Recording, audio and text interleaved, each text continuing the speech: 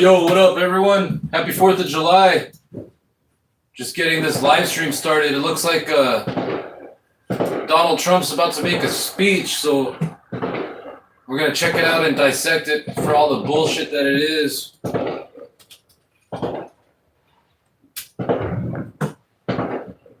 Yeah, over here in Los Angeles, it's still daylight, but the fireworks are getting started. It's going to be fireworks all night. But I'm just going to post up with my husky dog because, my husky dog, probably doesn't really like the fireworks noise. Although he doesn't do too bad. I've seen other dogs, they'll hide in the bathroom or something.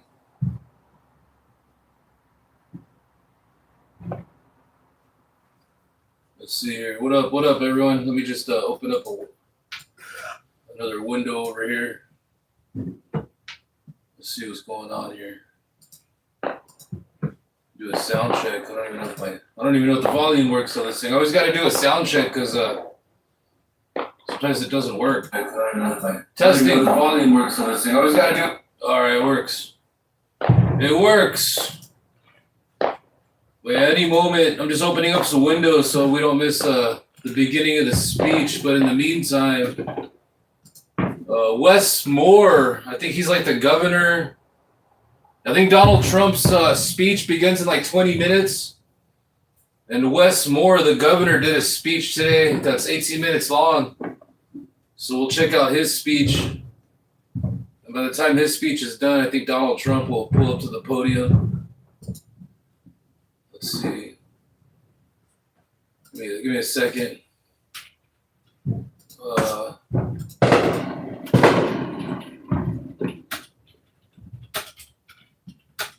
What's up, Living Dead girl?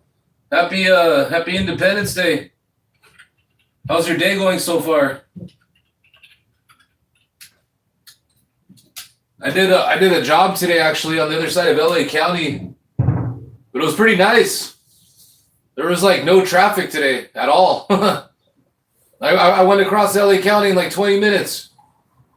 Usually probably would take like an hour.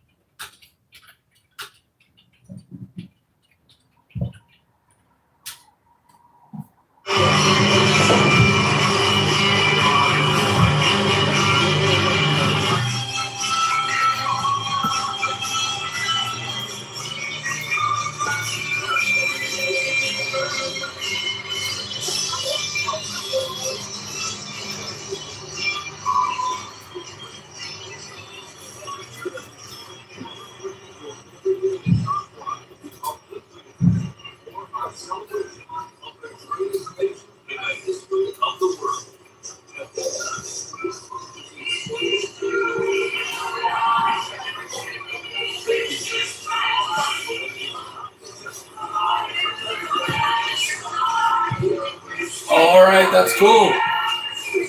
Over in Florida, huh? Waiting on the fireworks to start. Yeah, I don't like fireworks. I could care less about fireworks. But yeah, it's 7:50 p.m. It's 7:50 p.m. over here, Pacific Standard Time. Still a lot of daylight left, but everyone's already starting to light up all their firecrackers. All their fireworks, legal and illegal. I got my snacks though. I got some beef jerky. I got some pretzels.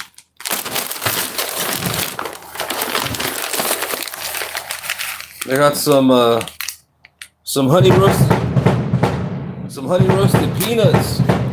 Oh damn! Neighbors are going all out with the fireworks. But what I do have is some fat ass bong loads. Let's smoke some herb about it. All right, let me put on the Donald Trump. So I have it on the queue right here. So once Donald Trump starts spewing his mumbo jumbo, we'll go check it out. But let's pack a little bong load. Got some nugs. These are my fireworks right here. Happy 4th of July, everyone. Let's see. That's pretty good.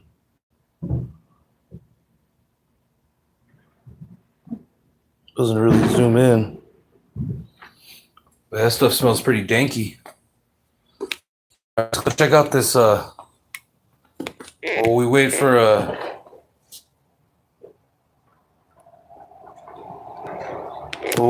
wait for Donald Trump to pull up and spew his nonsense.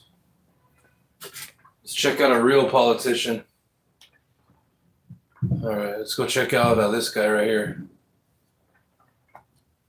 All right, so this dude right here, I like this guy. He's a solid governor. All right, this is Wes Moore. I think he's the governor of Maryland. All right, let's see what's up with him. This is about 18 minutes long, so I think by the time this is done, Donald Trump will start his speech, so we'll go check that out. So this is Wes Moore gives America 250th address focused on patriotism. This happened earlier today, 6 hours ago. Good morning. Good morning, everybody. Good morning. Good morning. Good morning. Good morning, everybody. Hey, what's up? What's up, madame? Happy 4th of July. Hey, everybody. Thank you. Thank you so much. Thank you. Thank you all. Good morning. Good morning. Thank you all so much. Thank you. Happy Independence Day. Hey, what's up, Amber Leslie? Happy Independence Day. Good to see you. Yeah, I'm just hanging out. I'm not doing anything spectacular. Just gonna check out some various politicians give speeches today, and mainly I want to watch Donald Trump so I can talk shit about him in real time, call him out on all his bullshit, and clown all the maggots that pull up to defend him. And welcome to the Maryland State House, where a floor below us, in the old Senate chamber, General George Washington surrendered his commission, and with it, the power to place himself above our country. This deeply patriotic act established that this new nation would take a different path than those who had come before. An aspiration that power would not be passed down by birthright or bloodline or last name. That opportunity would be earned in a new way. That act of patriotism was a powerful idea, and it set the stage for the nation that we live in today. But today, we do face a different test and a different question. What does the work of patriotism require of us? This is a day of reverence, but it also must be a day of reflection. Because the founding fathers knew this country was unfinished. In fact, they wrote a document that could be amended. That was not a flaw, that was a function. And the ideals captured at our founding were unprecedented in 1776. And also they remain unfinished in 2026. The history of our country and the history of this state, it is powerful and it is painful. It is complex. But inside that complexity is something uniquely American. The strength for self-correction and the strength to self-heal. My grandfather taught me that. He was born in South Carolina, the child of Jamaican immigrants. And when he was just a boy, he and his parents fled in the dead of the night. The Ku Klux Klan chased them away because his father was an outspoken Black minister. My grandfather's earliest memories was of a nation rejecting him for something that should have been a source of pride, not prejudice. Most of his family vowed to never return to America, but my grandfather loved this country too much to let the cruelty of some determine his destination. So he came back. And the late, great Reverend Dr. James Joshua Thomas became the first Black minister in the history of the Dutch Reformed Church. In his endless humility, he used to say, "This country will be incomplete without me." But you know what? My grandfather was right. And on this Independence Day, I want to be clear, America would be incomplete without all of us. That is the patriotism that my grandfather instilled in me. Yet today, the very premise of patriotism is under attack. Its meaning is being narrowed, its purpose is being distorted, and we cannot let that happen. So today, I want to talk about why this matters and how we can move forward together. It matters because America's strength has never come from what we claim for ourselves. It has always come from what we give to one another. We are a nation of strength because we are a nation of sacrifice and a nation of service. Our ancestors refused to give up on the hope of America, even when America refused to extend its full promise to all. They could have decided this country was too unequal or too unforgiving to be worth the sacrifice. But it was the women who served as the greatest conductors of the Underground Railroad in the Eastern Shore who led their families to freedom. It was the women in Baltimore who worked in factories while their husbands went to war. It was the young lawyers at the NAACP who argued in front of the Supreme Court that separate does not mean equal. It was the ministers and the rabbis and the imams who left their pulpits and their synagogues and their temples to provide comfort to those who had never seen it before. It was the union steelworkers who prepared our nation for war, and it was the nurses whose hands that healed a nation seeking peace. They were patriots. And instead of yielding to the injustices, they fought for freedoms that they themselves might never fully enjoy, because patriotism is not simply pride in what America has been. It's taking ownership for what America can become. That is the work of patriotism.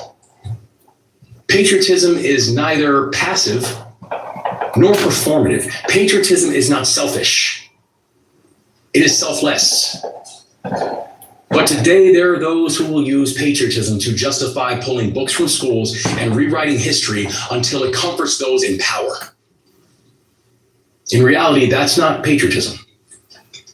That's nationalism. And What's up, Don Trump? That's a stupid ass comment. The KKK supports Donald Trump. They're like best buds. If the KKK, and the Democrats were on the same team, don't you think the KKK would be flying around rainbow flags, you moron? Is not an extension of patriotism. They are not interchangeable.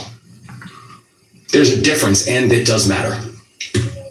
Patriotism asks you to fight for values and an ideal. Today's version of nationalism asks you to fight for a person or a group. Patriotism wants you to build something bigger than yourself, but nationalism emboldens people to feel bigger than somebody else. To name the grievance, to find the target, to give people someone to blame. The anxiety that creates is where nationalism thrives. Carlos kicking it right here. Where people worry about our economy, that it will leave them behind. People are watching their children work more, yet earn less. Americans are fed up with watching politicians profit off of public office. Too many feel that our politics has become tribal, that our political system once felt like a gift, but the politics of today feel like a grift. Too many watch as military conflict starts to feel like a conquest, where those who wear the uniform are asked to do the impossible, and those back home are asked to pay for the unnecessary. Starting a war without a purpose is not patriotic. Ending a war without achievement is not victory. And telling soldiers and sailors and airmen and Marines otherwise is not leadership. It's actions like these that make people increasingly skeptical.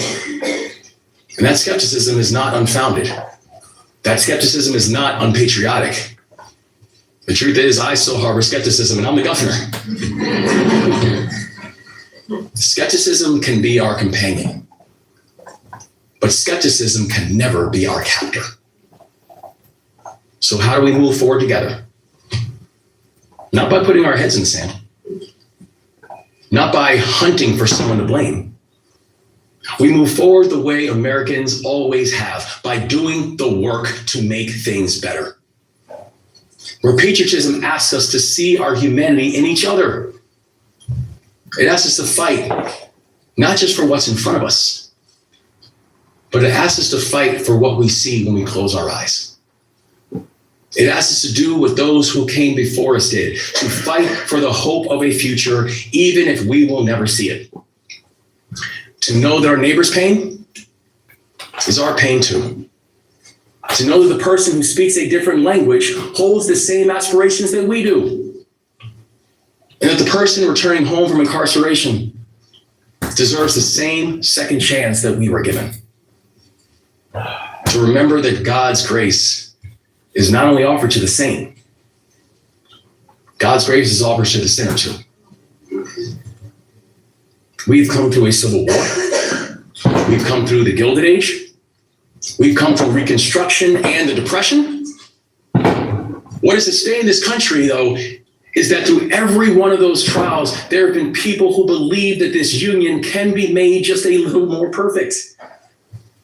It's veterans like Major James Capers.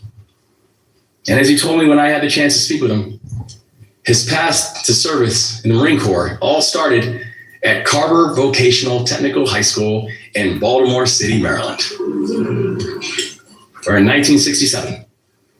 When his reconnaissance team was ambushed in Vietnam, he was hit again and again. He kept directing fire and protecting his men. The rescue helicopter was too heavy to lift off.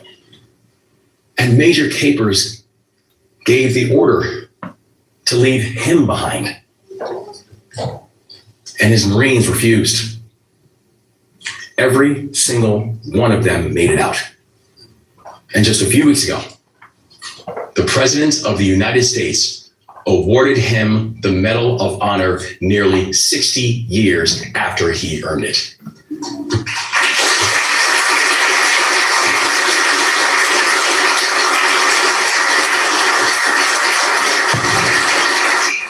And I congratulate Baltimorean Major James Capers on this wrong being righted. And a generation before him, a Marylanda named Marie Edme Leroux, deployed to France during World War I. She served as a telephone operator with the U.S. Army Signal Corps, one of the trailblazing women known as the Hello Girls. On the Western Front, she connected tactical commands. But when these women came home, America denied them veteran status. Not until 1977 did our government finally acknowledge their service. And a century later, Congress awarded LaRue and the Hello Girls the Congressional Gold Medal.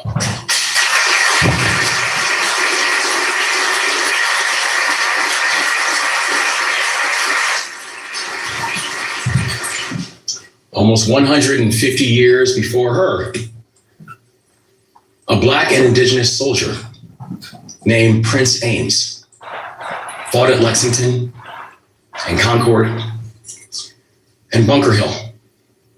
For nearly 6 years, he fought for a country and a cause that did not yet include him, but that he perhaps believed maybe one day it would include his children, and maybe even his children's children.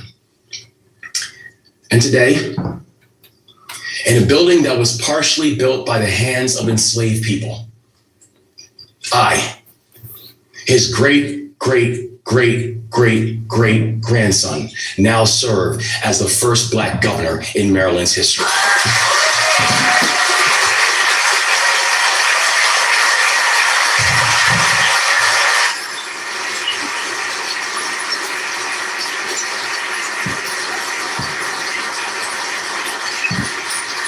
We are a nation of strength because we are a nation of sacrifice and service, where America asks us to serve a purpose bigger than ourselves.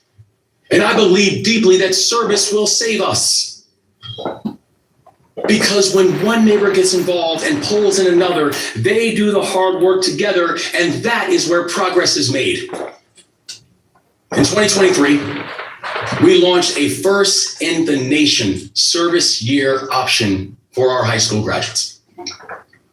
While our young people give back, they lay the foundation for their future success through job training and mentorship programs. And also, they create a lifelong habit of service to our state and to our nation. And that is something that we so desperately need. 5 Maryland Corps members and alumni are here with us today. Michael spent his year with SHIP of Frederick County, helping unhoused students reach their education and vocational goals. And this fall, he's attending Mount St. Mary's University to study cybersecurity.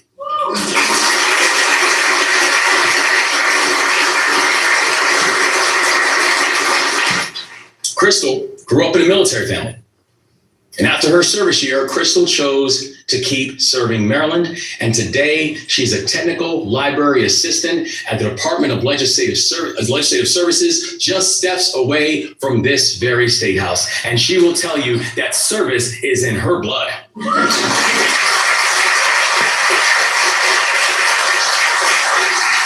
Her younger brother, Toby, is in his second year of the program, serving at the Complete Player Charity. He mentors 4th graders, and he helps lead the Maryland Corps members coming up behind him. Chris is only 21 years old, and he's already helped lead a $750,000 neighborhood and youth development project. And Isaiah served as a project manager at Action Youth Media in Silver Spring, where he taught young people to tell their own stories. All right, that speech was pretty much done, but it looks like, hey, what up, everyone? Happy 4th of July. I don't know if you could hear in the background at my place, but it's not even night yet. There's still plenty of daylight left, and everyone's already lighting off their fireworks. But it looks like Donald Trump's about to pull up to the podium. Let's go scope it out.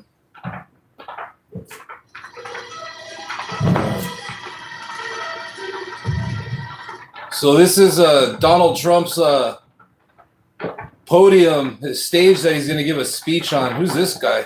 Oh God! All right, we'll add our own. We'll wait for Donald Trump to pull up, but in the meantime, we'll add our own entertainment.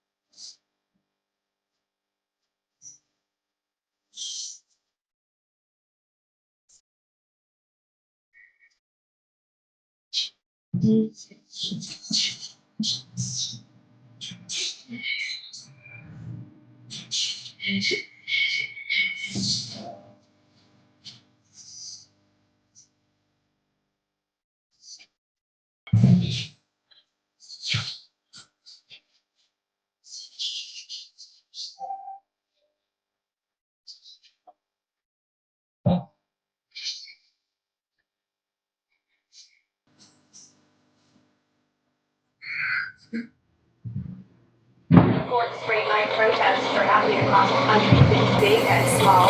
Some protesters turning violent, attacking police. It's a sign of just how divided our country remains, as you saw earlier in our poll numbers. NBC's Jim Avila has more on the election fallout. Good morning, Jim. Good morning, Paula. This morning, more evidence that not everyone is ready to accept the results of election 2016.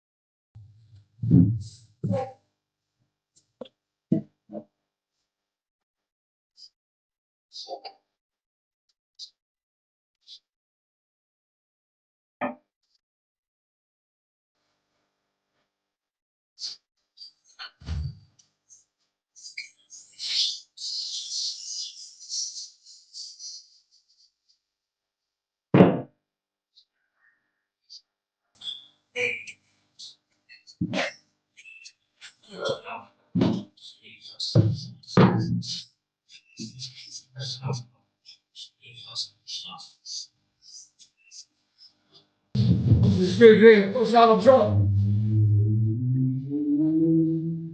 Fuck Donald Trump.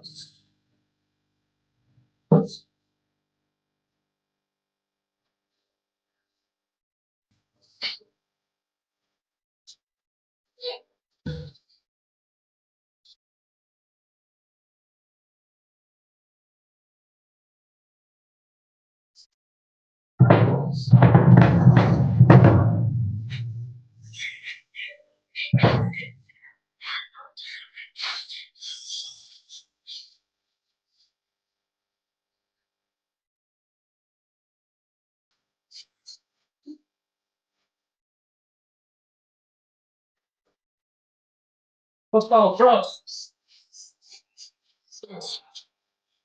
Fuck Donald Trump.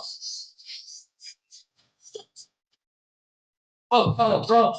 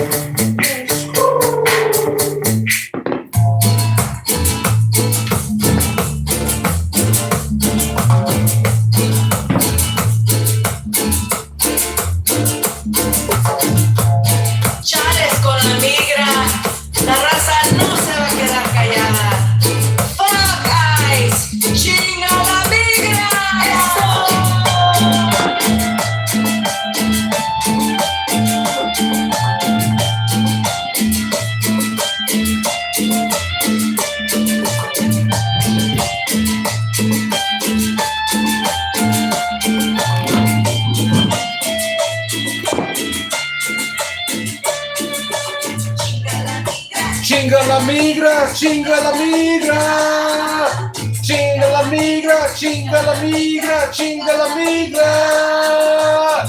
La migra, chinga la migra, chinga la migra. Chinga la migra, chinga la migra.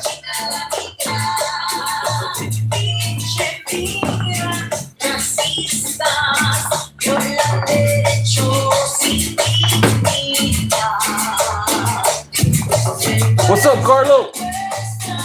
Chilling. Good boy.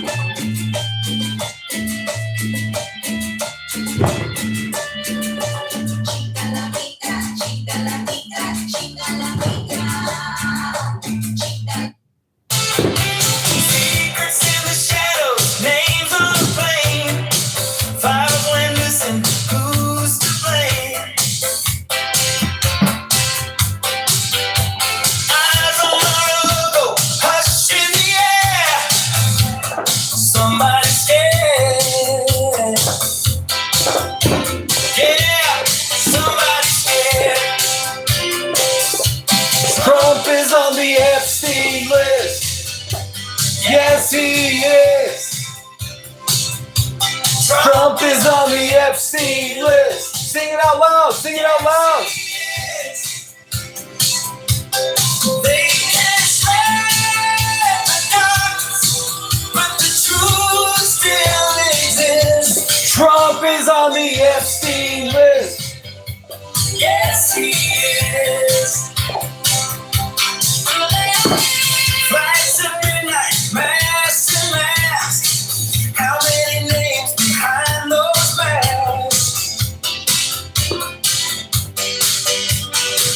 Cameras off, deals getting kissed. But we remember who's on that list. Who's on that list? All right, let's see what this clown has to say. Let's see what this maggot has to say. Just my children. Oh shit, is this Lee Greenwood? Thank my lucky stars. Oh my god, this guy's horrible. Swear, Donald Trump has like the most talentless people around him. And they can't take that away. Alright, this song sucks. Oh my god, Donald Trump, dude. What a pathetic fool. He's over there ruining all the songs. Trump is on the Epstein list. Yes, he is. So, we'll have our own pregame musical show. Fuck Donald Trump's musicians.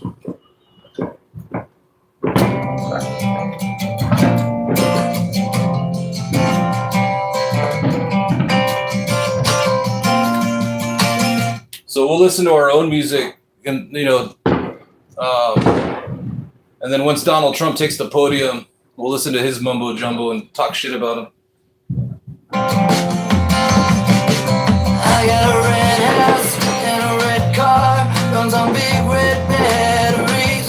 Used to be blue 15 minutes ago, but they turned red just for me. I got me a red horse and I ride it. I got some blue friends, they're the best.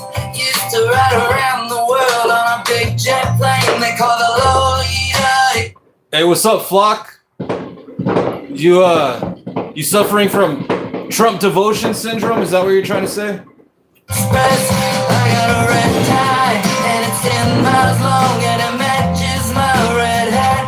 I got me a red bird and a red fish, a red dog and a red cat.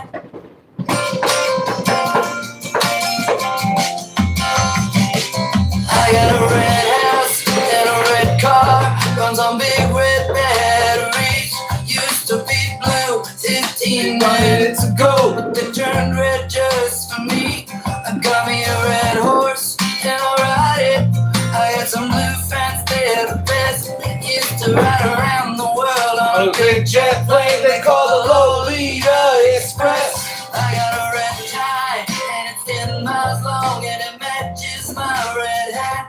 Call me a red bird and a red fish, a red dog and a red cat. And they call me a red pen and I use it.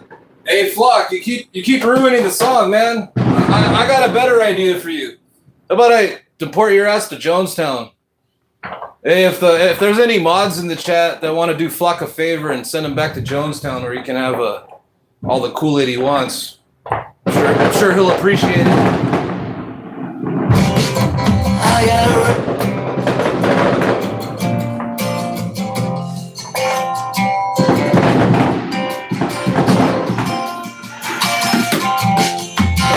Amber Leslie, hell yeah, I could always count on you. You're the best. Amber Leslie, that was a very patriotic thing to do. I got a red house and a red car, runs on big red battery. Oh look, it's the moron in chief. It's the moron in chief like 5 hours later.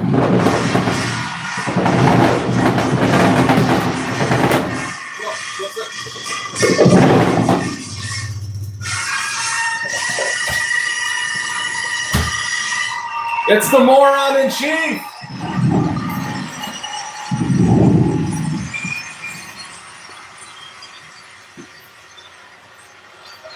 Happy 4th of July, everyone except this orange, pathetic loser.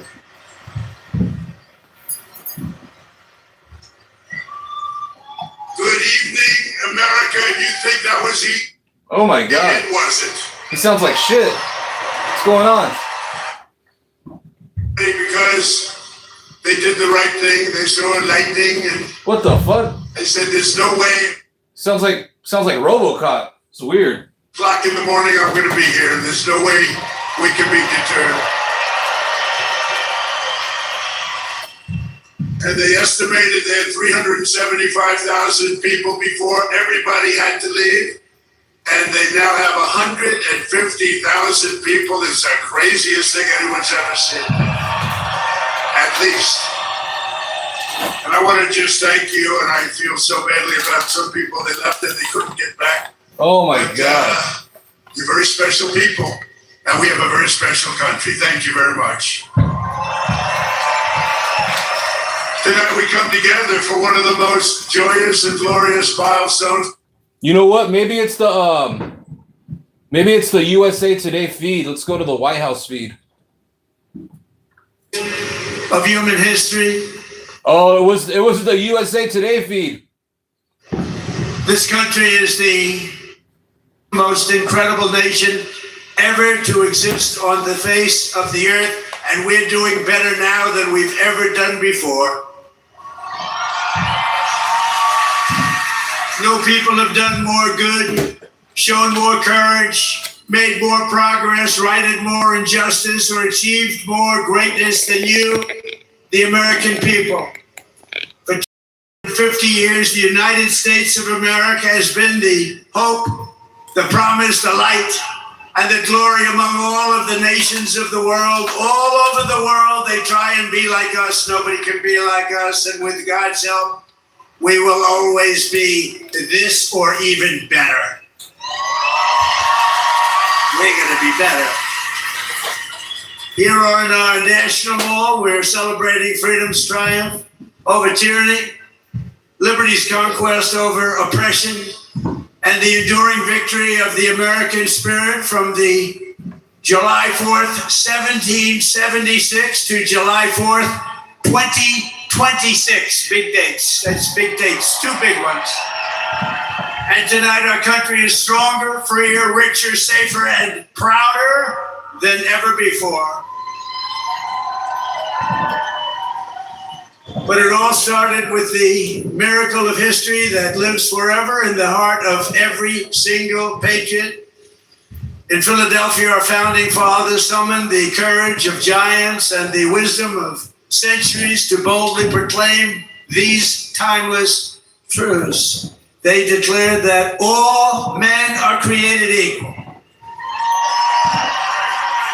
that they are endowed with sacred, unalienable rights by the hand of our Creator. And that among these are life, liberty, and the pursuit of happiness. In signing their names to the roster of freedom, those 56 patriots put everything at risk, stepped onto the stage of destiny, and seized a victory for the ages, and that's what it was. And this is an evening for the ages, I believe. This is something very special. This is bigger than if we didn't have the lightning blaring. We had lightning blaring, but this is bigger. Little more inconvenient, but it's bigger. I think in its own way, it's more beautiful. From the beginning, we were a nation that lived by the motto, victory or death, and live free or die.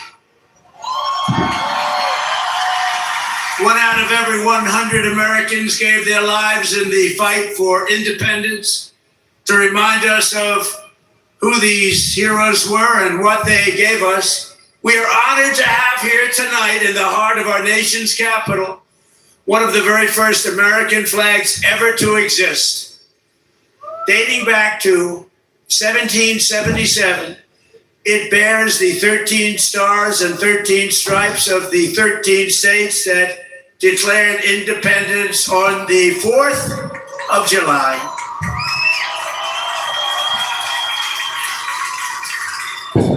There it is. This was the flag that flew victorious at Saratoga. And these are the real deals, too. These are the real flags. These are flags that have seen a lot. These were the stars and stripes that flew triumphant when the British waved the white flag of surrender at Yorktown. That was a big surrender. Nobody thought that was possible. They were the greatest power of the world, and they surrendered, and that was the beginning. Ever since, the entire world has been on notice that Americans will never let anyone take our freedom away. Won't happen. And all these talks from the communists, they haven't got a chance. Not even a chance. We don't want communists in our country. We don't want pedophiles in our country, piece of shit. Never worked, and it never will work. Americans must never forget that we are a historic and heroic people with a heroic spirit and a heroic purpose on this beautiful earth of ours. We are made the courage and the fire and the flesh and the blood of the best and the bravest people this world has ever produced. We are the bravest and the best. Tonight we pledge allegiance to the flag they gave us, and we say, God bless the immortal patriots of 1776, and long live the cause of independence. May it reign forever and ever and ever. We will always be on top. We will never let our country fall. We will always be the best. Our founders not only won our liberty, they secured it with the most righteous political document ever conceived. It's called the Constitution of the United States. Very special. And it's because of their genius that we remain the finest people on the planet after 250 years. Unlike so many others in the world, in this country, we have freedom of speech, freedom of religion, equal justice under the law, although I wasn't treated that well, but we won't get into that. And the right to keep and bear arms.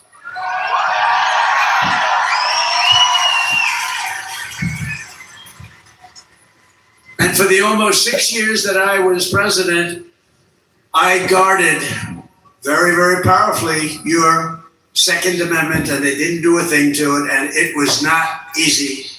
But we guard your Second Amendment. We guard it very, very strongly and cautiously.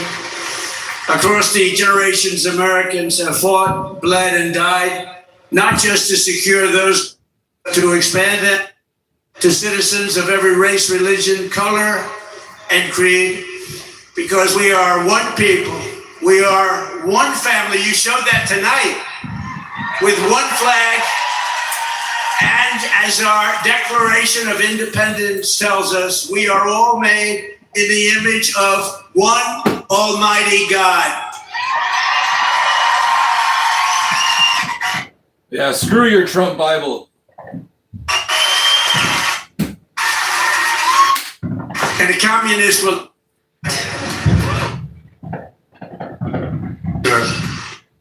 So this guy gets a big, beautiful bill and they can't even afford a good microphone? What's going on over here?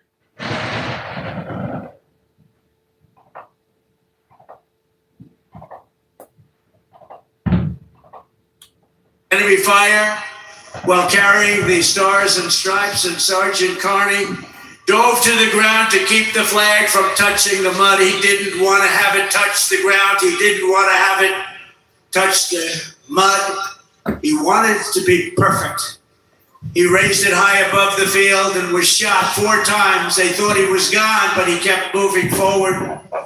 He loved our country. He loved our flag. Before he returned to camp and announced, "Boys, the old flag never touched the ground." And he became the first African American to receive the Congressional Medal of Honor. He got the Congressional Medal of Honor, and he was the first African American, and he was some man. He'd written stories about him. He was something special. With us tonight to celebrate this forward march of freedom is another Medal of Honor recipient, Colonel Paris Davis, whose courage won eternal glory in Vietnam. He helped lead a surprise attack on 100 enemy combatants. They said he was finished. His whole group was finished. And despite multiple life-threatening wounds, saved the lives of his fellow soldiers. And this evening he stands to salute the only flag of its kind, the one that was draped over the casket of President Abraham Lincoln in Independence Hall. Thank you very much. Great.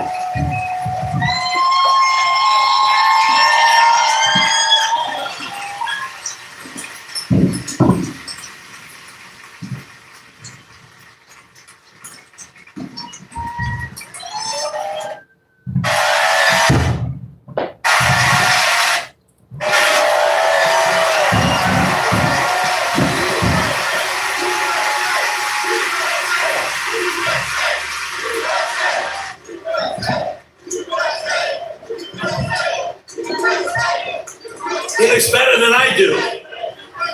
He looks great, and he's brave. Because of heroes like these, our flag will always be a symbol of liberty and justice for all. Colonel Davis, thank you very much. Great man. Great man, thank you. Americans expanded the blessings of freedom, and we have never stopped expanding our ambitions and our dreams. We had the American dream. We never had the American dream, however, like we have it right now. The American dream is back, very strong, beautiful. You know, to get into our military now is tough. 2 years ago, we couldn't fill a job, and now it's overflowing. We have so many setting records. We're setting records. It's actually hard to get in. That includes our great police forces and our firemen. They couldn't hire anybody. Nobody wanted to do it. Now it's hard to get those positions, but it's really hard to get into our military because people respect and love our country again.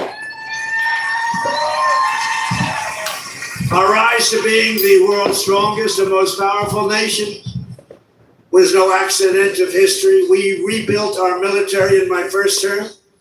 We use it a little bit in our, actually I should say third term, but I won't do that because I don't want any controversy. But we use it and we've had tremendous success. You look at Venezuela, you look at Iran, we wiped out their military. Americans crossed the Great Plains, scaled the Rockies, we just tamed the wilderness and conquered the frontier and built the empire. It's called the Empire of Liberty. We laid down the railroads, raised up the skyscrapers, those beautiful skyscrapers, and dug out the Panama Canal considered. Yeah, who do you think did the Panama Canal and the railroads, you moron? It was immigrants, you orange turd. Died to give us one of the greatest engineering feats of all time, Panama Canal. This was the unstoppable spirit that created the world's most powerful industries and built the strongest military anyone had ever seen. And today it is stronger and more powerful than it ever was before.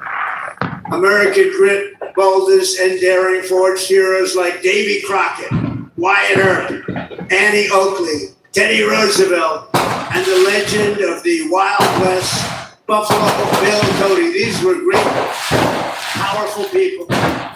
His incredible grandchildren happen to be with us tonight, and they stand alongside one of the first American flags ever to fly over our expanding nation. It was carried west just as Lewis and Clark began their journey in 1803. Thank you very much. Thank you. Thank you very much. Great to have you. Great to have you. To honor this audacious and indomitable soul. Hey, what's up, JFO? Happy 4th of July, everyone. What's up, Captain Homer? What's up, Madame? Hey, what's up, Martin? How's it going? What's up, everyone? Happy 4th of July. Except to the orange turd. America's Navy sank the Spanish fleet to the bottom of the Manila Bay, one of the greatest naval victories in history. Much like our recent victory by sinking the entire Iranian Navy, 159 ships, to the bottom of the sea, all done in just a moment's time, happened very quickly. We have the greatest military anywhere in the world.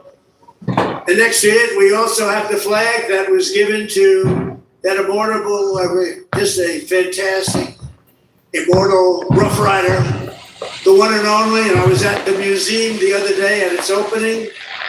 Theodore Roosevelt, when he returned triumphant from Cuba, printed with the words, "Welcome home, Colonel Roosevelt," who was a victor of San Juan Hill.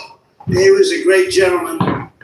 Americans won the West and built the modern world because America is a nation of winners. And today our country is winning again, and we're winning like never before. America is back, and we want to keep America great, and we will do so by approving the Save America Act, which means all voters must show voter ID. All voters. Nah, your Save the MAGA Act is dead on the Senate floor. Just like the whole MAGA movement. You guys are all finished. It's done. Blue wave tsunami, baby. Let's go. Vote all these bastards out.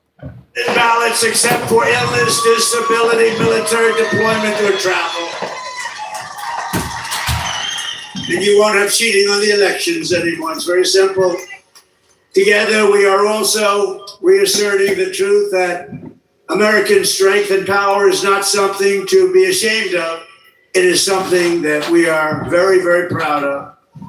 This country has been the greatest force for peace and justice on earth. In the last century, we defeated tyrants, demolished evil, and saved freedom again and again. Hey, look, check it out. I got MAGA's favorite snack. The pretzel, because they like to twist their little brains into pretzels for this moron right here. Shit, they'll even twist their body into pretzel to bend over backwards for this orange clown. Back and win.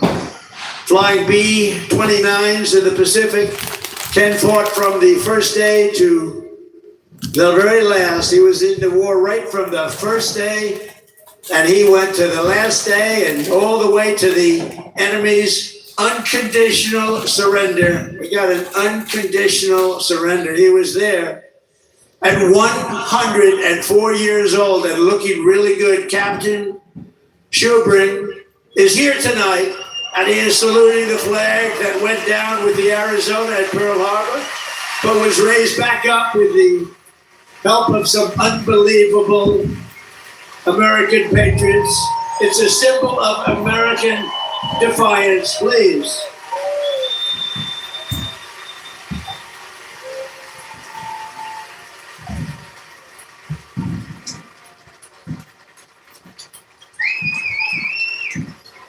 Thank you, Captain. Thank you, Captain.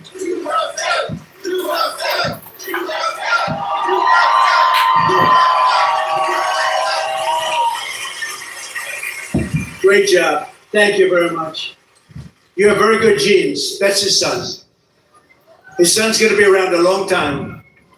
Thank you very much, Captain. On D-Day in World War II, Navy Lieutenant Arthur Rose commanded 36 landing craft as part of the largest naval armada in history. Recalling that sight, he wrote home to his parents, "What a country we are."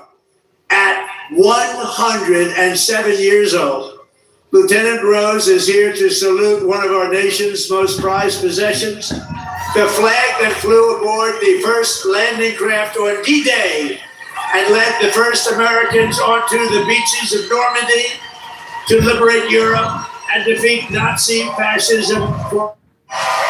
Yeah, anybody that supports this orange cloud is anti-American. As a matter of fact, anybody that opposes the orange cloud is a true patriot.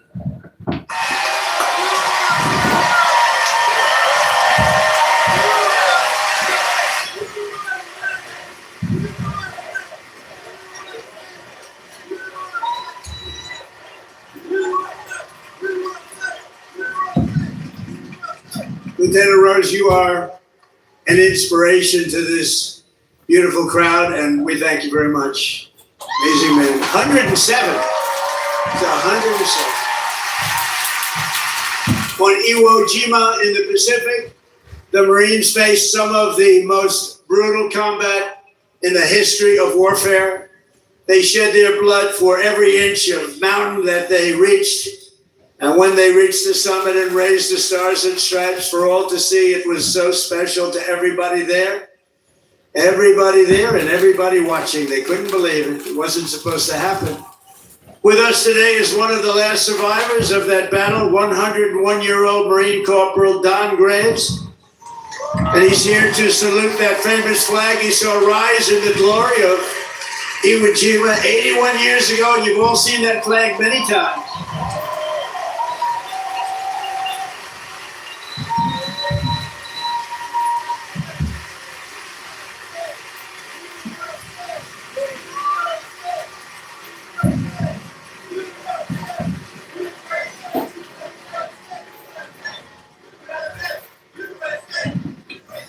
So, ladies and gentlemen, these are the fighters and the batters of the greatest generation. They are the greatest generation. I hate to admit that, but they are. They saved the world and they made America very, very proud. We're very proud of you, heroes all. And after we vanquished fascism, Americans stood against the evil of communism in the Cold War. And as I said last night at the beautiful Mount Rushmore, what a beautiful place, where Washington, Jefferson, Lincoln, and Theodore Roosevelt loomed over my shoulder as I spoke. America will never be a communist country. Won't happen. Communism is a loser, and it always will be. Then why'd you roll out the red carpet for Putin, you piece of shit? Communist system has never worked. Our warriors did not fight communism on battlefields across the world, only to have that menace rear its ugly head right back here in America. We're not going to let it happen.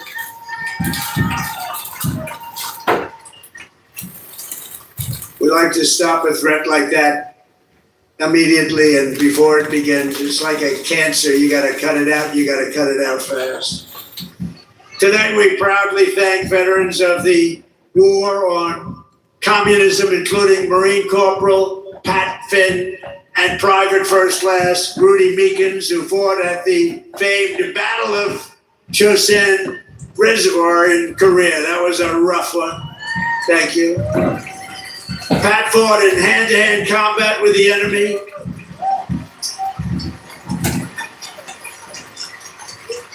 He had 5 against him, and he was 1. And as you can see, he's around to talk about it. And Rudy was wounded 4 times, but never stopped shooting, and he never stopped moving forward. And also with us is Veteran Sonny Ray, who fought heroically against an enemy force 10 times his unit size and earned a tremendously deserved Silver Star. Tonight they salute one of the very first 50-star flags to fly above the field of battle. This was about the beginning of the 50. And right next to it is one of the last flags from Checkpoint Charlie, very famous place on the Berlin Wall, where American freedom finally brought communism crashing down to an end. Thank you so much. You are really very special. Thank you. Thank you very much. This guy's Captain Draft Dodger with the bone spurs over here. And we will do it again if necessary. I don't think it's going to be necessary. I think people have learned. They've learned what to do and how to handle it, and we're going to handle it very well. So, gentlemen, I want to thank you very much. Amazing people, amazing men. Thank you.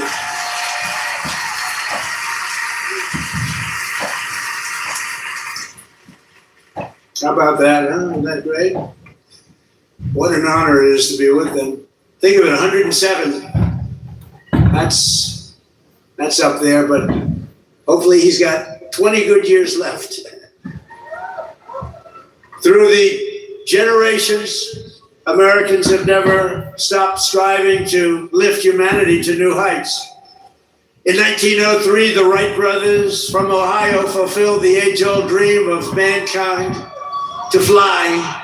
That's right, they're from Ohio, great state. And within 66 years of inventing the airplane, Americans planted our flag on the moon. Just 3 months ago, we sent American astronauts back to the far side of the moon, and this time they flew further from Earth than anyone has ever flown before. And here they are.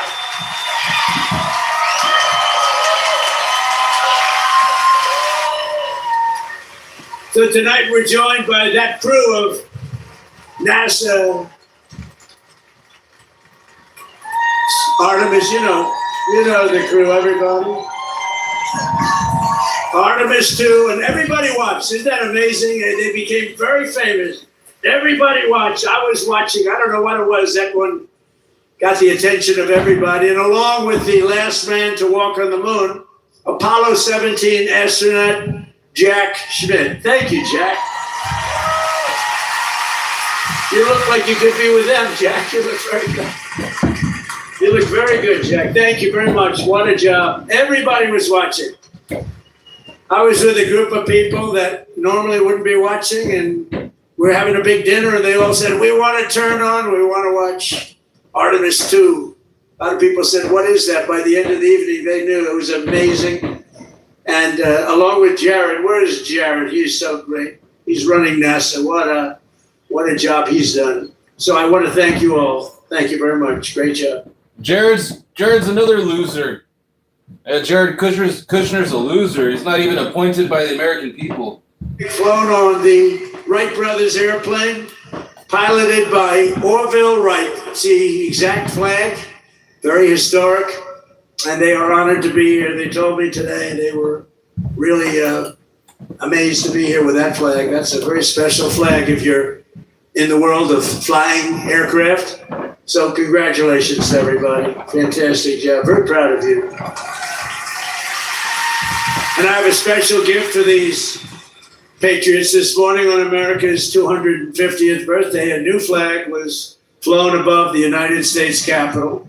And tonight I present it to you to soon be planted by American astronauts on their upcoming return to the moon. And in addition to that, I gave them and all of the great heroes that you saw up on stage tonight and a few others that couldn't quite make the stage, I gave them a very special medal from the White House. So it's an honor. Thank you very much, everybody. Appreciate it. So then I assume you're going to be heading to Mars, right? We're going to be going to Mars very soon. And I think that's something that we do have in mind. And we're going to do the moon, and we're going to go from there. We're going to go to Mars, and we're going to continue to be way ahead. You know, we did Space Force. That was something I was very proud of. And some people smiled. They thought it was foolish, and now they're finding it's one of the most important things that we've done. We were losing to China and to Russia in space, and now we're leading them by giant steps, and it's a great thing. And it's people like that really, like you, that made it happen. Thank you very much, everybody. Thank you very much, Joe.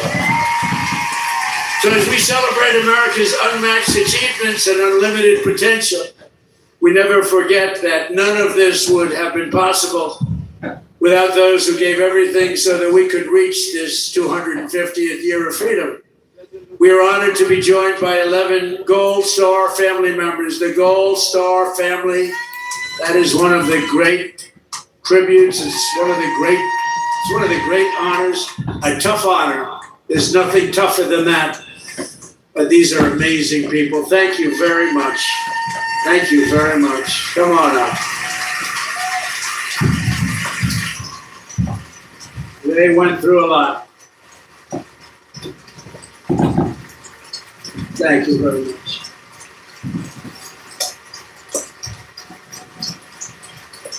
And that special person is looking up there and looking down at mom and dad, husband, wife, but they're looking down with great pride. You know that. You know that. And we want to thank you for being here. Thank you very much. And we have medals for you backstage.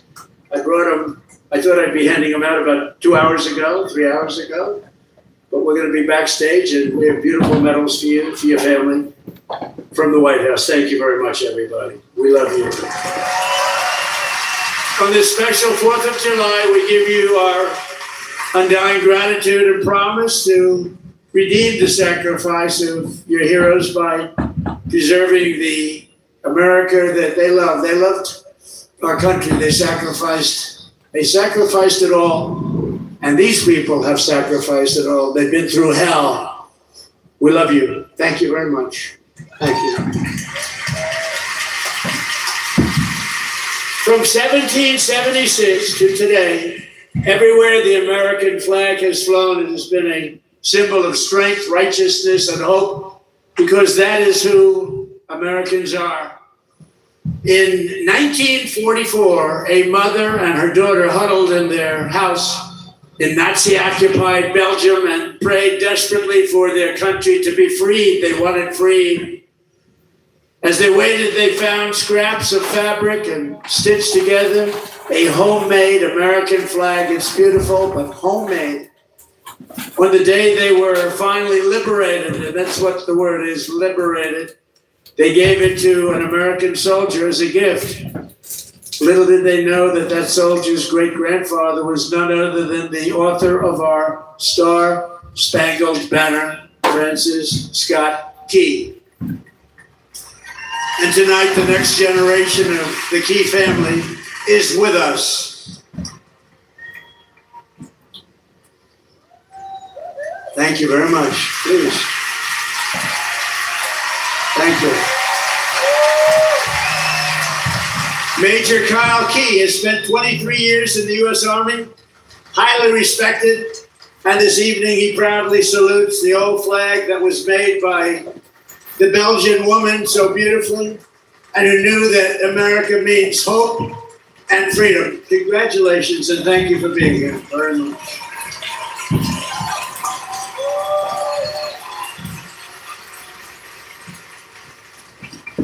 And in conclusion, from a declaration in Philadelphia to victory at Yorktown, from the bustling factories of the heartland to the towering snow-capped summits of Alaska, from the endless frontier of the open Wild West to the magnificent sand dunes at Kitty Hawk, from the glimmering skyline of Manhattan to the far side of the moon, just saw that, and from the now safe and beautiful capital of Washington.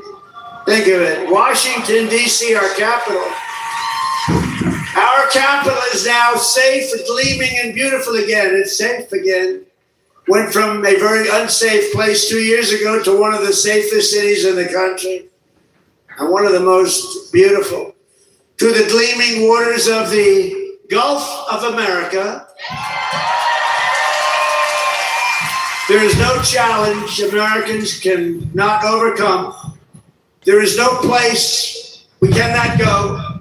There is no goal we cannot reach, and there is nothing that Americans cannot do, and we're proving that right now.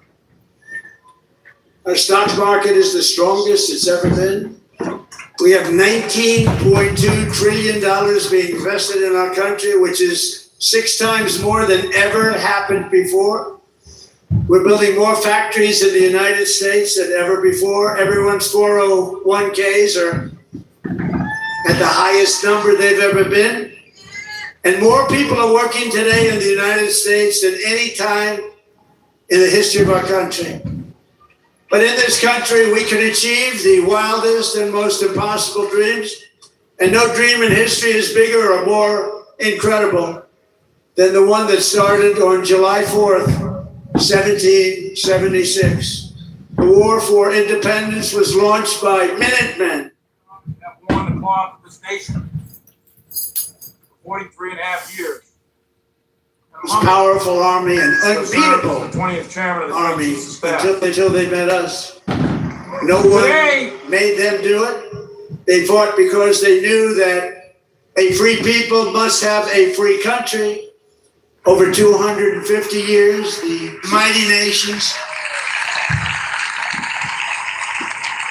I'm deeply honored to have worn the cloth of this nation for 43 and a half years. And I'm humbled to have served as the 20th chairman of the Joint Chiefs of Staff. But today, it's not about anyone up here on this stage. It's not about the President, the Secretary of Defense, me, CQ. It's not about us. It's about something much larger than all of us. It's about our democracy. It's about our republic. We are unique among the world's armies. We are unique among the world's militaries. We don't take an oath to a country. We don't take an oath to a tribe. We don't take an oath to a religion. We don't take an oath to a king or a queen or to a tyrant or a dictator.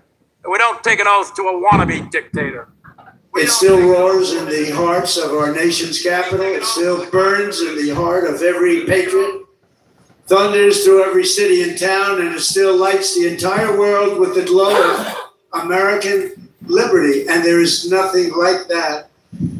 At 250 years old, we may be the oldest constitutional republic on earth, but our country is just getting started because the best is yet to come.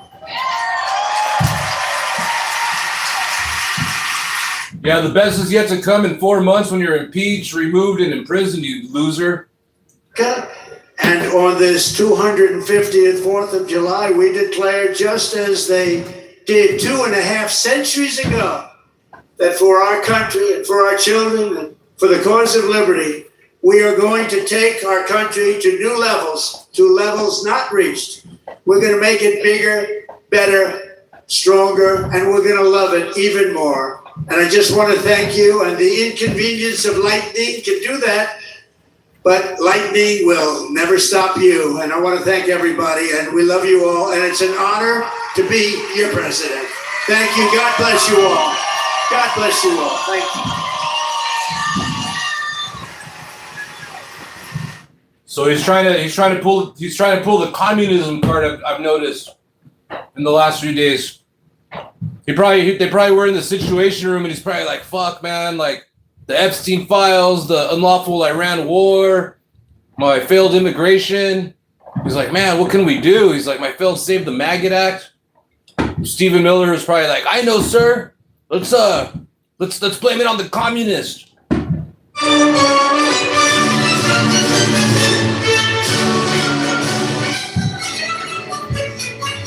All right, that was the end of that, loser.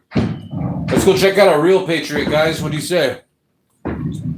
Let's go cleanse our souls. Let's go detox from that orange man. And let's go listen to a real patriot. He goes by the name of, they call him Gavin Newsom. He'll be personally handcuffing Trump in 4 months. All right, this is Gavin Newsom from earlier today. Wins it. Let me speak directly to anyone.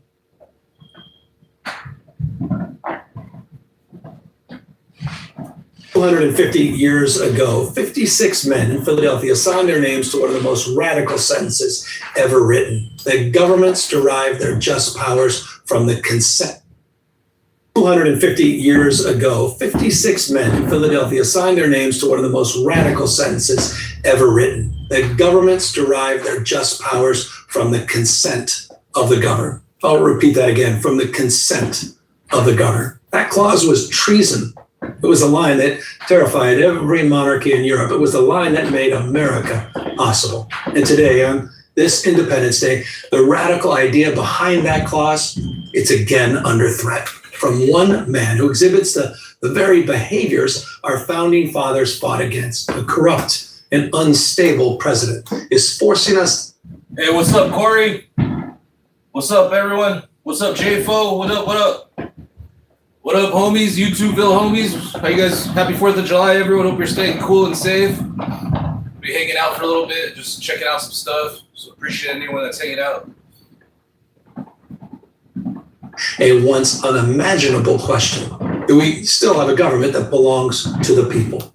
Strip it all down, and what separates a democracy from a monarchy, from a dictatorship, is the fundamental right to vote. Lose that, and you lose everything. Which is why on America's 250th birthday, we need a declaration of election independence. Freedom from election manipulators and deniers. Freedom from the militarization of Election Day. Freedom from the fear of imprisonment if you don't go along with Trump's schemes. In a few months, the American people will go to the polls. And Donald Trump, he knows exactly what's coming. He knows that Congress, accountable to the people, will put an end to the lies, to the corruption, to the sale of this government to the highest bidder. And because he knows that, he's afraid for himself. He doesn't care about you. He doesn't care about America. He hardly cares about his own political party. A man like Trump does not lose gracefully. He grabs every lever of power within reach. He cheats, he lies, he steals to hold on. We don't have to guess whether he'll try it again. He's already done it. We all watched it. In the weeks after the 2020 election, Donald Trump picked up the phone and asked Georgia's Secretary of State to find enough votes to overturn the results. At the same time, attorneys connected to his campaign organized slates of fake electors. Private citizens aligned with Trump falsely declared themselves the duly elected representatives of their states. They tried to hand Congress a fraudulent set of results to count on January 6th. And on that shameful day, as Congress gathered to certify the peaceful transfer of power, Donald Trump sent a violent mob to storm the Capitol, to smash windows, to beat down police officers. One of the darkest days in our nation's history. And it didn't stop there. We watched a coordinated campaign to install loyalists in county election offices across this country. We watched the United States Department of Justice illegally seek sensitive voter information in at least 30 states. Right here in California, we watched a mega sheriff seize hundreds of thousands of ballots in defiance of state law, in defiance of every prohibition that protects ballot security. And we watched Donald Trump illegally seize control of California's own National Guard and march our soldiers in the streets of Los Angeles against the will of the state, against the law, against everything those uniforms are supposed to stand for. Hear me clearly. That was a test run, a rehearsal. He's measuring how far he can go and who would dare stop him. Certainly not our Supreme Court, not with the evisceration of the Voting Rights Act, the outright hostility to equal representation, particularly for Black Americans, the slicing and dicing of our congressional districts. There's no warning loud enough, no alarm sharp enough to match what is happening in this country right now. But we are not powerless. In the very Constitution that Donald Trump wants to shred, we find the tools of our own defense. States' rights, direct democracy, the franchise guaranteed to all people. We have agency. We can shape the future. We need to stand up and stand firm I'm proud of my home state of California because just last November, we did just that. We fought back and we won. The voters here stood up to Trump by drawing new congressional maps, a direct response to his attempt to rig the election before even one vote was cast. We stood up. We stood up to Trump's twisted logic that an election somehow is legitimate only when he wins it. Let me speak directly to anyone considering helping President Trump interfere with our election or our count. If you violate California's laws, if you interfere with our voters, tamper with our ballots, or meddle in our election, you will be prosecuted. Doesn't matter who gave the order. In this state, our vote, it's sacred. Our polling places will be free of intimidation. Our counting will be open, honest, and complete. And Californians will use every power, every lawyer, every law, every ounce of will to defend our democracy against any illegal order this president dares to issue. That's why I'm moving forward with new legislation that would make it a felony to seize ballots before the vote has been certified by state and county officials. We will not be his victims. We will be the wall he cannot get past. Because we believe that once an election is decided, the winner governs for everyone. That's the architecture of American liberty. Donald Trump, he doesn't believe in that architecture. He works for one man. What more evidence do you need? That one man has added more than $4 billion to his personal. Hey, what's up, Garius? Happy 4th of July. Sitting. Hey, what's up, Sizzle? Happy 4th of July. Supposed to be a public trust. Hey, what's up, Lynn? Good to see you. What up, everyone? Is going to drain the swamp. He didn't drain the swamp. He gave it a presidential suite with gold leaf. This is a corruption story. This is a heist. This is corruption with a flag man. This is one man trying to do to our American self-government what no king and no foreign power has ever managed to do. And the question on this anniversary is whether we will let him. What is happening with Donald Trump? It is unprecedented, but this is not the first time our country has been tested this way. Women marched by the thousands and chained themselves to fences for the right to vote, a right secured only 106 years ago. Americans marched, sat at lunch counters, walked through schoolhouse doors, faced lynchings and beatings, fighting for equal citizenship and the right of Black Americans to vote without interference and without intimidation. Every single time, this country's answer has been the same. We expand the promise. We do not abandon it. 250 years ago, it was a group of farmers, printers, of shopkeepers. They looked at the most powerful empire on earth and refused to kneel. They faced certain death if they failed. But what they did was an idea. That's what they had. Ordinary people with an idea that believed that they were fit to govern themselves. That's the miracle of America. At times in our history, we may have been wrong. Sometimes we've been cruel and we've fallen short of our own words, but we have never stopped reaching for that idea. Every generation, that promise is carried down the road. Seneca carried it, Selma carried it, and now it's in our hands. That's the spirit that lives in every American who still believes their voice counts, who acts like it. Our freedom is guarded by you. When you show up, when you vote, when you participate, when you rise up and you refuse generation after generation to let go of the wheel. So let's keep our democracy. Let's prove one more time that this is a government of the people. Happy Independence Day. Now let's go defend it. There he is, Gavin Newsom, MAGA cult member's new daddy. And in about 4 months, Gavin Newsom will be personally slapping the handcuffs on Trump and throwing him in prison. Because we're going to take blue wave tsunami coming, guys. We're going to take over the House and the Senate. Go clean up those red states and bring back some law and order. Put all those MAGA cult members to work. Give them 40 hours of community service for their un-American activities. All right, let's go. I think I'm just going to kind of kick it and just watch some random stuff. So anyone feel free to hang out. So check it out, guys. Here's let me see.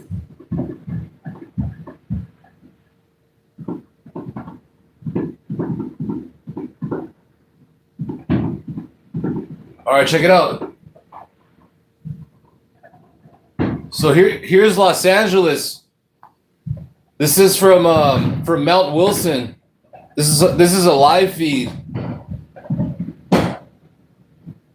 Yeah, this is a live feed from Mount Wilson, way up there in the mountains, and that's LA County right there. So those are all the fireworks going off right now. Here, we'll go out. So there's a lot of fireworks going off where I'm at right now.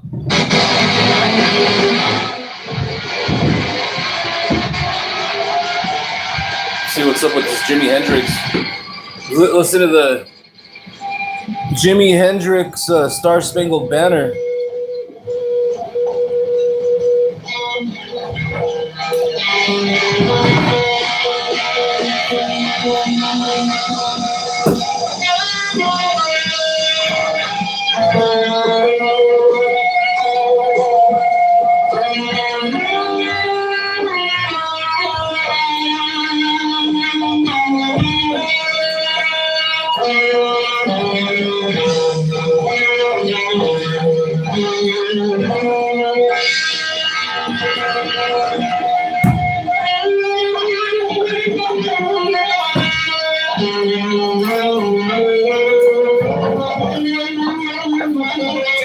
Here's all the fireworks going off.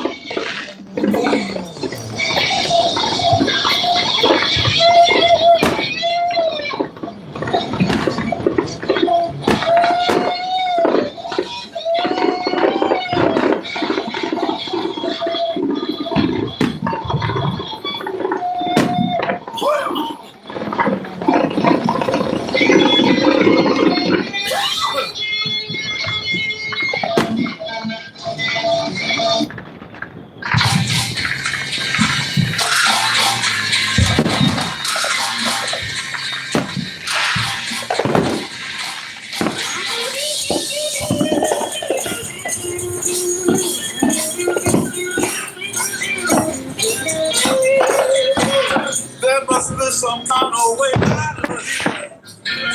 Say the joker to the thief. There's too much confusion. I can't get no relief. Businessman there, to drink my wine. Plowman, take my earth. None will ever out the line. Nobody out in this world.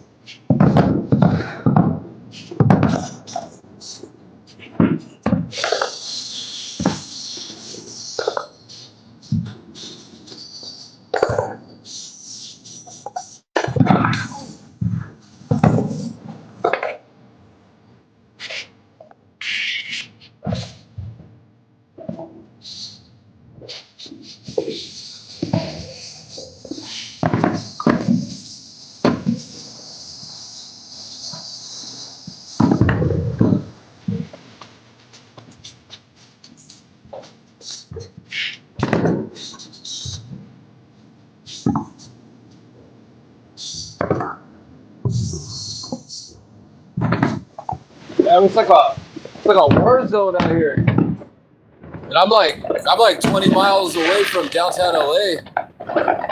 Well, let's check it out. This is the live feed of LA County from Mount Wilson. Looks like they're having some camera difficulties. Yeah, I think I'm fireworked out. Kind of want to watch a Sheldon Whitehouse interview. Let's see. What's up, Carlo? You hanging in there, buddy? You hanging in there, boy? Yeah, you're a good boy. Yeah. The fireworks don't really like phase him. He just kind of kicks it.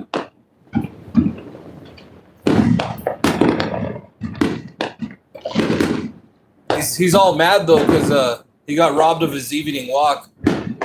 It's too loud to walk him around the neighborhood. I usually walk him around the neighborhood around this time, but it's too loud.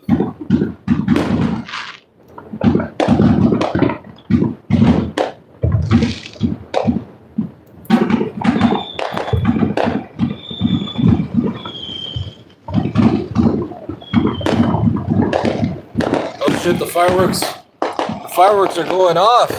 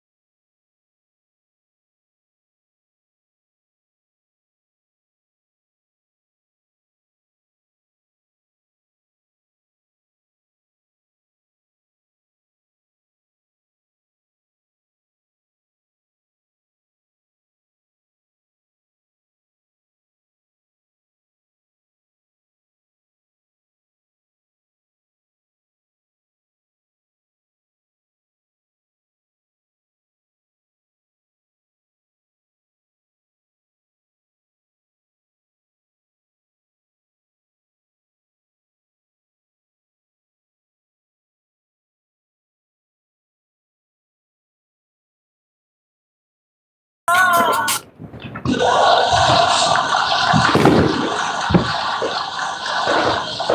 have selected as a top association Waldorf Astoria Hotel, New York City, April 27, 1961.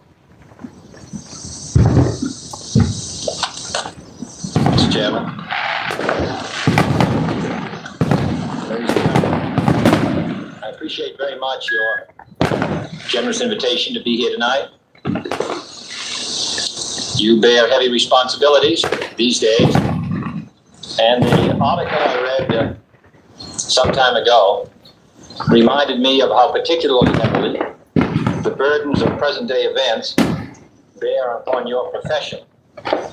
You may remember that in 1851, the New York Herald Tribune, under the sponsorship and publishing of Horace Greeley, employed as its London correspondent an obscure journalist by the name of Karl Marx.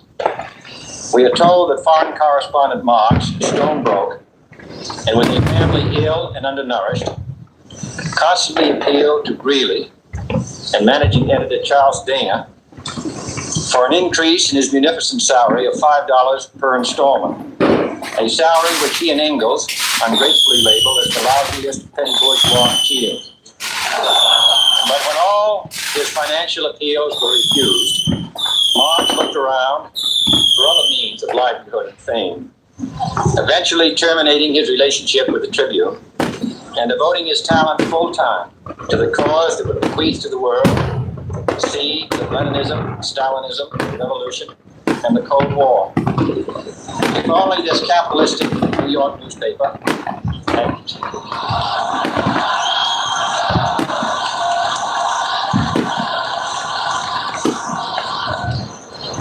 had treated him more kindly. If only Marx had remained a foreign correspondent, history might have been different. And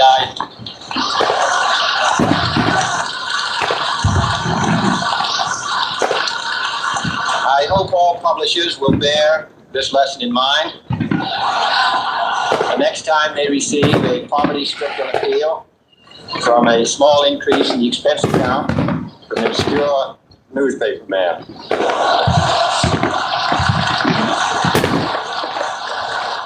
I have selected as the title of my remarks tonight, The President and the Press. Some may suggest that this would be more naturally worded, the President versus the press, but those are not my sentiments tonight. It is true, however, that when a well-known diplomat from another country demanded recently that our State Department repudiate certain newspaper attacks on his colleague, it was unnecessary for us to reply that this administration was not responsible for the press, for the press had already made it clear that it was not responsible for this administration.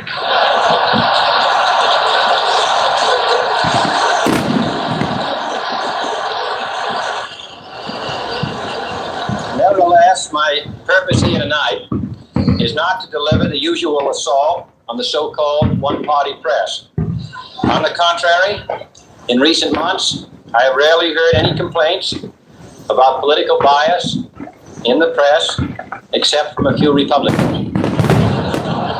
Nor is it my purpose tonight to discuss or defend the televising of presidential press conferences. I think it is highly beneficial to have some 20 million Americans regularly sit in on these conferences, to observe, if I may say so, the incisive, the intelligent, and the courteous qualities displayed by the Washington correspondents. Nor finally are these remarks intended to examine the proper degree of privacy which the press should allow to any president and his family. If in the last few months, your White House reporters and photographers have been attending church services with regularity, that has surely done them no harm.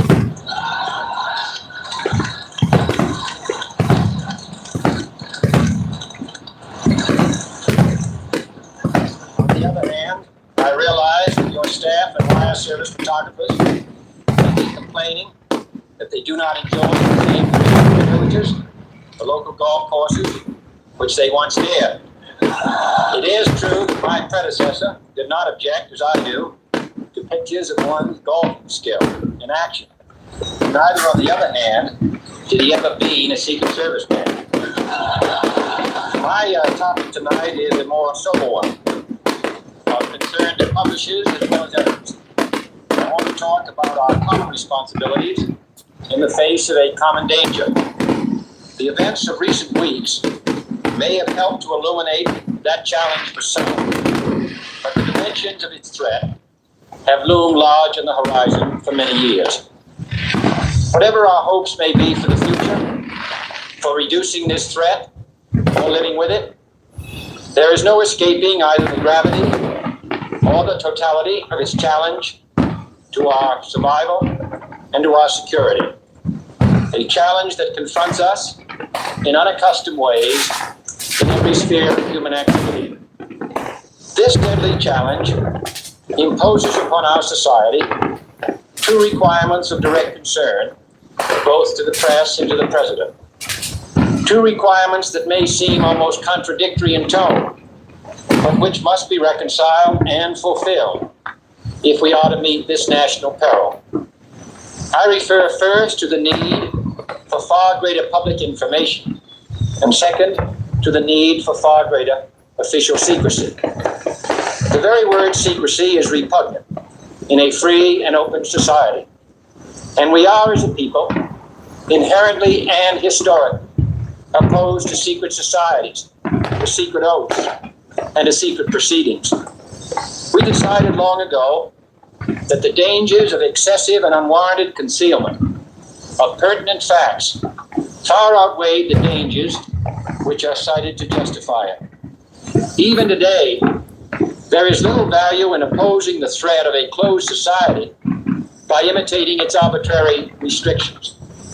Even today, there is little value in ensuring the survival of our nation if our traditions do not survive with it. And there is very grave danger that an announced need for increased security will be seized upon by those anxious to expand its meaning to the very limits of official censorship and concealment.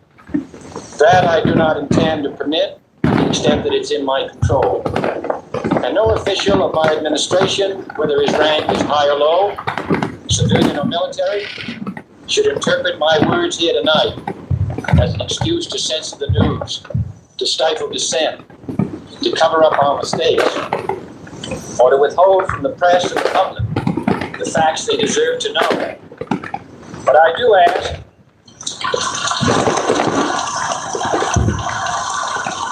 ask every publisher, every editor, and every newsman in the nation to re-examine his own standards and to recognize the nature of our country's peril.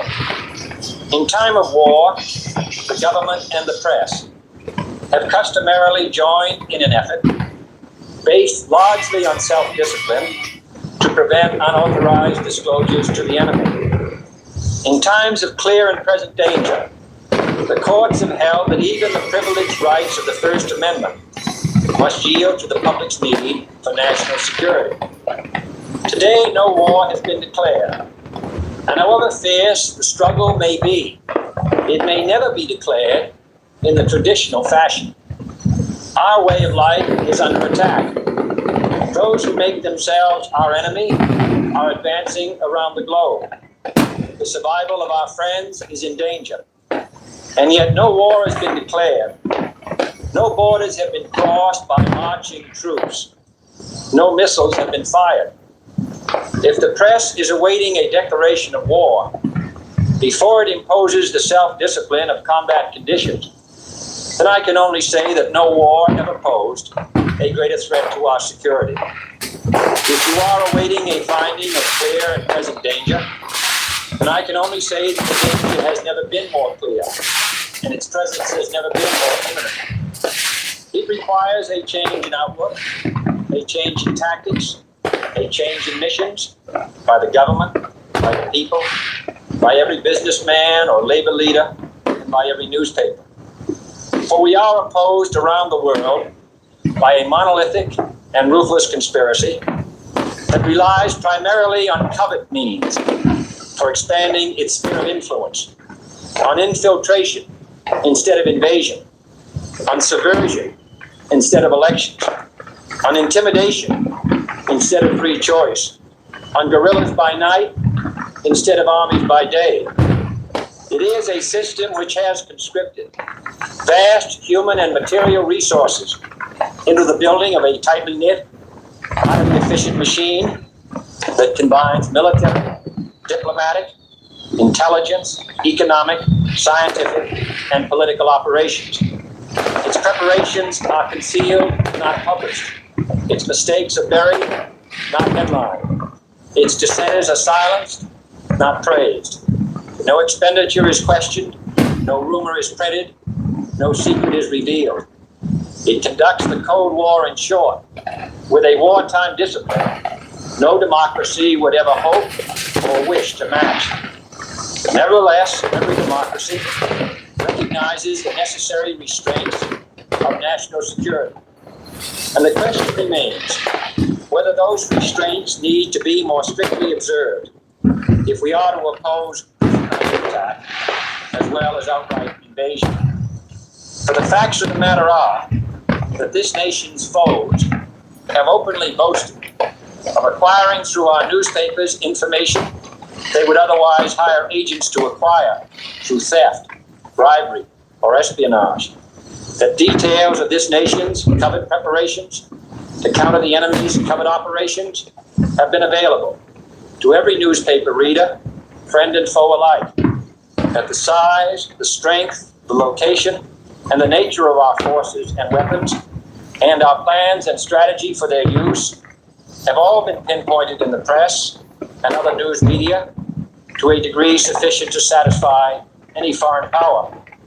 And that in at least one case, the publication of details concerning a secret mechanism whereby satellites were followed required its alteration at the expense of considerable time and money.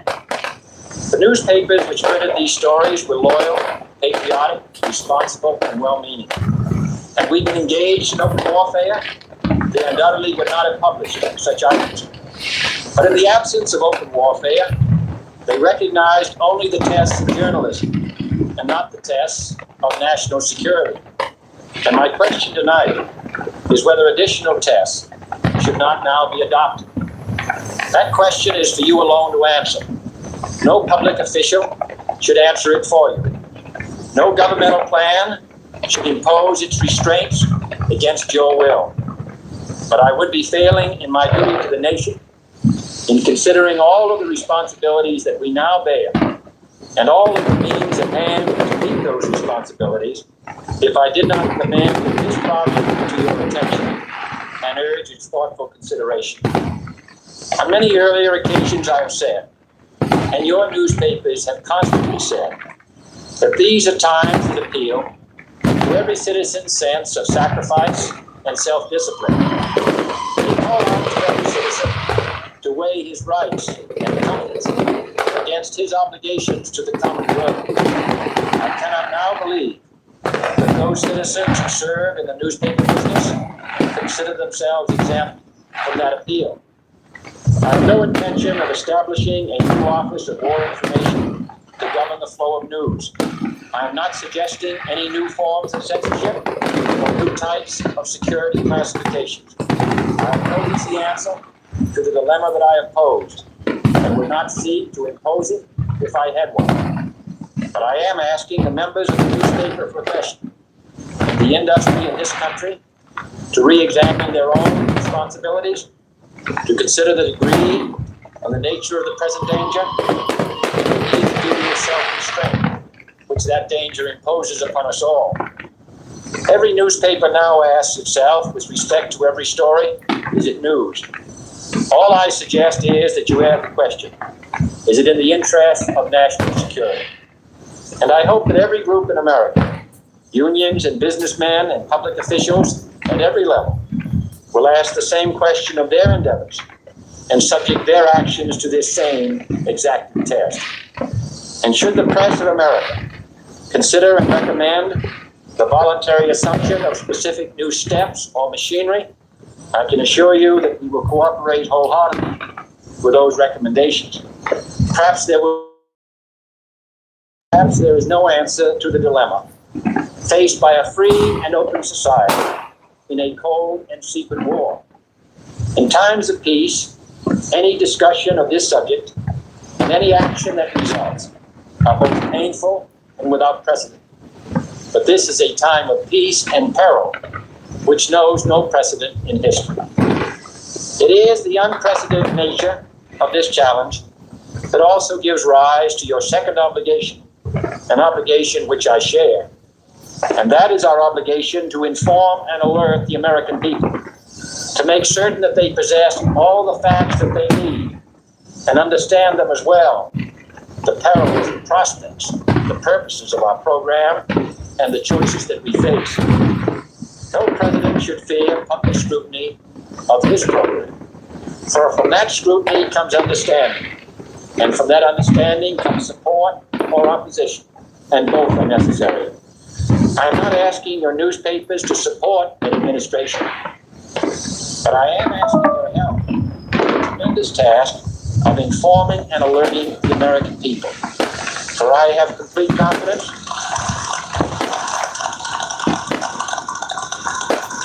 in the response and dedication of our citizens whenever they are fully informed. I not only could not stifle controversy among your readers, I welcome it. This administration intends to be candid about its errors. For as a wise man once said, an error doesn't become a mistake until you refuse to correct it. We intend to accept full responsibility for our errors, and we expect you to point them out when we miss them. Without debate, without criticism, no administration and no country can succeed, and no republic can survive. That is why the Athenian lawmaker Solon decreed it a crime for any citizen to shrink from controversy. And that is why our press was protected by the First Amendment, the only business in America specifically protected by the Constitution, not primarily to amuse and entertain, not to emphasize the trivial and the sentimental, not to simply give the public what it wants, but to inform, to arouse, to reflect, to state our dangers and our opportunities, to indicate our crises and our choices, to lead, mold, educate, and sometimes even anger public opinion. Situated coverage and analysis in the national news, for it is no longer far away and far, but close at hand and local. We need greater attention to improved understanding of the as well as improved transmission. And it means finally, government at all levels must be in to provide you with full possible information about the narrow limits of national security, and we intend to do that. Early in the 17th century, Francis Bacon remarked on three issues already transforming the world: democracy, and the printing press. Now the links between the nations, forged by the have made us all citizens of the world. The hopes and threats of one, becoming the hopes and threats of us all. In that one world's effort to live together, the evolution of gunpowder to its ultimate limit has warned mankind of the terrible consequences of failure. And so it is to the printing press, to the recorder of man's deeds, the keeper of his conscience, the courier of his news, that we look for strength and assistance, confident that with your help, man will be what he was born to be, free and independent.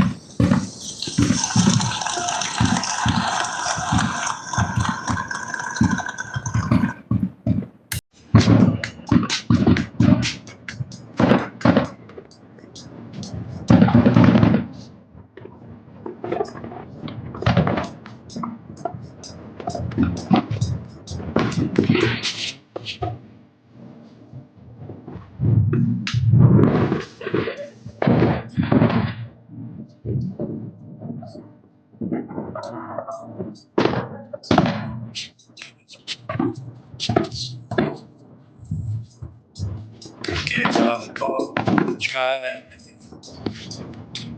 Yeah. Alright.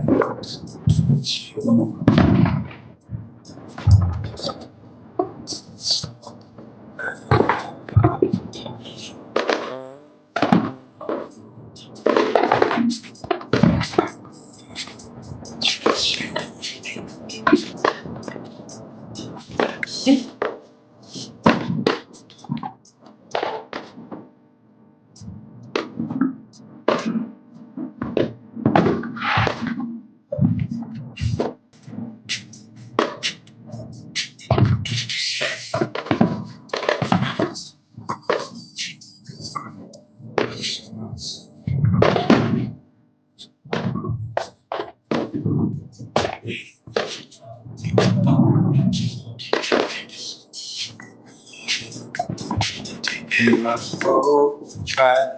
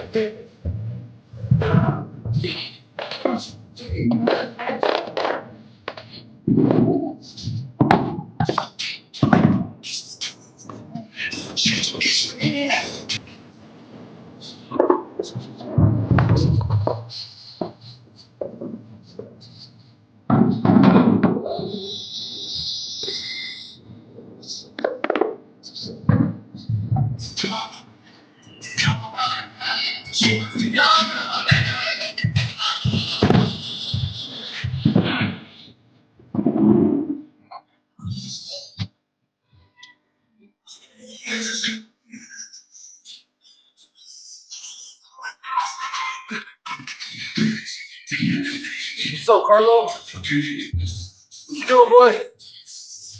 You're in the way. Carlo, you're in the way. What's up? Good boy.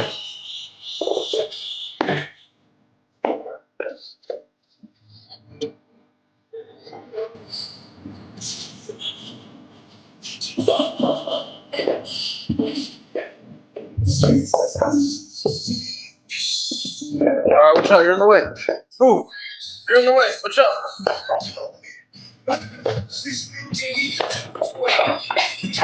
Watch out. Ooh.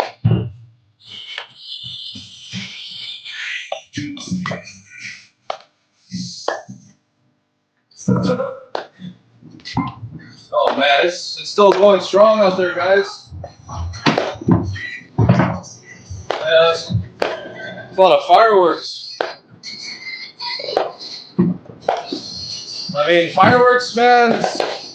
All it is, in my opinion, I don't know, I guess they're kind of cool to look at for like a little bit, but after a while, it's just nothing but air and noise pollution. It gets annoying. But man, people really go all out, spending thousands and thousands of dollars on fireworks, like each person. I spent 0 cents on fireworks.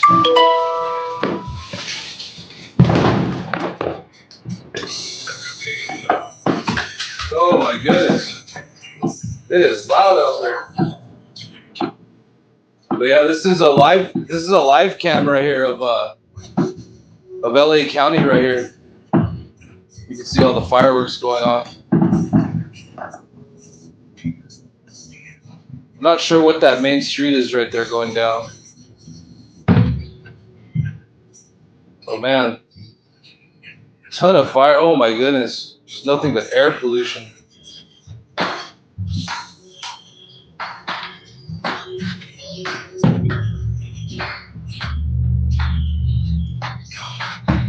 What's up, Carlo? You hanging in there, pal? You're all unbothered, huh? You're unbothered, huh, Carlo? All right, let's see what else we got on. See if there's anything worth watching. If anything popped up. It's still hot over here. It's like 100 degrees. It's about to be 10 p.m. Pacific Standard Time over here in LA. See what's going on in San Francisco. It's like San Francisco's having a little fireworks show out there. Can't really see much.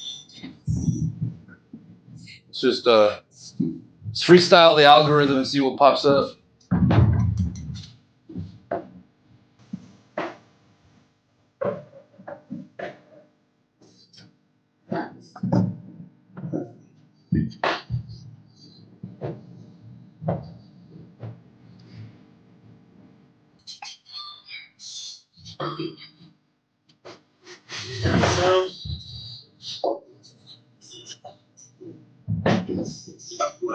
Oh, this dude's live streaming right now in Los Angeles. His channel's Walking in LA. I know this dude. He's cool. I met him before at Echo Park Lake. Yeah, that's what it looks like on the streets in downtown LA right now. Yeah, I'm just gonna post up and listen to music. Smoke some bongos. What up? Smoke it up. Any smokers in the house? Twist to exist. Get out your peace pipe. Get out your bong. Get out your papers. Or if you don't smoke, let's do some stretches. Let's do some push-ups. Soccer.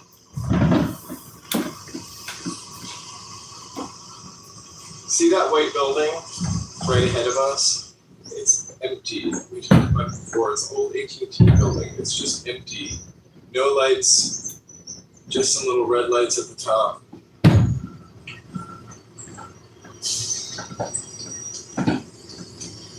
Completely vacant.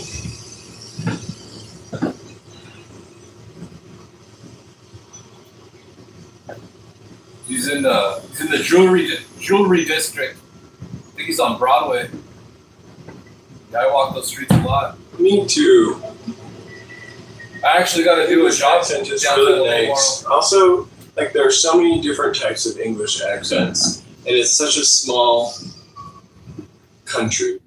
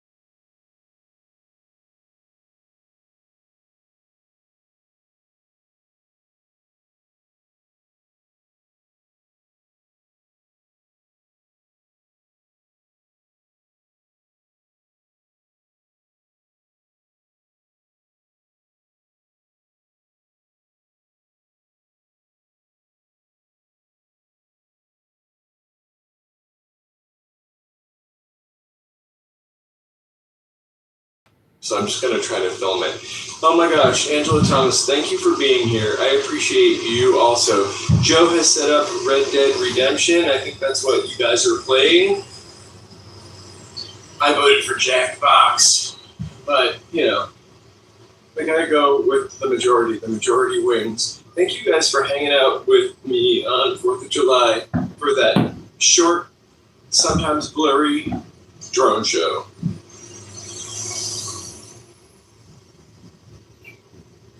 I will definitely, ooh, I see another drone just zipping across the street. I think Joe is all ready. Joe, are you all ready?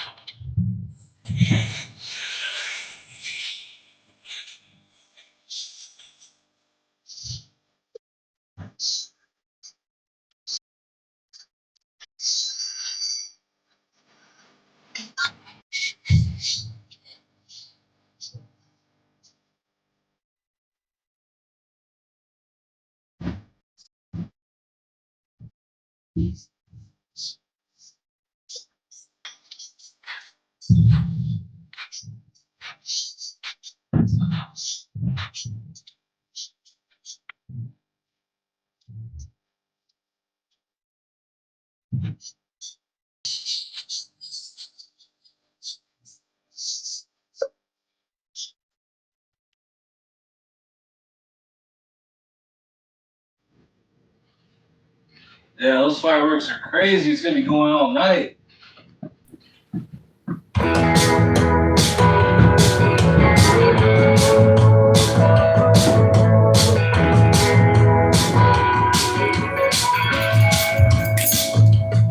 Like a tiger, they will chase you down.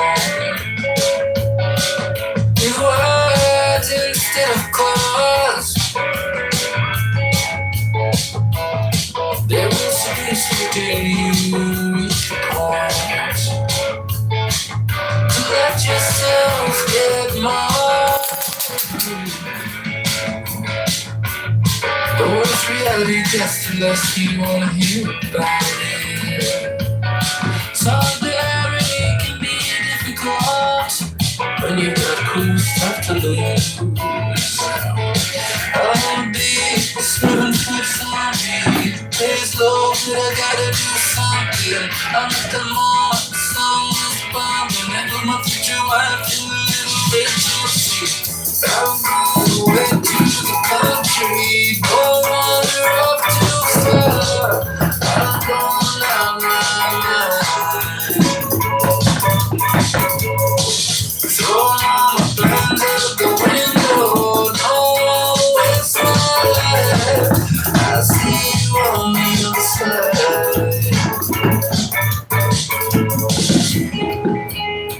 All right, it's time to make our own fireworks over here. Smoke it up. Smoke up that hippie lettuce, yo. What's up, everyone? Happy 4th of July.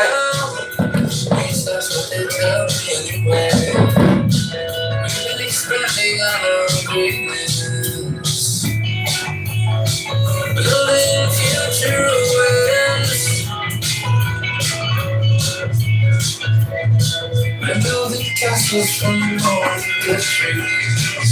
Holding for the shadows of the good seas. I'm going away from the country. Change my way, but I can't miss you now. Stockbrokers fly out the window. I can't miss that sound. Don't wanna wake up.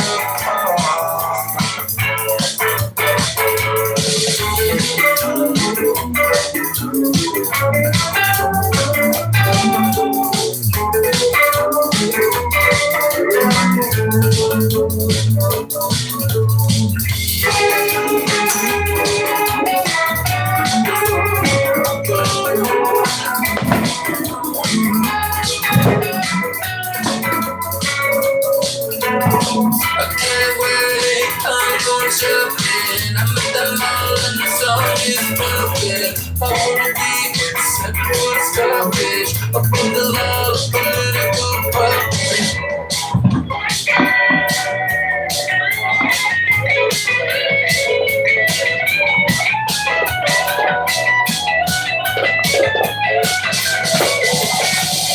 I'm going back to the city.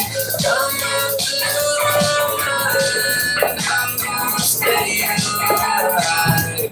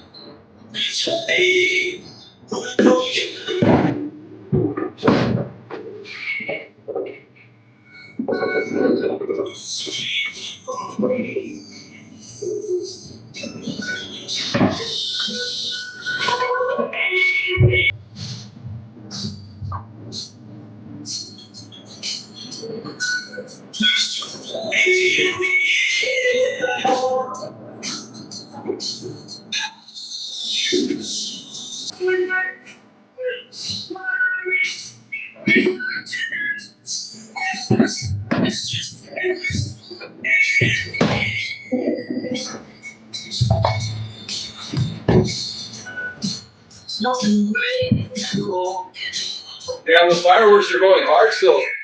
I kind of want to get out my 10-foot ladder and go on the roof. I think I'm gonna set up my 10-foot ladder and go on the roof so we can watch the fireworks.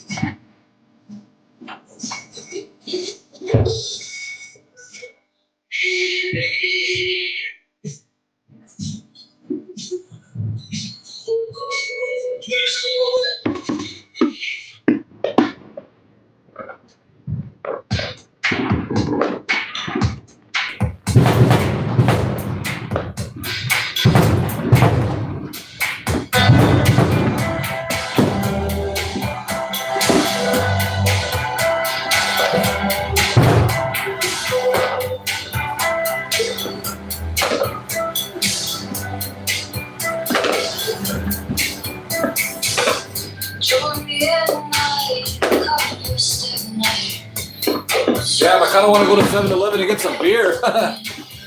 So we're gonna go on a beer run right now.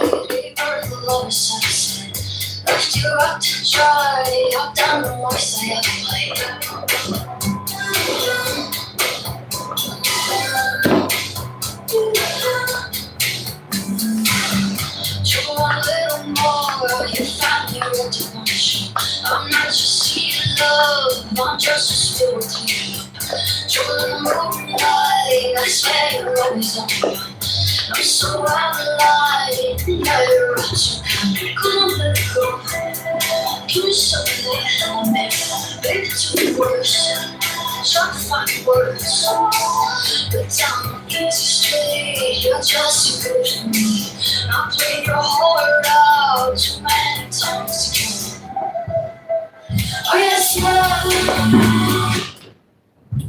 Damn. Fireworks are going crazy. Yeah, I think I'm gonna go, well, let's listen to some more music. I don't know, I'm urging to go get some beer, but I know I'll be better off if I just don't.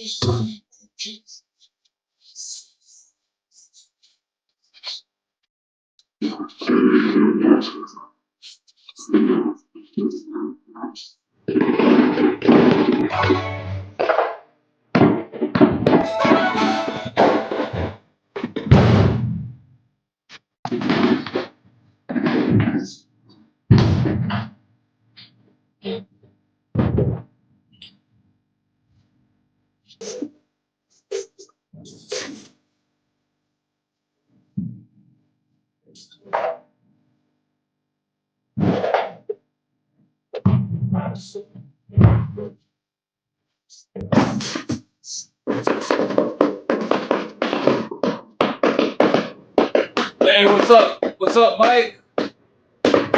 Hope you're having a good 4th of July out there, but I think you're the loser over here commenting on someone's channel talking shit on the 4th of July.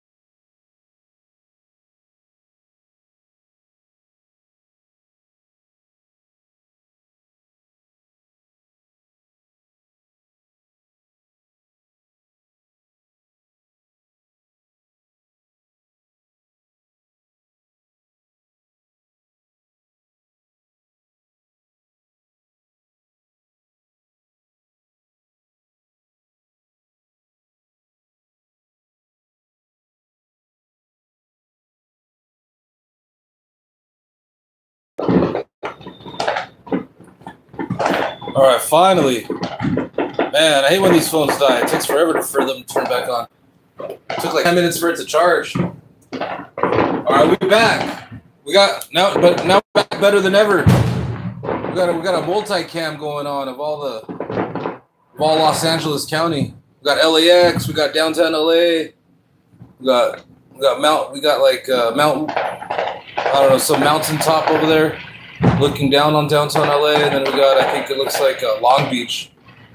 So just post it up, listening to some music. Happy 4th of July, everyone. Still going down. A lot of fireworks in the house.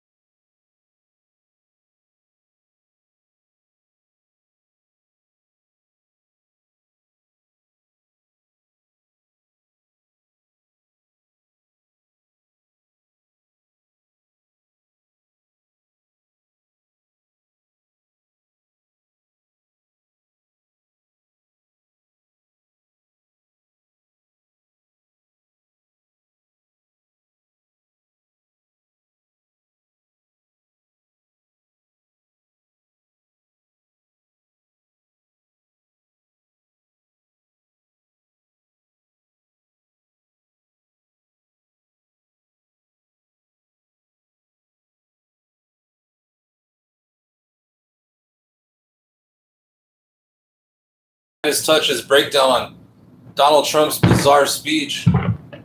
Midas Touch, Ben Meiselas. July 4th speech in Washington, D.C. was an absolute disaster. It was worse than even expected. The speech was significantly delayed because of the storm in Washington, D.C. Donald Trump said that he was going to speak anyway and compared himself giving the speech to our troops storming the beaches of Normandy on D-Day. He said if they were willing to make that sacrifice, he'd be willing to make the sacrifice and give this speech. I know how pathetic is that to make such a ridiculous comparison. Then Donald Trump. Hey, what's up? What's up, JS? Happy 4th of July. Oh yeah, for sure. Like pretty much all music besides like Kid Rock is anti-MAGA music. And like MAGA doesn't even realize it. It's like all the good musicians like do not like MAGA. Every single one. In his speech, he could barely complete sentences. He said that America built the empire of liberty. They really just tamed the wilderness and conquered the frontier. Oh yeah, we'll just watch this this Midas Touch video regarding Donald Trump's bizarre speech that he gave, and then we'll go back to kicking back and listening to some music. Built the empire, it's called the Empire of Liberty. We laid down the railroads.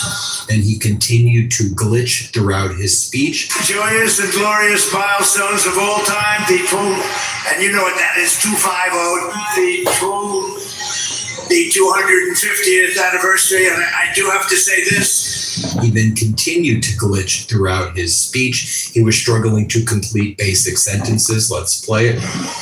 And next to it, we also have the flag that was given to that immortal, just a fantastic,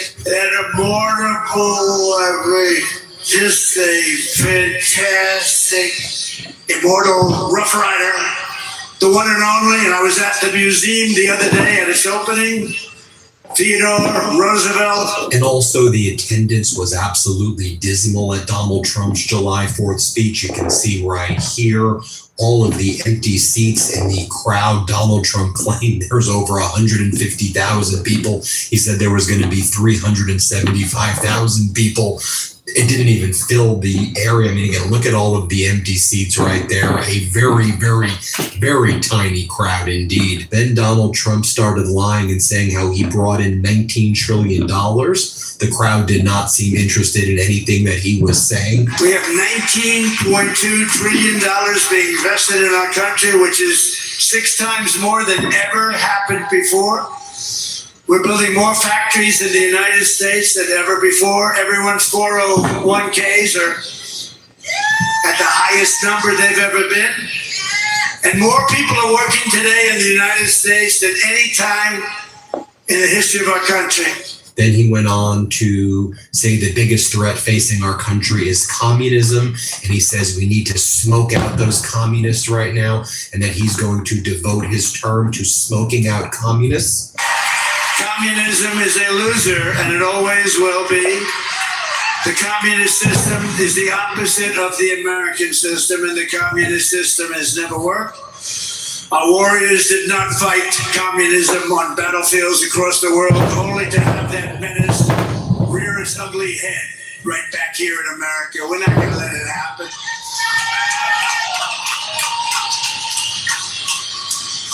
We like to stop a threat like that immediately and before it begins. It's like a cancer. You got to cut it out. You got to cut it out fast. He continues to attack communists and communism. He says they don't have a chance. They may try to hide, but they don't have a chance. I'm going to catch all the communists, he says. And all these talks from the communists, they haven't got a chance. Not even a chance. We don't want communists in our country.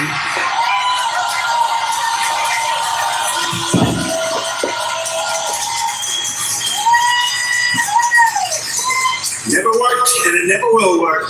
Is this the single worst July 4th speech you've ever heard? What the heck is even going on here? Then he suggests that he's actually serving his 3rd term right now during the July 4th speech. And then he claims that he's wiped out Iran off the face of the map, that it doesn't exist, and that Iran doesn't have a military, and that they're no longer even here, he says. Again, this is the most deranged July 4th speech I've ever heard. Here, play this clip. We rebuilt our military in my first term. We used it a little bit in our, actually I should say 3rd term, but I won't do that because I don't want any controversy. But we use it, and we've had tremendous success. You look at Venezuela, you look at Iran, we wiped it out. Wiped out their military. He then looks at his very tiny crowd and he says they estimated that it was 375,000 people who were going to show up, but now it's 150,000 people. It's not even anywhere close to anywhere near that number. How ridiculous is this? And they estimated they had 375,000 people before everybody had to leave. And they now have 150,000 people. It's the craziest thing anyone's ever seen. Then he goes on to say that one of the things about our country is that we have equal justice under the law, although I was treated so unfairly in my cases, but I won't get into that. But I was treated so unfairly. Unlike so many others in the world, in this country we have freedom of speech, freedom of religion, equal justice under the law, although I wasn't treated that well, but we won't get into that. And the right to keep and bear arms. He then points to a flag that he says was one of the original flags that our country had when the British waved the white flag of surrender that nobody thought was possible. These were the American flags at the time. Okay, you play this clip. These are the real flags. These are flags that have seen a lot. These were the stars and stripes that flew triumphant when the British waved the white flag of surrender at Yorktown. That was a big surrender. Nobody thought that was possible. He then describes how over 250 years there have been terrible tyrants, but the United States still said, I think you're the terrible tyrant that you are describing right here. Over 250 years, the world has seen the great empires, vast kingdoms, mighty nations, and terrible tyrants. They came and they went. But after 2.5 centuries, this American republic still stands tall and strong, and we love each other. That showed tonight. You heard it was over, and what happened? You came back. You can see right here Donald Trump waiting inside one of these makeshift kind of trailer buildings before his speech during the storm. Here's Donald Trump watching himself on Fox. So what was going on Fox is he reached out to the state regime media hosts, and they were out there saying how Donald Trump told. Oh my God, that's hilarious. Donald Trump was watching Donald Trump on Fox. He was watching himself. Oh man, this guy is such a pig, such a narcissist.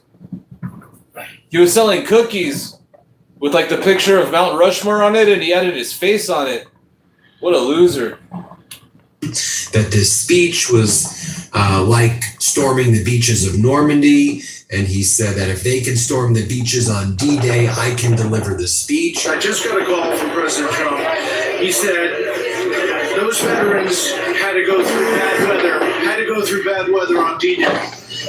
I'm going through bad weather. No matter what happens, I am delivering this speech. We are going to do this program. Maybe it'll be a little bit shorter, but I'm going to do it, whether it's 10 or 11 or 2 a.m. And I said, Mr. President, there might not be anybody here. He said, I don't care. It's America 250. If they can storm the beaches of D-Day, on D-Day, I can deliver a speech and we can keep this program going.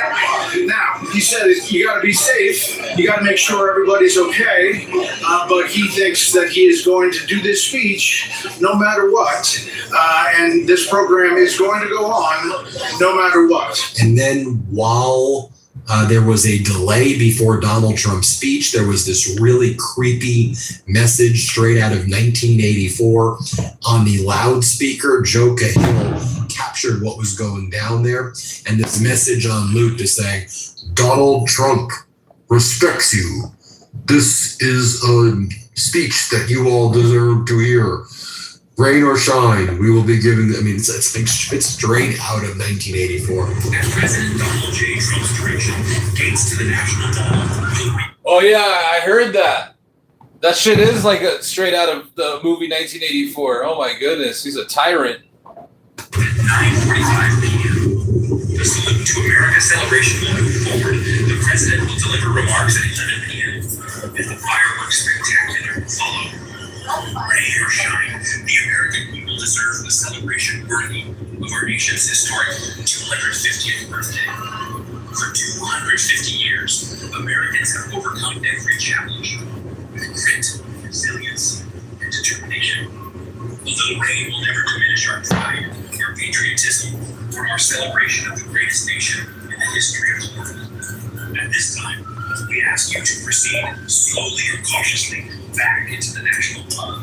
America, it's time to celebrate. Any message that Donald Trump made, all of his propagandists put out, like the main spokesperson for the Freedom 250 event, is that this is like the courage of our veterans, and like it's like again like a whole stolen valor thing.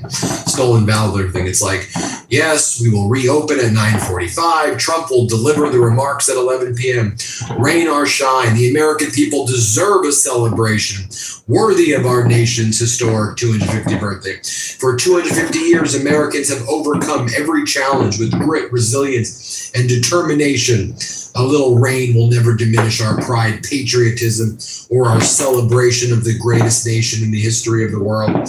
And then Donald Trump goes and says, storms bring luck to whatever the occasion. They also make things a little more exciting. We will wait it out. I don't care if it's 2 o'clock in the morning or in 1 hour from now. Looks like it's going to Yeah, I was thinking that fireworks show that they did yesterday, above Mount Rushmore, in total disrespect to the tribes out there.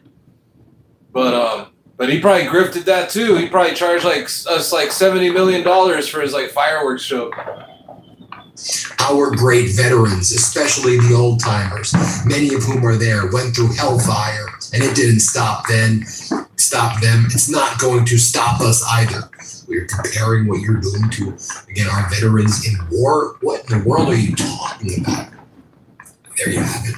So I could go on and on. You get it. Yeah, that was Midas Touch's breakdown. Hey, you know what? Since it's 4th of July, guys, I've already watched this, but it's worth watching again. It just happened the other day. But it was a major from the Air Force. And he spoke out against the Trump regime, like an active major from the Air Force. And he got arrested. So I think that's worth another watch, since it's 4th of July and he's a true patriot. He was in there for 17 years, so he sacrificed his pension and everything. Yeah, there was a big march with veterans today too in Philadelphia. Let me see if I can even find it. It's somewhere down here.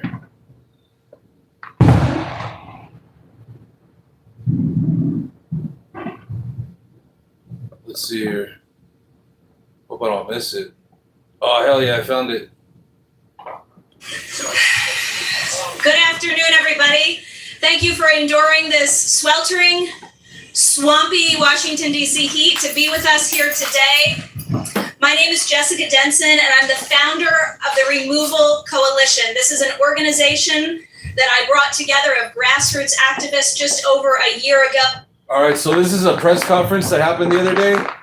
It's about impeaching Donald Trump. To bring the explicit demand of impeachment, conviction, and removal to the protest space. We are approaching our 250-year anniversary of this democracy in crisis, with a counter-revolution against the Declaration of Independence. Many of the violations of the rights of the signers of the Declaration of Independence against King George III are the same acts being committed by this illegal regime today. There is one constitutional mechanism that gets us out of this in a bloodless manner, and that is Article 2, Section 4 of the Constitution, the impeachment clause.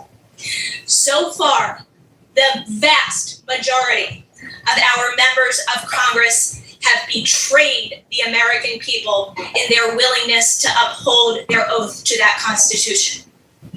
So far, there is precisely one congressman, a congressman who is standing with us here today, Representative Al Green of the great state of Texas, who has been willing to both file articles of impeachment and force a vote. Let me be clear. Articles of impeachment filed without a forced vote are performative. They are not meaningful. They must be voted on. That is how we move the needle. This should be happening on a daily basis.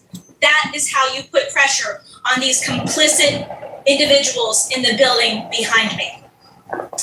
Now, we are gathered here today, as you saw in the press release, because there is going to be an unprecedented act of bravery unveiled at this press conference.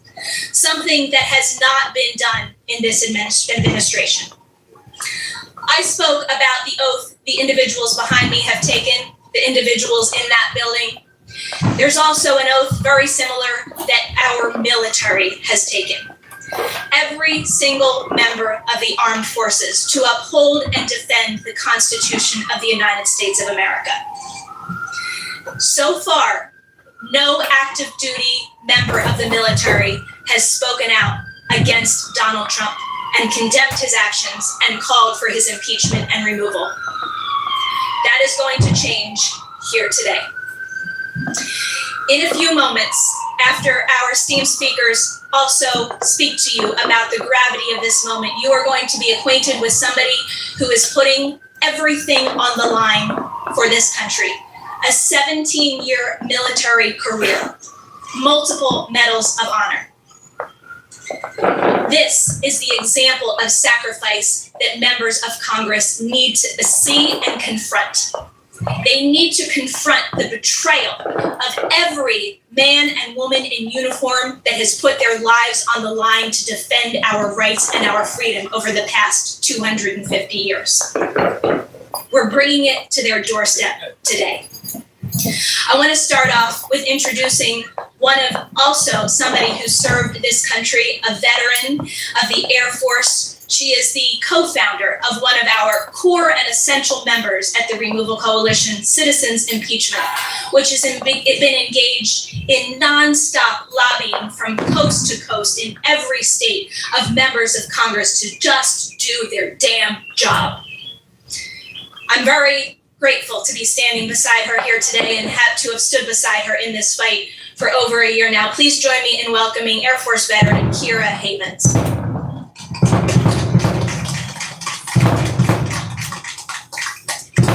Hi friends, can everybody hear me okay? My name is Kira Havens. I am a veteran of the United States Air Force. When I was active duty, my job was to launch nuclear missiles at the direction of the president. I was an ICBM commander.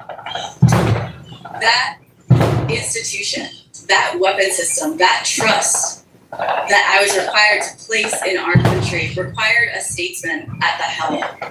It required a president who could think beyond themselves, who could think about America and its place in the world and its place in global, as a global power responsible to its citizens. We do not have that today.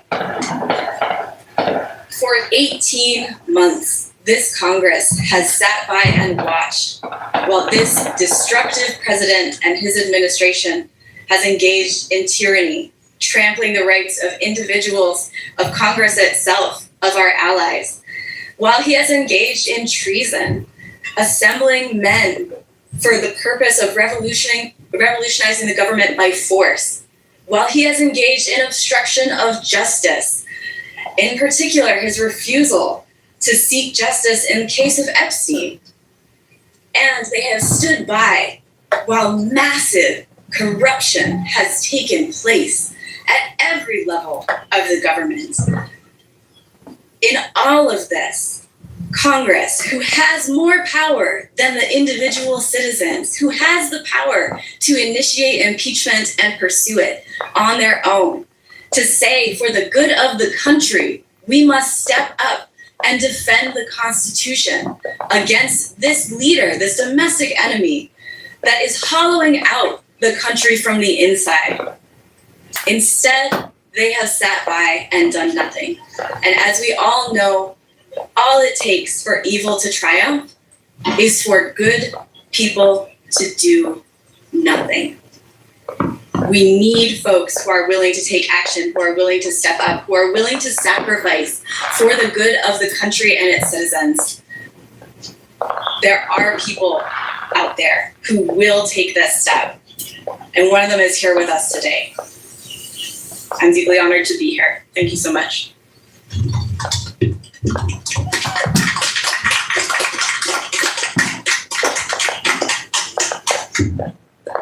Now, I know we're kind of living in a little bit of a twilight zone here where most of the activists and the people that you see here today do not understand why our typical politicians and media treat every day of this illegal regime as just another day in American politics. Why they think they can talk about impeachment like some fringe idea or like something that can be punted until after the midterms. How many people are going to die between now and the midterms in Trump's illegal war, in the concentration camps that are currently filled at 3 times the rate that they were in 1939 in Nazi Germany? How many more extrajudicial murders are going to happen on the Caribbean? How many more prosecutions illegally will be brought by this corrupt Department of Justice? How much suffering has to happen because these people do not want to do their jobs? I want to remind everyone that our mission and our campaign here at the Removal Coalition and Remove the Regime, Citizens Impeachment, you can visit us at removetheregime.com, is to pressure members of Congress to act now, not after the midterms, now. to file and force votes on articles of impeachment. There are currently 13 articles that were filed back in April when Trump made his genocidal threats against Iran by Representative John Larson of Connecticut. I want to know why Representative Larson has not invoked Rule 9 like Representative Al Green and forced a vote on those articles. We are here today to demand that Representative Larson invoke Rule 9 as soon as this House gets back in session. Now, we are very privileged today to be joined by someone who is actually one of the drafters of those articles that are currently on file in the House. He is somebody who has been instrumental in the impeachment fight, the fight for accountability, honestly, for decades, because what we're witnessing right now is the result of so many generations of impunity when it comes to the utilization of Article 2, Section 4. He works with Ralph Nader, also a tireless advocate, and I'm really honored to have him here with me today, constitutional scholar Bruce Fein.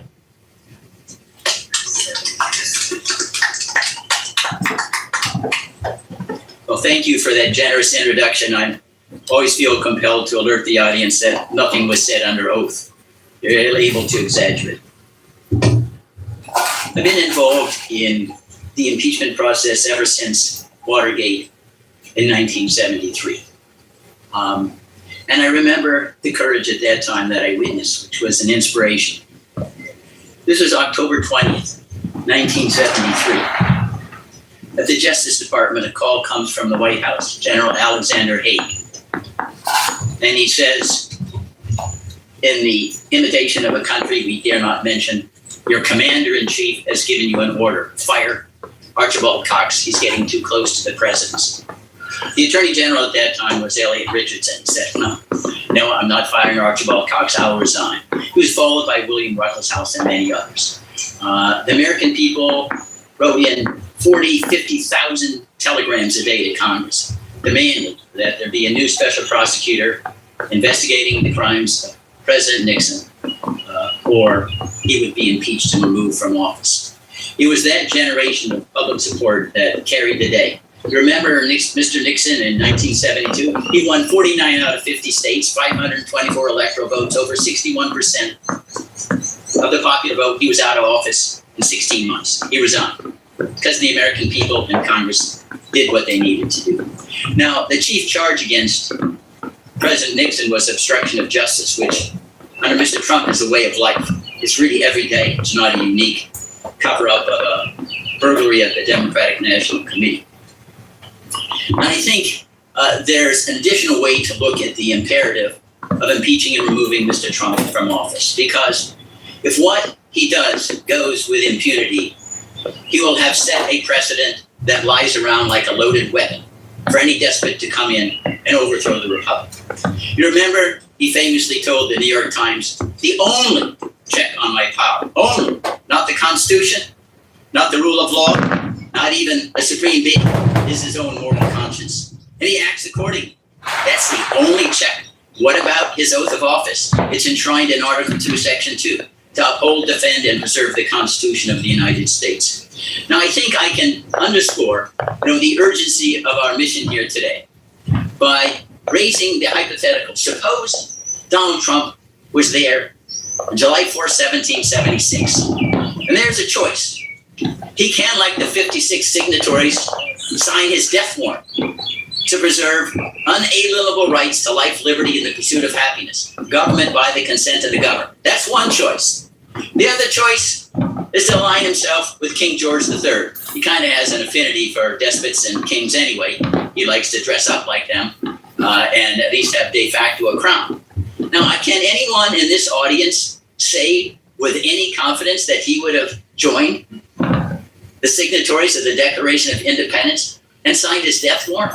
You know what the answer is, which means that we have a president in the White House who is more Benedict Arnold than George Washington. That should be conclusive, immediate. And I want to say a few words about Al Green, a man of heroic stature. And I'm reminded he's the one person who has stood up, forced vote on impeachment. He's lonely now, but I want to remind everyone here and Al, there are only two members of Congress who voted against the calamitous Bay of Gulf of Tonkin resolution on August 8, 1964. Wayne Morris and Ernest Gruning. The two out of all members of Congress, yet they got it right. They're heroes. At least they got it right. And Al Green, if you have to be the first one to get it right, you've understood and recognized you're willing to take that risk.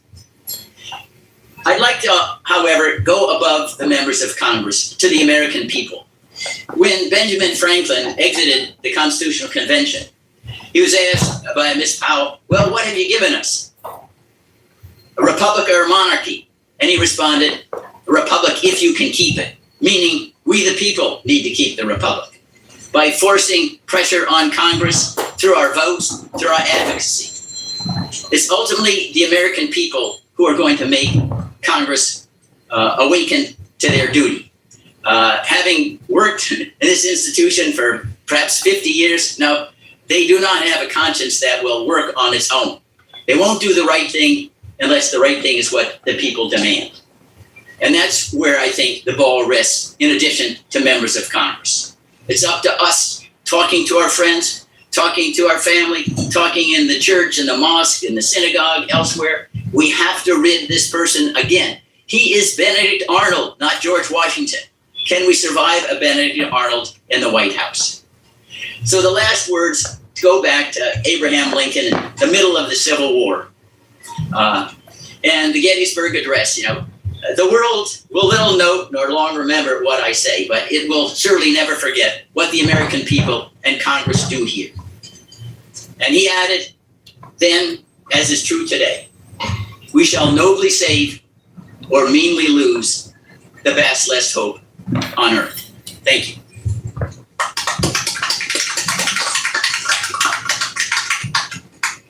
Thank you, Bruce. He just spoke about the need for people to show this pressure. These people don't do their jobs on their own. They only react to our pressure on them. That was the whole reason why I recognize this need for the Removal Coalition. And our esteemed guest is going to talk today so much about the power and need for people to apply this pressure. I just want to put a call out here right now to fellow activists while I have your captive attention. Again, this was the goal of the Removal Coalition in its inception. You cannot guess that when you mass mobilize people on the streets that your demand is going to be known without explicitly stating it. The will is here in this country for Trump's impeachment and removal. Over 55%, that's a historic high, rivaling the time when Nixon resigned and Trump's second impeachment after his deadly insurrection on this building. There is the will. It just has to be articulated. I'm talking to you, Ezra and Leah of Indivisible. I'm talking to the national organizers of 5051. I'm talking to anyone with massive platforms and massive reach to explicitly demand impeachment and removal through their platforms, through their mass protests. Can you imagine? We did this at the Removal Coalition. We called for 328, the last no kings, for everyone to adopt, impeach, convict, remove. Can you imagine, instead of being called no kings, if it were called impeach, convict, remove the regime? And the entire span of media coverage on those nationwide events of millions of people were telling the world that the people were demanding Trump's removal. It would be an entirely different construct for the way these members of Congress have to react. We've been giving them cover, and we need to stop doing that. And anybody in the organizing space who is not doing that is helping these people get away with it. So on that note, we have somebody today, as I mentioned, who is putting it all on the line, who is going to be living proof to you right here in the flesh that there is not a second to waste, that we cannot afford to live in our comforts and our complacency. This man is a U.S. Hey, what's up, Dean? Hey, there's actually an Epstein, a Trumpstein hearing that happened that I haven't seen yet. So after this, we'll watch the Trumpstein hearing. For the Trumpstein files hearing. Major. He is currently on leave from his commission post as a logistics readiness officer in Poland.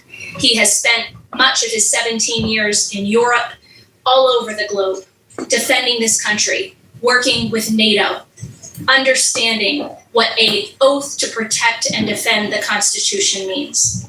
He came to us at the Removal Coalition back in February and asked us to create this event for him, to create this unveiling, because he does not want this to be in vain. Hey, what's up, Julianne Fry? Happy 4th of July. Happy 4th of July, everyone. What's up, Robert Lucas? What's up, Dean? What's up, everyone? What's up, Matt?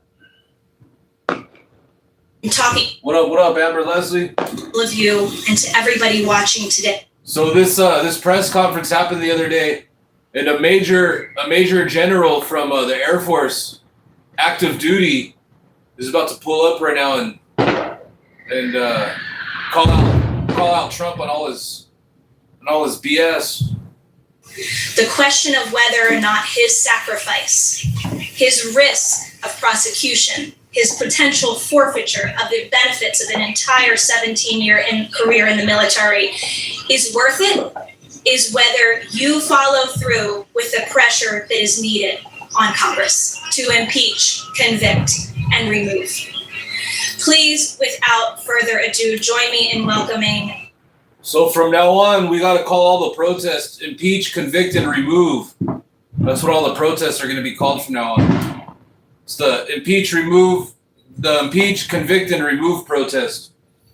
A great honor and privilege to welcome to this conference Major Jason Watson.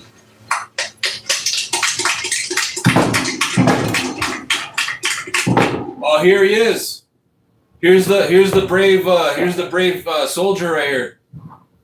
He's an active Air Force general. Hello, everyone. Thank you for being here. First and foremost, I'd like to thank Jessica Denson for making all of this possible. Thank you, Jessica.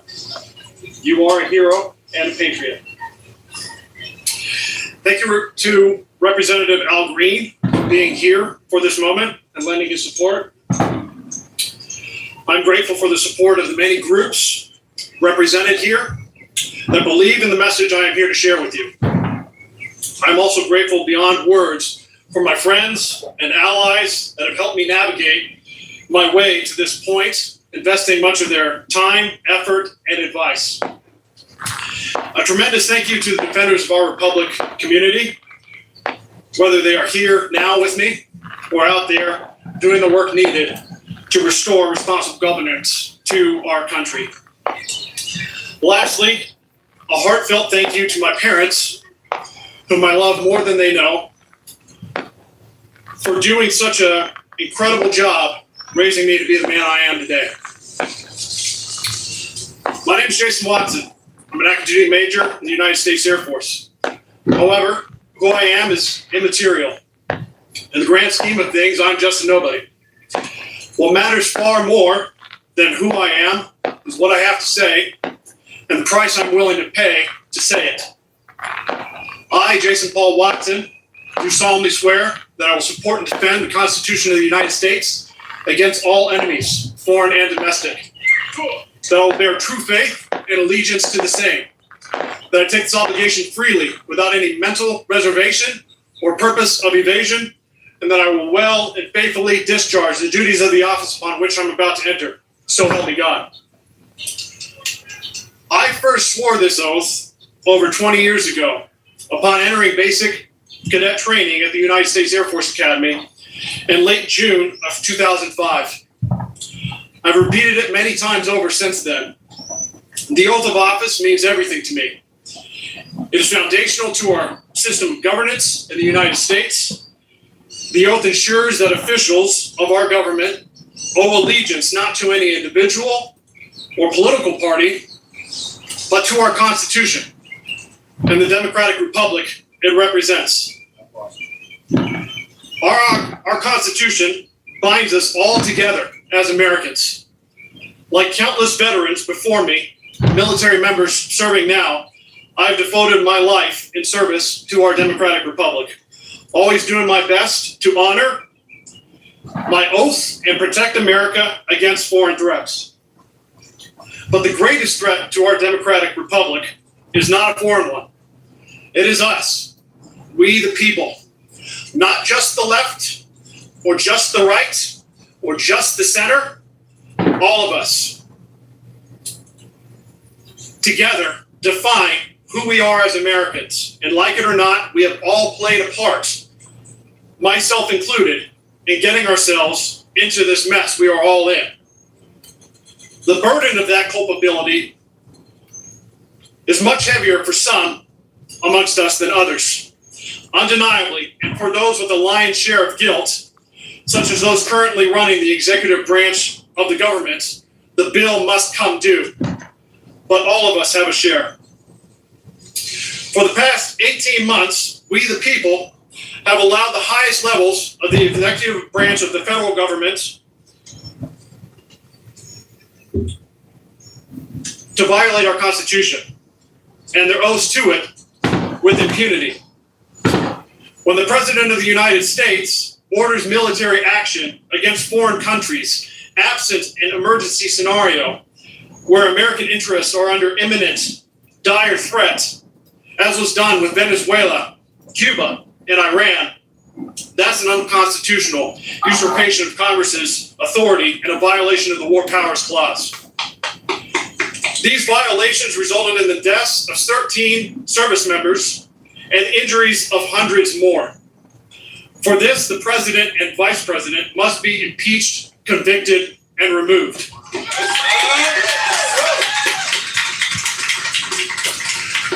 When the President of the United States grants an unelected megadonor sweeping authority to shut down large swaths of our federal government, along with unrestricted access to our government databases, that's an unconstitutional circumvention of Congress's advise and consent authority under the Appointments Clause and Congress's power of the purse under the Appropriations Clause.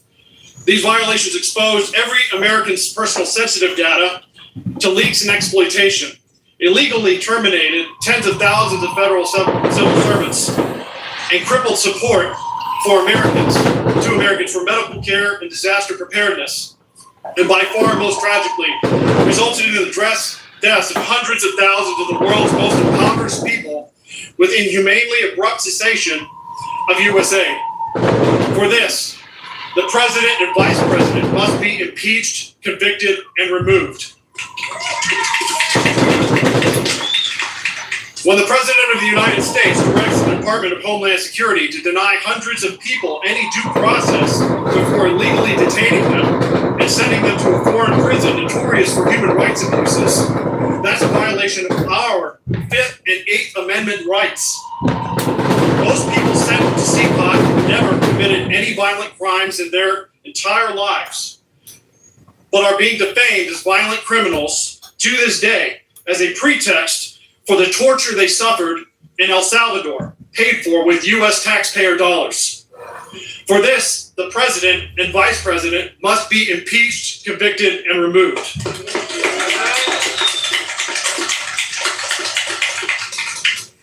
When the President of the United States sponsors violence on the American people, engaged in their constitutional right to peacefully assemble and protest, that's a violation of our First Amendment rights.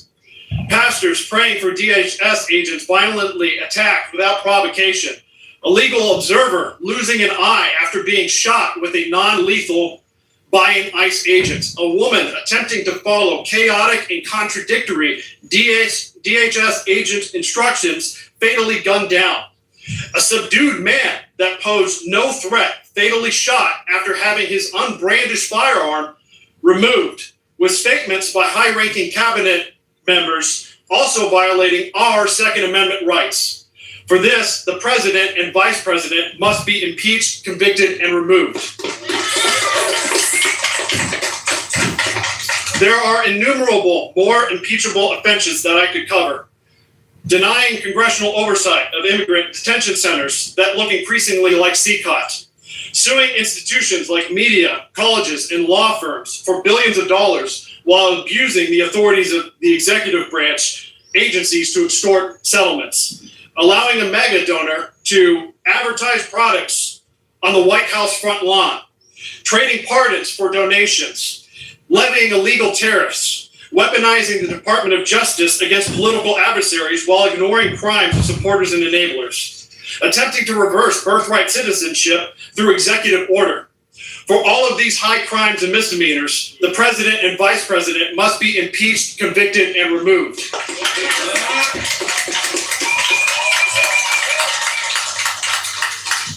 The constitutional impeachment process is our best pathway to restore fidelity to our Constitution. This is why I'm here, standing in solidarity with Representative Green. I'm not here because I'm a Democrat or because I share his policy positions. I'm not a Democrat and know next to nothing about his policies. I'm here with him because Representative Green is the only member of Congress that has demonstrated the courage and conviction to invoke Rule 9 and force a vote on articles of impeachment.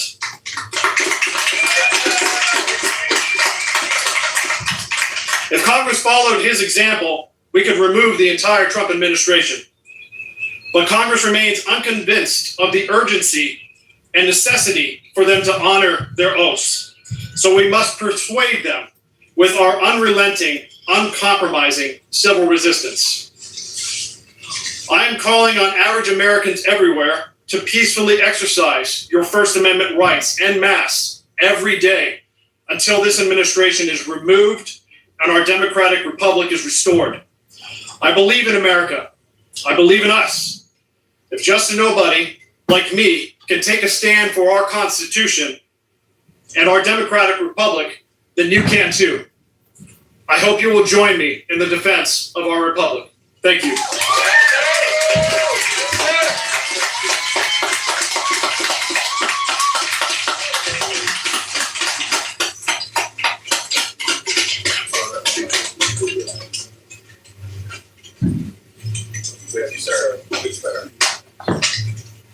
One more time.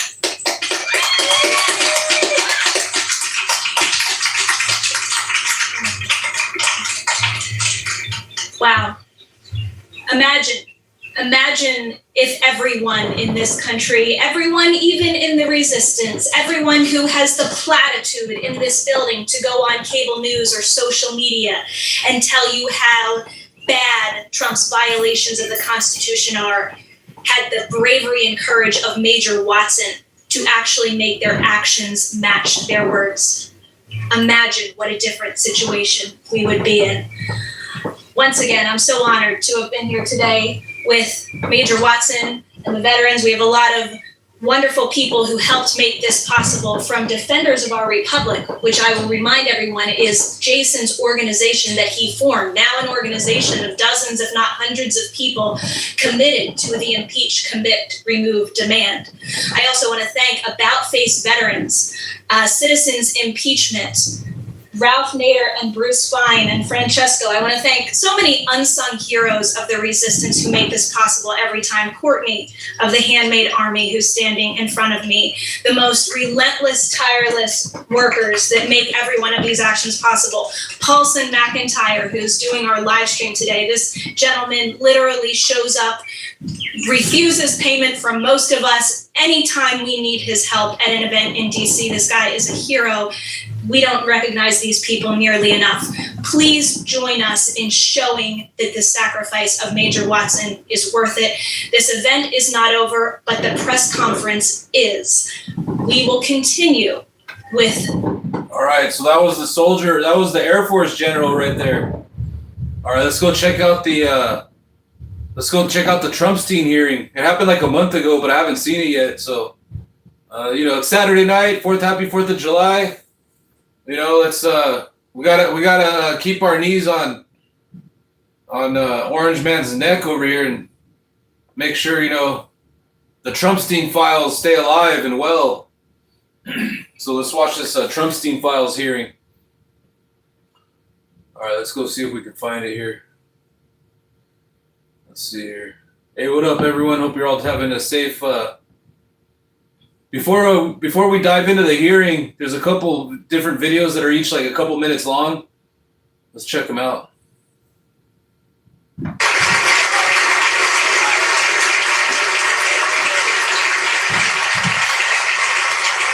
I'm deeply honored to have worn the cloth of this nation for 43 and a half years. And I'm humbled to have served as the 20th chairman of the Joint Chiefs of Staff. But today, it's not about anyone up here on this stage. It's not about the President, the Secretary of Defense, me, CQ. It's not about us.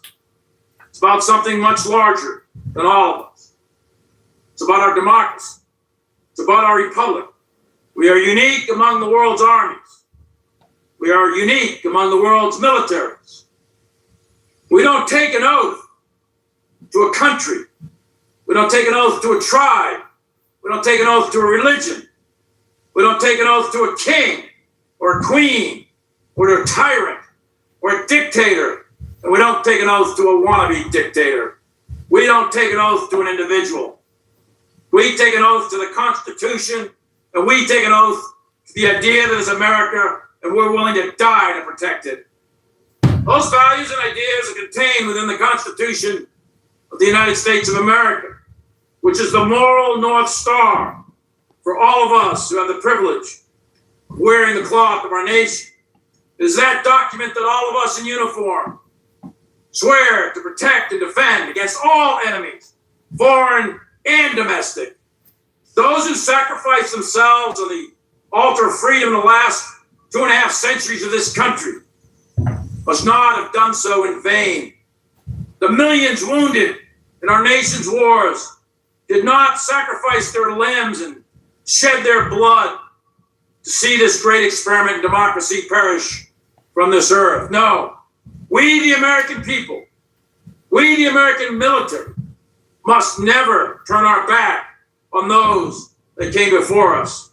And we will never turn our back on the Constitution. That is our North Star. That is who we are. And that is why we fight.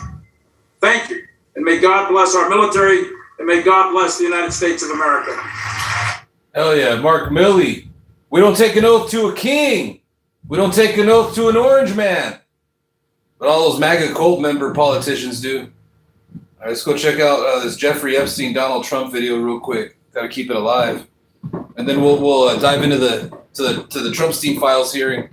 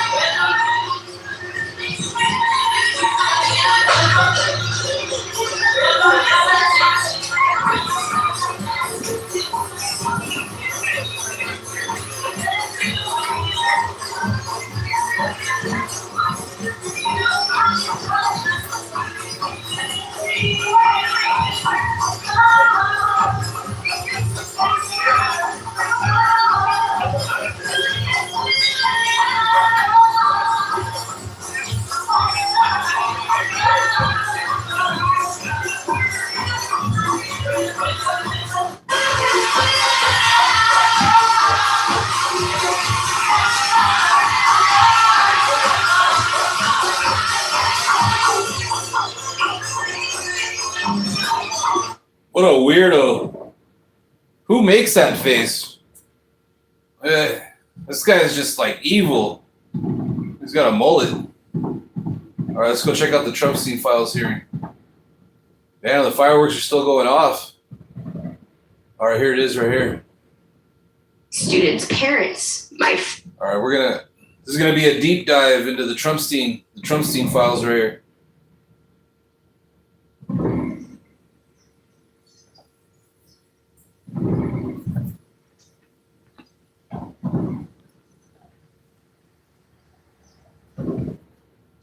Yeah, I haven't seen this yet. I don't know how I missed it. It popped up in my algorithm the other day, and I was like, "Oh shit, I didn't see this."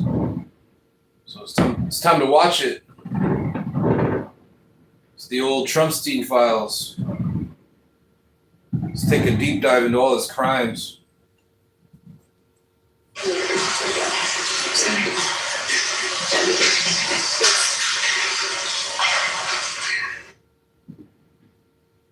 All right, here we go. Everyone, and I want to begin by opening up this hearing. Of course, we're here in Palm Beach County, and Oversight Democrats are here because we're launching a new phase of our Epstein investigation. Our committee, of course, has been leading on this over the last year. Now, we're here, of course, in Palm Beach, of course, just miles away from Mar-a-Lago, from key locations where this Epstein investigation has taken us, because from the very beginning, we know that Florida has been a key place where so much of the horrors and crimes of Jeffrey Epstein and Ghislaine Maxwell have happened. The survivors of Jeffrey Epstein deserve to be heard, and as a committee, we should always uplift their stories, and I want to thank them, of course, for being here today. We know that many of our witnesses today that you'll hear from were actually failed by their own government. We will hear how the FBI ignored Maria Farmer's courageous report in 1996. We will hear how Alex Acosta, the future Secretary of Labor at the time, overruled some of his own prosecutors and worked with Epstein's attorneys to grant a sweetheart deal which allowed Epstein to continue assaulting women. We will learn how Epstein continued to game the system and the law to prey on women, expanding his trafficking network overseas. And we'll hear from people who have fought hard to bring him to justice. We're also going to hear about a continued cover-up, which has harmed survivors, how some have been doxxed or put into danger, ignored, re-victimized, and betrayed by this government. These stories are both... Hey, what's up, News Troll? Hey, happy 4th of July.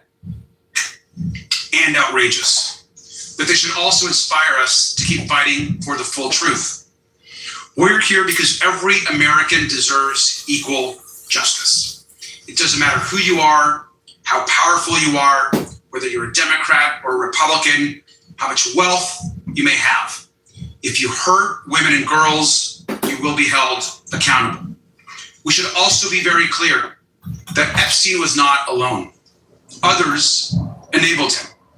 We know he was surrounded by lawyers, accountants, private investigators, and assistants. Many of those people who have been forced to testify for the first time because of our investigation have given us key information, whether it's been through depositions or interviews. But some, even some that we've recently spoken with, were never contacted by law enforcement in the 30 years since Maria Farmer's first report. Why is it only now that we have begun these interviews, these depositions, that folks are being contacted for the first time in decades? And that should outrage every single American. Some of these men enabled financial crimes. Others fought to hide facts about this case and deny justice and closure for survivors. All of these people need to be called out and held accountable.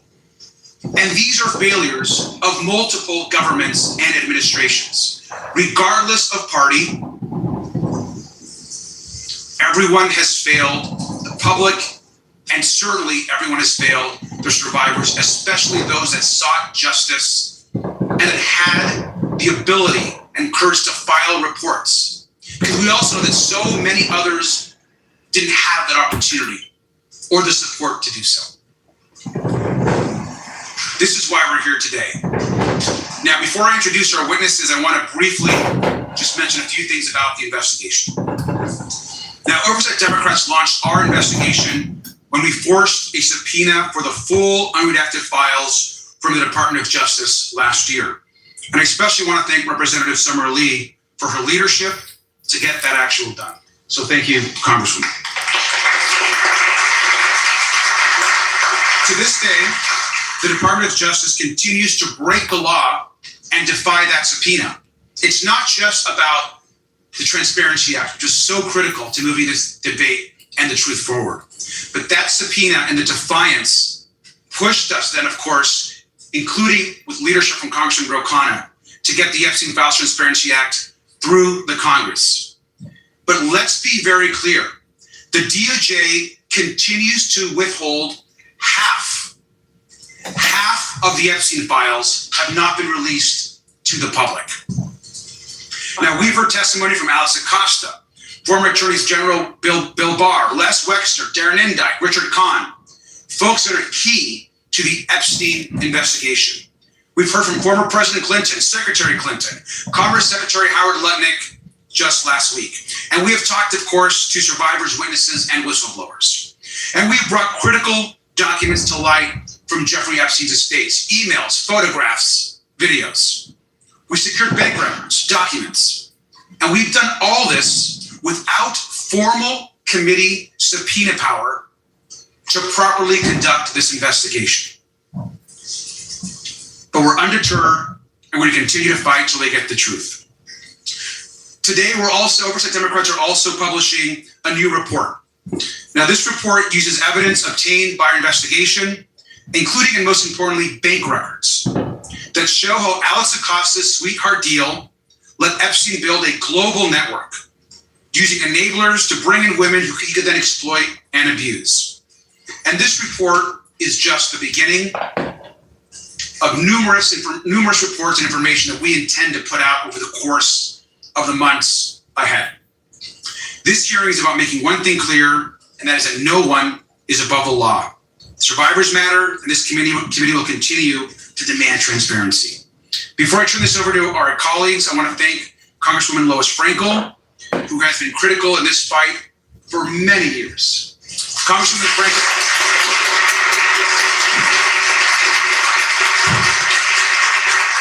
Congresswoman Frankel, of course, represents the community that we're in now. I want to thank her for hosting us. I also want to thank particularly West Palm Beach Mayor Keith James, their staff, the county, West Palm Beach PD, all for their assistance today. And I want to recognize Congresswoman Frankel for a few brief remarks. Thank you, Mr. Chair. And welcome everybody to West Palm Beach. And we're gathered here in a chamber that's very dear to me because I was mayor here for 8 years and I've had the honor of serving as. And I'm very proud to be with my Democratic colleagues of the House Oversight Committee, of course, the various witnesses, and most importantly, the survivors whose courage and perseverance made this hearing possible. And to the survivors, I want to say, and I know I say this to everyone here, thank you. Thank you for your strength. Thank you for your resilience. And thank you for your determination to tell the truth, even when the system failed you. This hearing is long overdue. Myself and Debbie Wasserman Schultz, we have been asking for a hearing for many years here, for many reasons I won't go into, but we're here today. Because it is right here, folks, right here in Palm Beach County, more than 20 years ago, that the survivors of Jeffrey Epstein's horrific crimes were first denied justice with devastating results. In 2005, the Palm Beach Police Department, led by then Chief Michael Ryder, I'm giving him a shout out, a good guy. He uncovered a deeply disturbing pattern of predatory sexual abuse by Jeffrey Epstein and his associates, targeting women, of course, and young girls, many recruited from our local high schools right here in Palm Beach County. The police did their job. They listened to the survivors. They built a serious case. Then they brought it to then State Attorney Barry Krischer. I call his name because his succeeding prosecutors are not involved. But instead of filing charges, was it overwhelmed by the power, by the wealth? He sent the case to a grand jury where prosecutors shockingly minimized the abuse, limited the witnesses, and treated vulnerable young girls as if they were criminals. And you can read that grand jury testimony yourself. At the urging of Krischer's prosecutors, the grand jury returned just one count against Epstein, and it is jaw-dropping: solicitation of prostitution, punishable by up to 60 days in jail. How crazy and wrong, an abomination, if you ask me. Disappointed and alarmed, Chief Ryder took the case to federal authorities, and what followed was more shock and awe to the justice system. In 2008, as we've heard, Acosta approved a secret, shameful, non-prosecution deal without notifying the survivors, and then sent the case back to Palm Beach County. Epstein was allowed to plead guilty to solicitation of prostitution, solicitation for a minor for prostitution. Really? That was that? And then he got an 18-month sentence, which he served about 13 months. Federal immunity from prosecution here in South Florida, immunity for unnamed co-conspirators, and work relief privilege. Listen to this. He had work relief privileges that allowed him to leave the jail each day to continue his systematic sexual exploitation of women and girls. And the most troubling also, a deal was hidden from the public, and the full extent didn't come to light until reporting for the Miami Herald and the Palm Beach Post, who brought the fight to bring the grand jury records into the open. Justice was denied without explanation, and listen, I'm hoping as we move forward, these local prosecutors must be subpoenaed and they must be questioned under oath, because I think they know the secret. So these survivors were abused first by a predator and then failed by a justice system that too often protected wealth and power over vulnerable women and children. And let's be clear, folks, had prosecutors in Florida done their jobs, most likely hundreds of young women might have been spared unimaginable harm. So we're here again. We're going to continue to ask the questions that should have been answered years ago. Why was Jeffrey Epstein, a serial predator who used his wealth and influence to exploit underage girls, given little more than a slap of the wrist? Who else should be held accountable? And what must we continue to do to make sure this never happens again? We owe the survivors and the public the answers and more. And with that, I thank you and I yield back. Thank you, Congresswoman. We're going to, of course, hear some opening testimony from survivors and advocates who will speak about the failure of our justice system to protect them, others, and certainly to hold Epstein and so many others accountable. They're going to each provide some opening remarks. I do want to introduce them briefly. We're going to hear from Danny Bensky, who is an advocate, dance teaching artist, choreographer, and Epstein survivor. As an educator of the arts, Danny's advocacy derives from creating a safer world for her students and future generations. She is a public speaker and hopes that by sharing her story, we can get an inside perspective into grooming and how abuse can happen and how systems fail people. Danny was abused by Jeffrey Epstein in 2004 and 2005 when she was just 17 years old and working as a dancer in New York City. She has since spoken out about the government's handling of the case and has pursued legal action. And of course, the amount of courage is incredible. And I want to thank, of course, Danny for being here. We'll also hear from Rosa. Rosa is testifying under her first name and under that name only, just for her own safety. She was recruited in Uzbekistan by a modeling agent, co-conspirator, and brought to the US with promises of a career. She met Jeffrey Epstein in 2009 and was abused over several years. With her immigration status used to keep her from leaving, Rosa is a fighter, a coach, a wife, and a stepmother. And her courage, of course, is immense. And we want to thank Rosa for being here. We're going to hear from Courtney Wild, who was abused by Jeffrey Epstein in Palm Beach beginning at the age of 14. Courtney is a mom, advocate, and survivor. She later brought a lawsuit against the federal government over the non-prosecution agreement that allowed Epstein to avoid federal charges. And she will speak about its lasting impact on survivors. We're also going to hear from Jenna Lisa Jones, who was abused by Jeffrey Epstein in Florida when she was 14 years old. She has spoken publicly about her experience and about her disappointment with the failure to fully release information related to this case. She is a mom, a wife, and a founding survivor of Survivors Inc. We're going to also hear from Spencer Kuvin, who is an attorney who represented some of the earliest survivors to come forward against Epstein, and he's spent years advocating on behalf of victims. He will speak about the failures in the original prosecution and the impact those failures have had on survivors. We'll also hear from Lauren Hirsch, who's a former prosecutor and an advocate working to combat trafficking and exploitation. She will discuss the ongoing efforts by survivors and advocates to seek accountability and justice. We will also hear from Maria Farmer by video, who's the first person to report Jeffrey Epstein's abuse to authorities in 1996. She'll be providing video testimony. Finally, Sky and Amanda Roberts are here. We all, of course, know their incredible courage, and they'll be reading a brief statement as well. We will continue, of course, to honor Virginia's memory, her legacy, and her tireless fight for justice. I want to especially thank the witnesses for being here and for your enormous courage.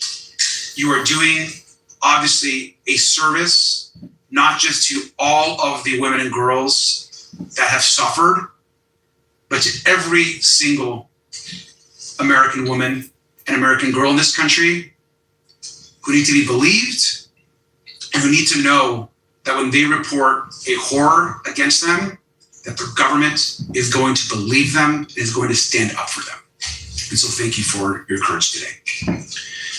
I now am going to hear a video that Maria Farmer wanted folks to hear about. And so we're going to go ahead and play that. So Ms. My name is Maria Farmer. I am the whistleblower who reported Jeffrey Epstein, Ghislaine Maxwell, Les Wexner, and others to the FBI 30 years ago in 1996. Today, I apologize for my appearance. I was not well enough to attend this hearing in person and have recently been released from the hospital. That's the result of 30 years of fighting. For 3 decades, I carried a weight that no survivor should ever have to bear. I reported what I believed were heinous crimes against children, and these individuals responsible were involved in an international pedophile ring. I reported their crimes in real time, and the government continues to ignore me to this day. In 1996, I reported Epstein and his co-conspirators to my local New York City 6th Precinct. The commanding officer told me local police could only address the local arson crimes, and he instructed me to immediately report the whole story, spanning several states, to the FBI. He told me that it was vitally important that I tell the whole story to the FBI, which I did. The FBI asked me questions, said they were familiar with some of the perpetrators I identified, and gave me every reason to believe they would respond. That failure, that single moment when law enforcement refused to take action, set off a cascade of injustice and grave repercussions to my sisters, my family, and so many others, and to me personally, including my health and well-being. The FBI's decades of failure and inaction led to countless more girls and young women suffering abuse and trauma that could have been prevented. Individuals like Virginia Giuffre, Anushka DeGiorgio, Shantae Davies, Marika Chartoni, Danny Bensky, Jenna Lisa Jones, Ashley Rubright, and Jennifer Rose, among others. Each survivor represents a life changed forever, suffering that could have been spared if the FBI had done their job in 1996. The failures did not stop there. In 2006, the FBI tracked me down, stating that they searched for me because they knew I had reported Epstein 10 years earlier and no one else had.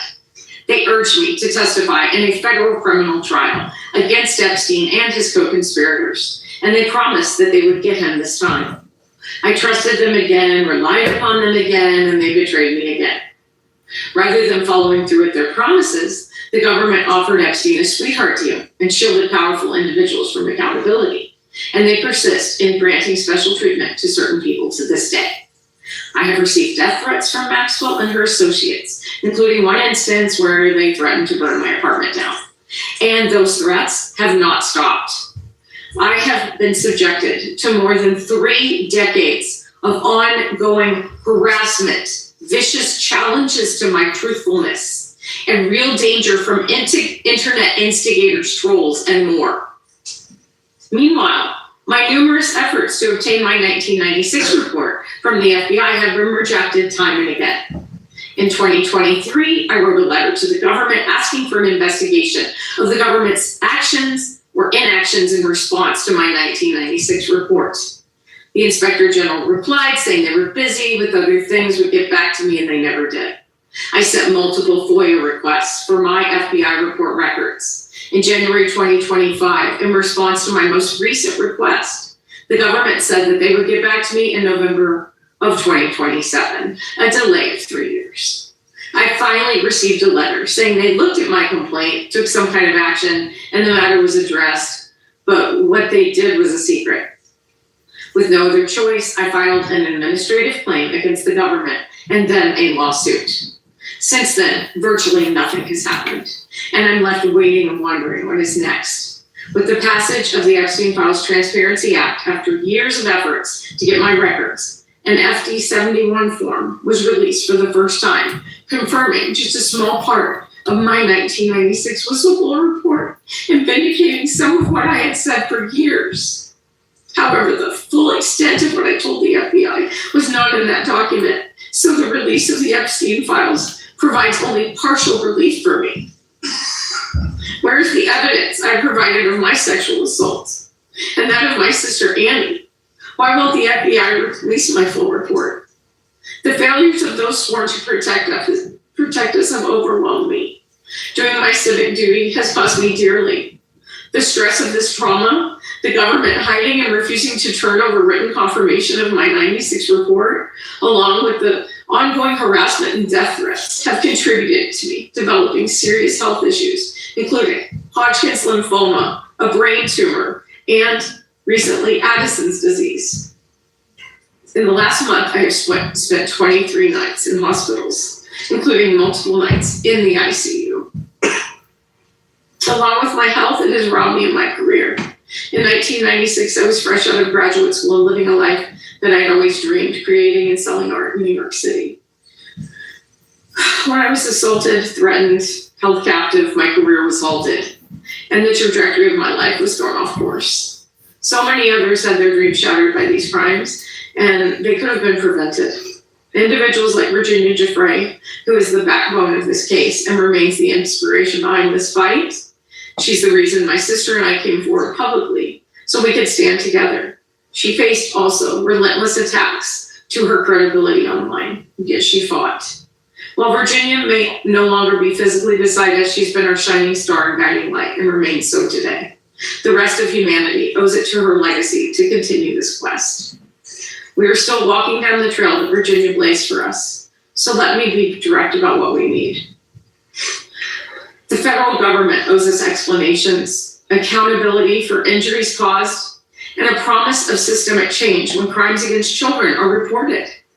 Accountability should start with the government's acknowledgement and responsibility for their repeated failures to act in response to my 1996 report. The government needs to take responsibility for endangering and injuring girls and young women. The government needs to start telling the truth, face my lawsuit, and be held to account to me and to all others who have been harmed. Had the FBI done their job, 30 years of child sex abuse and trauma could have been avoided. I want my full FBI file, including the 96 and 2006 reports, including my art. We also need the FBI and the Department of Justice to fully investigate every lead in this case. We need investigation and prosecution of everyone responsible, both men and women. This includes the officials who enabled the 2008 sweetheart deal, the other perpetrators and the many co-conspirators, and anyone who is currently shielding powerful individuals from justice. No more protection for the guilty. There must be no pardoning or commuting the sentence of Maxwell, who sexually abused me, my minor sister, hurt so many girls and other young women, and personally threatened to kill me, has shown no remorse, and has demonstrated no basis on which to believe she would ever be truthful. As the Epstein case whistleblower, I have waited 3 decades for justice. It's a miracle I'm still fighting, especially considering what the stress of 3 decades of this case has done to my health and well-being. I will keep fighting for justice and transparency, for a better, safer future for the next generation. Thank you. well, thank you. And obviously, I know we don't often get to hear from Ms. Farmer, and we're just very grateful that she chose to address, obviously, us and the country. I also want to thank her sister, Annie Farmer, who has been an incredible advocate, a survivor, of course, herself, and has really worked to share her sister's story and her own story whenever possible. We're going to hear some opening remarks also from Sky and Amanda Roberts. And so I would ask them to join us here at the podium. And I want to thank them also for their courage and for being here.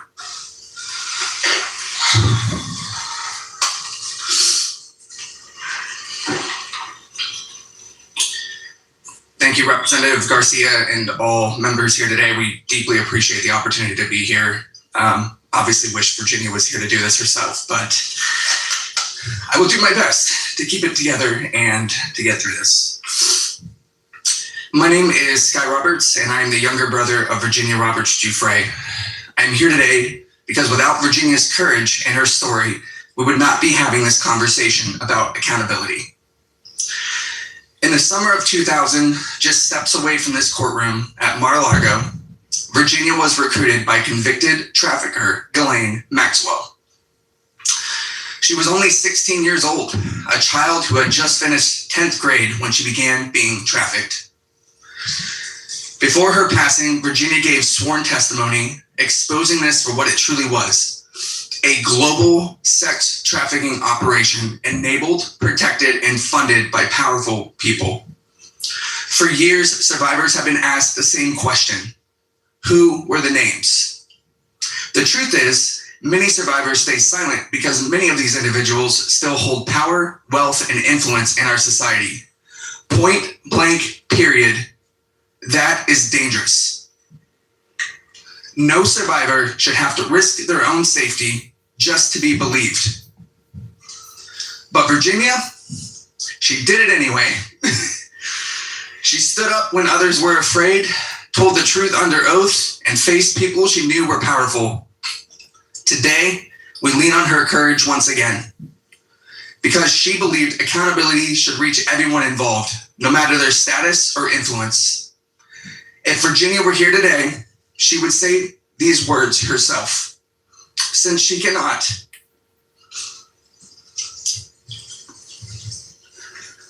I will say them for her as her little brother. And with that, I'd like to share Virginia's own words from her sworn deposition dated May 3rd, 2016.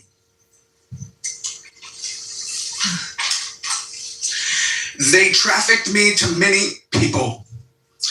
Okay, please name a person that Ghislaine Maxwell directed you to have sex with. Prince Andrew. Okay, who else?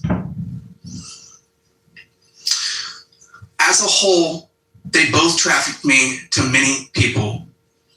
Okay, so can you please tell me when Ghislaine Maxwell asked you to have sex with another person? Glenn Dubin. Who else? Well, Redacted is another one. Ghislaine Maxwell asked you to have sex with Redacted? And Glenn Dubin and Steve Kaufman were, like I said, the first people I was sent to after my training. And where does Alan Dershowitz fit into this group of people? Same. I can't tell you piece by piece by piece who. I know Glenn Dubin was first. Okay. And I know Stephen Kaufman was one of the first that I was sent to. Alan Dershowitz could have been between Glenn and Stephen. This is only a small sample of the thousands of stories that still remain untold. But the question today is no longer whether names exist. The question is, what will Congress and the Department of Justice do about it? Even if only a handful of names are publicly known, will there finally be investigations and accountability? With that, I'd like to turn it over to my wife, Amanda Roberts.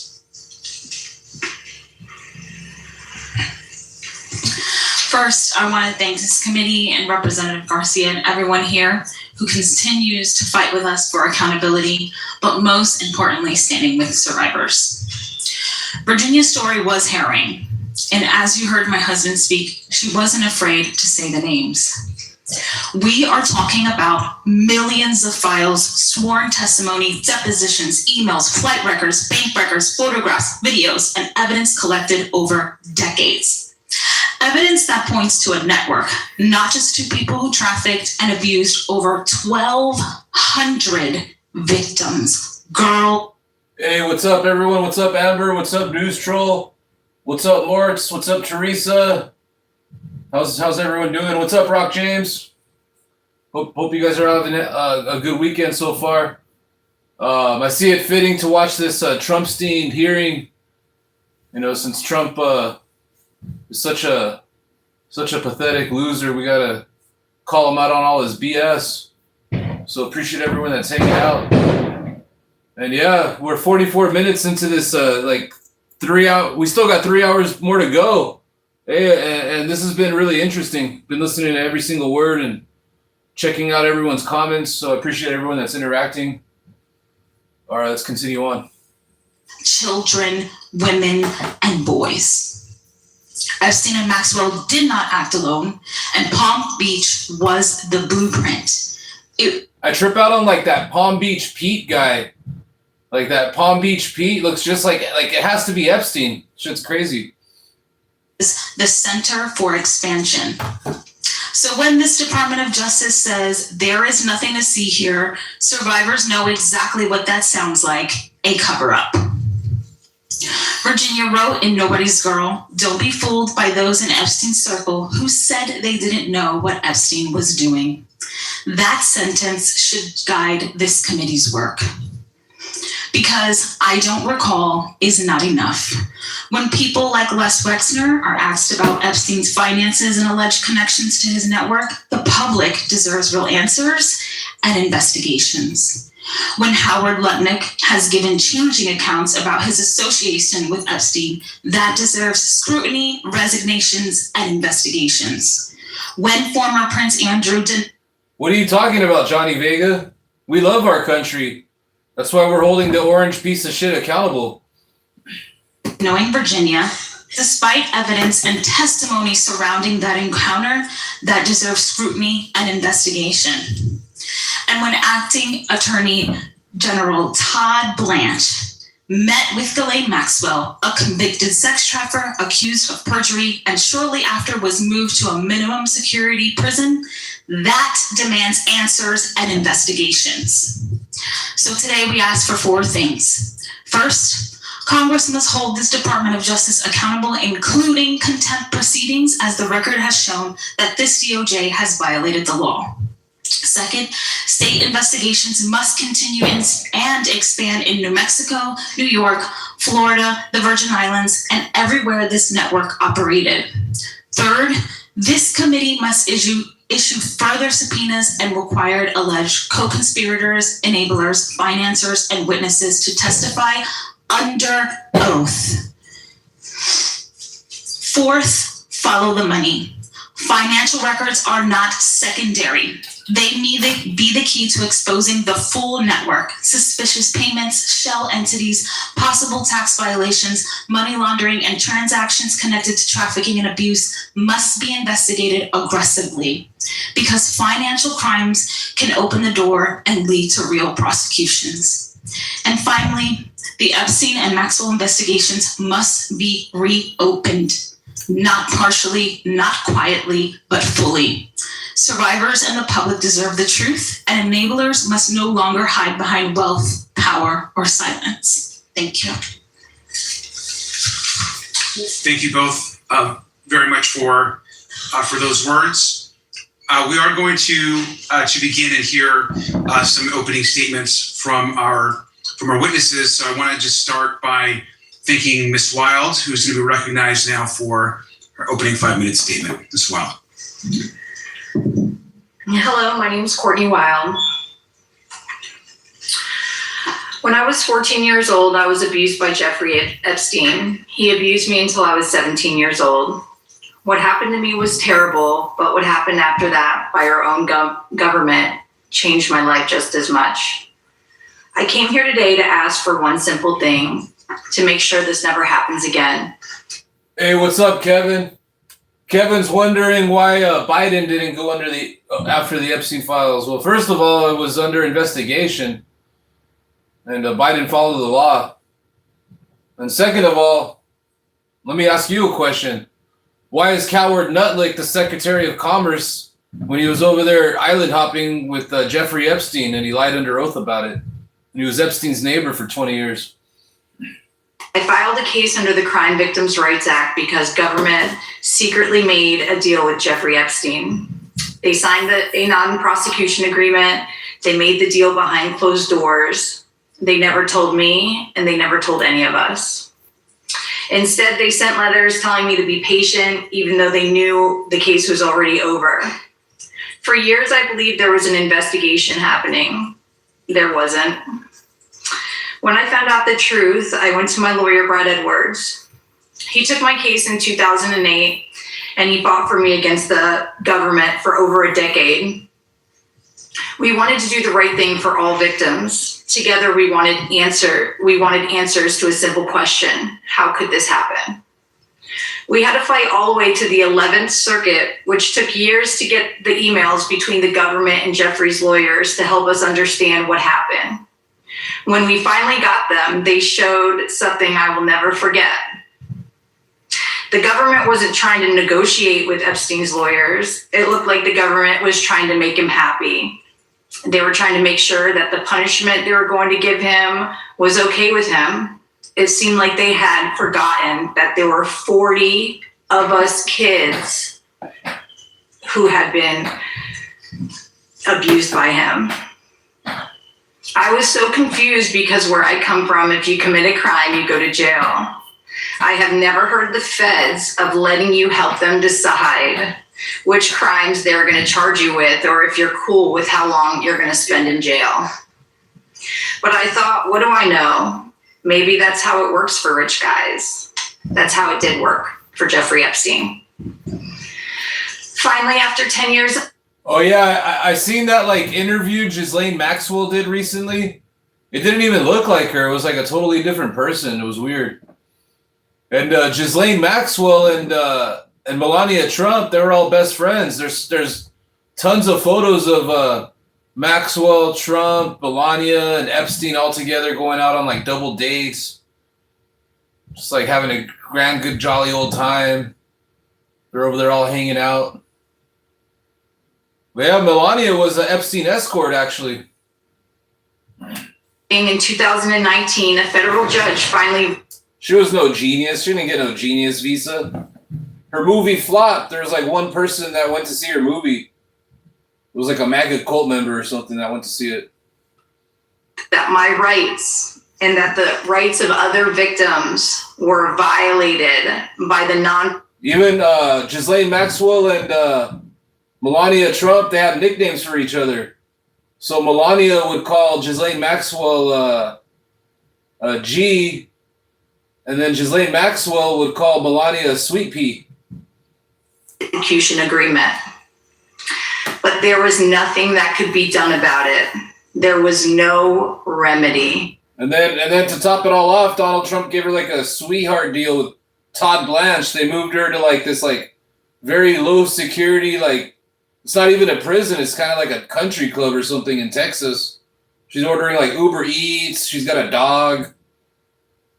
And then I heard the sex crimes went up in that city that she's allegedly incarcerated in, if you want to call it that. I just want to say it again. I'm sorry. I have to.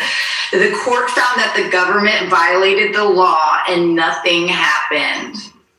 And that means the law, the Crime Victims' Rights Act, 18 U.S.C. 3771, does not matter. And if the law has no consequences, it doesn't protect anybody. I was lucky to have a lawyer willing to fight for me for almost a decade. So a lot of victims won't find that, especially in this case where everybody made us feel like we were crazy. So I'm asking you to fix that. Please fix the Crime Victims' Rights Act so it could actually help victims in the future. I have my own ideas and my lawyers have more ideas, but I really hope that if nothing comes of this, we can finally get the legislation right. I mean, the rabbit hole goes deep. Who knows? Melania might even just be like a honeypot spy for all we know, you know? Like, because like Epstein and like Ghislaine Maxwell's dad, Robert Maxwell, that guy was like a triple agent. Like all the books that we read growing up in like elementary school, they were all like by Robert Maxwell. And he allegedly, like, I don't know, was taking a piss off his yacht one night and like he fell overboard and died in like 1992 or something. But yeah, that dude was crooked AF, just as crooked as Trump. And then like there was like a yacht that they sold to some dude. Like all those dudes are all like intertwined. The whole Trump, like the Trumpstein class. You know, you got Coward Nutlick, Leon Black, John Claude or some shit like that. For John Claude Burnell. That guy mysteriously died in prison too. They all own these like teenage pageants in like the 90s. It's like the movie Taken, starring Liam Neeson. They're the bad guys in that movie.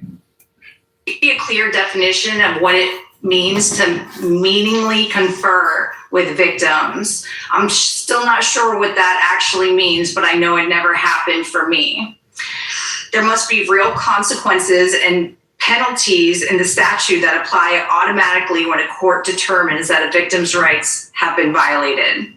The answer after years and years of litigation cannot be nothing happens when you finally win and prove that your rights have been violated.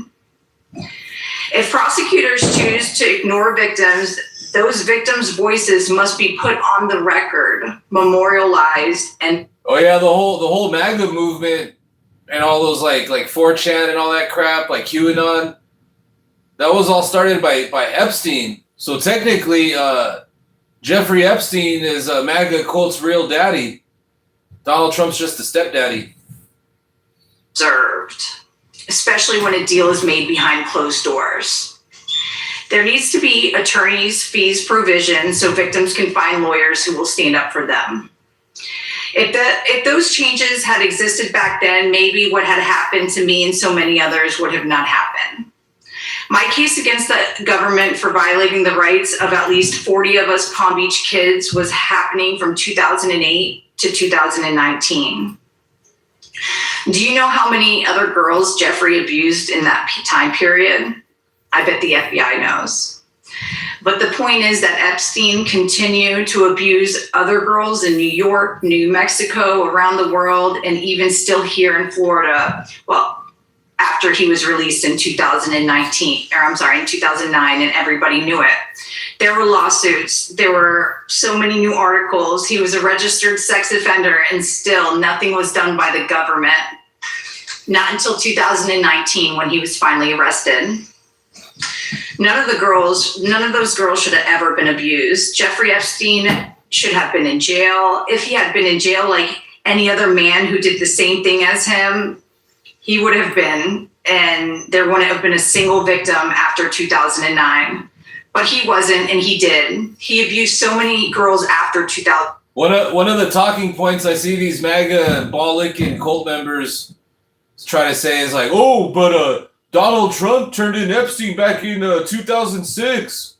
It's like, yo, there's leaked emails from the Trumpstein files where Trump was begging Epstein to take a position in his cabinet in his first administration. At the same exact time that I was asking the government why he got the deal and why. I mean, Elon Musk was begging to go to the island. Violated my rights. That is the real injustice here. That is the real thing we need to prevent from ever happening again in this country. I was there for his bail hearing in 2019, and I spoke to the judge right in front of him about how dangerous he was. The bail was denied, and for the first time, I thought we might finally get justice. A month later, he was dead. Once again, the system failed us. Someone let him die in a secure prison, ensuring that he would never be held accountable for what he did to me as a kid. Since then, there have been prosecutions, there have been civil cases, there have been settlements. But none of that changes what was lost, and none of that fixes what was allowed to happen in the first place. We fought for years to get Jeffrey Epstein arrested. We fought to hold people accountable. We did not fight so that this could turn into something political or so that our rights would be violated once again. I lost years of my life fighting this, and so did many others. We did that so the next victim wouldn't have to. So don't let this work be in vain. Make the Crime Victims' Rights Act matter. Thank you so much. Thank you very much, Ms. Wild. Ms. Jones, you are now recognized for your opening statement. Ranking member and members of Congress, my name is Jenna Lisa Jones. I was 14 years old when I was abused by Jeffrey Epstein in Palm Beach. It has taken me many years to find my voice. For a long time, I stayed silent because I was afraid and because I did not understand why this happened to me. When I finally came forward, I made a commitment to use my voice responsibly. I'm here today to do exactly that. Last September, I went to Washington, D.C. along the other survivors with a simple request: transparency and accountability. We asked you to help us understand how Jeffrey Epstein was given a non-prosecution agreement, even though the government had evidence that he had sexually abused dozens of children, including me. We asked how he was allowed to leave jail in 2009 and continue harming young girls. We asked for answers that would hold our government accountable for its actions. We still do not have those answers. Instead, what we received caused harm all over again, including too many of our survivor sisters who had never come forward before and who never wanted their names or abuse to become public. The Department of Justice released documents that exposed our names, our social security numbers, and deeply personal information. Survivors' and identities were made public. Husbands learned about their wives' abuse for the first time. Children learned about the abuse of their mothers from reporters, from strangers on the internet, and in some cases, from other kids at school. Some survivors learned that friends had also been abused only because they saw their names in those documents. Others saw the most intimate details of their own trauma publicly exposed. Our privacy was violated. The government promised us over and over again that our information would be protected and properly redacted. Those promises were broken again.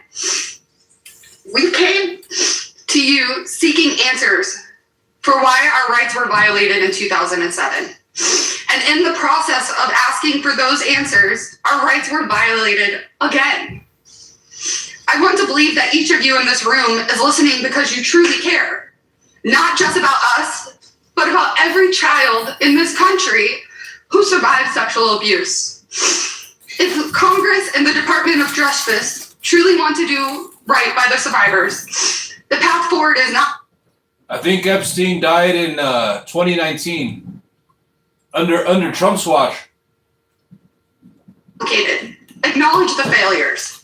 When Jeffrey Epstein was set free in 2009, and again when our privacy was shattered earlier this year, take responsibility and provide meaningful remedies to the women who have been harmed over and over again. Please do not force us to relive this through more litigation. Pass a law requiring the Department of Justice to compensate victims for the harm that they had caused by releasing the names and information. That would show that this is truly about helping victims. Second, with respect to our ongoing investigations, please remember this. Jeffrey Epstein is dead. Ghislaine Maxwell is in prison. Do not pardon Maxwell. If there are other men who hurt women, hold them accountable, but please leave the survivors alone. If you subpoenaed someone to testify before your committees and she tells you she is a victim, listen to her. Believe her. Respect her trauma. Jeffrey tried to paint his victims as bad guys to avoid responsibility for himself. Please learn and understand that. Sharing our story should be a choice. The choice I was able to make today. It should never be something survivors are forced to do. The girls who were groomed by Ghislaine Maxwell and abused by Jeffrey Epstein should not be treated like criminals.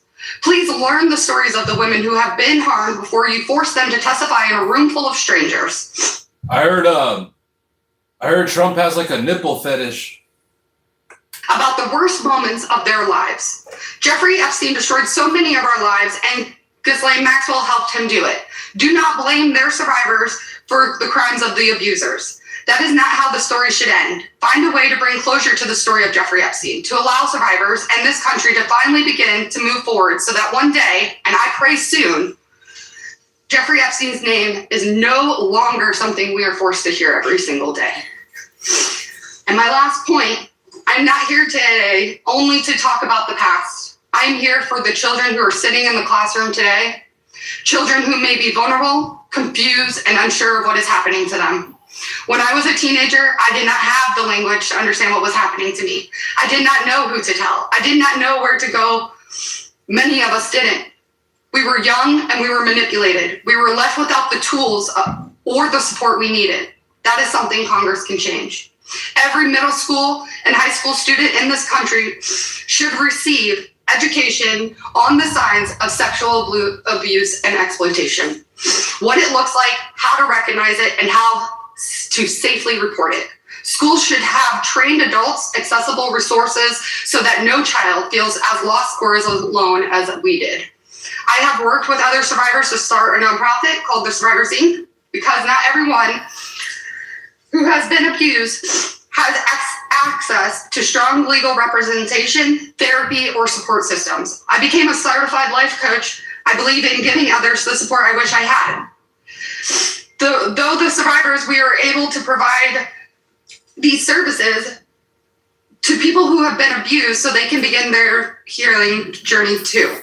I'm proud of that work, but individual efforts are not enough. Real change requires leadership at a national level. You have the power to make sure that happens to us does not happen again on this scale. I believe one of the most important places to begin is in our schools. Train teachers, educate students, give children a place to turn when they feel they have nowhere else to go. Together we can do better for the next generation. Thank you so much.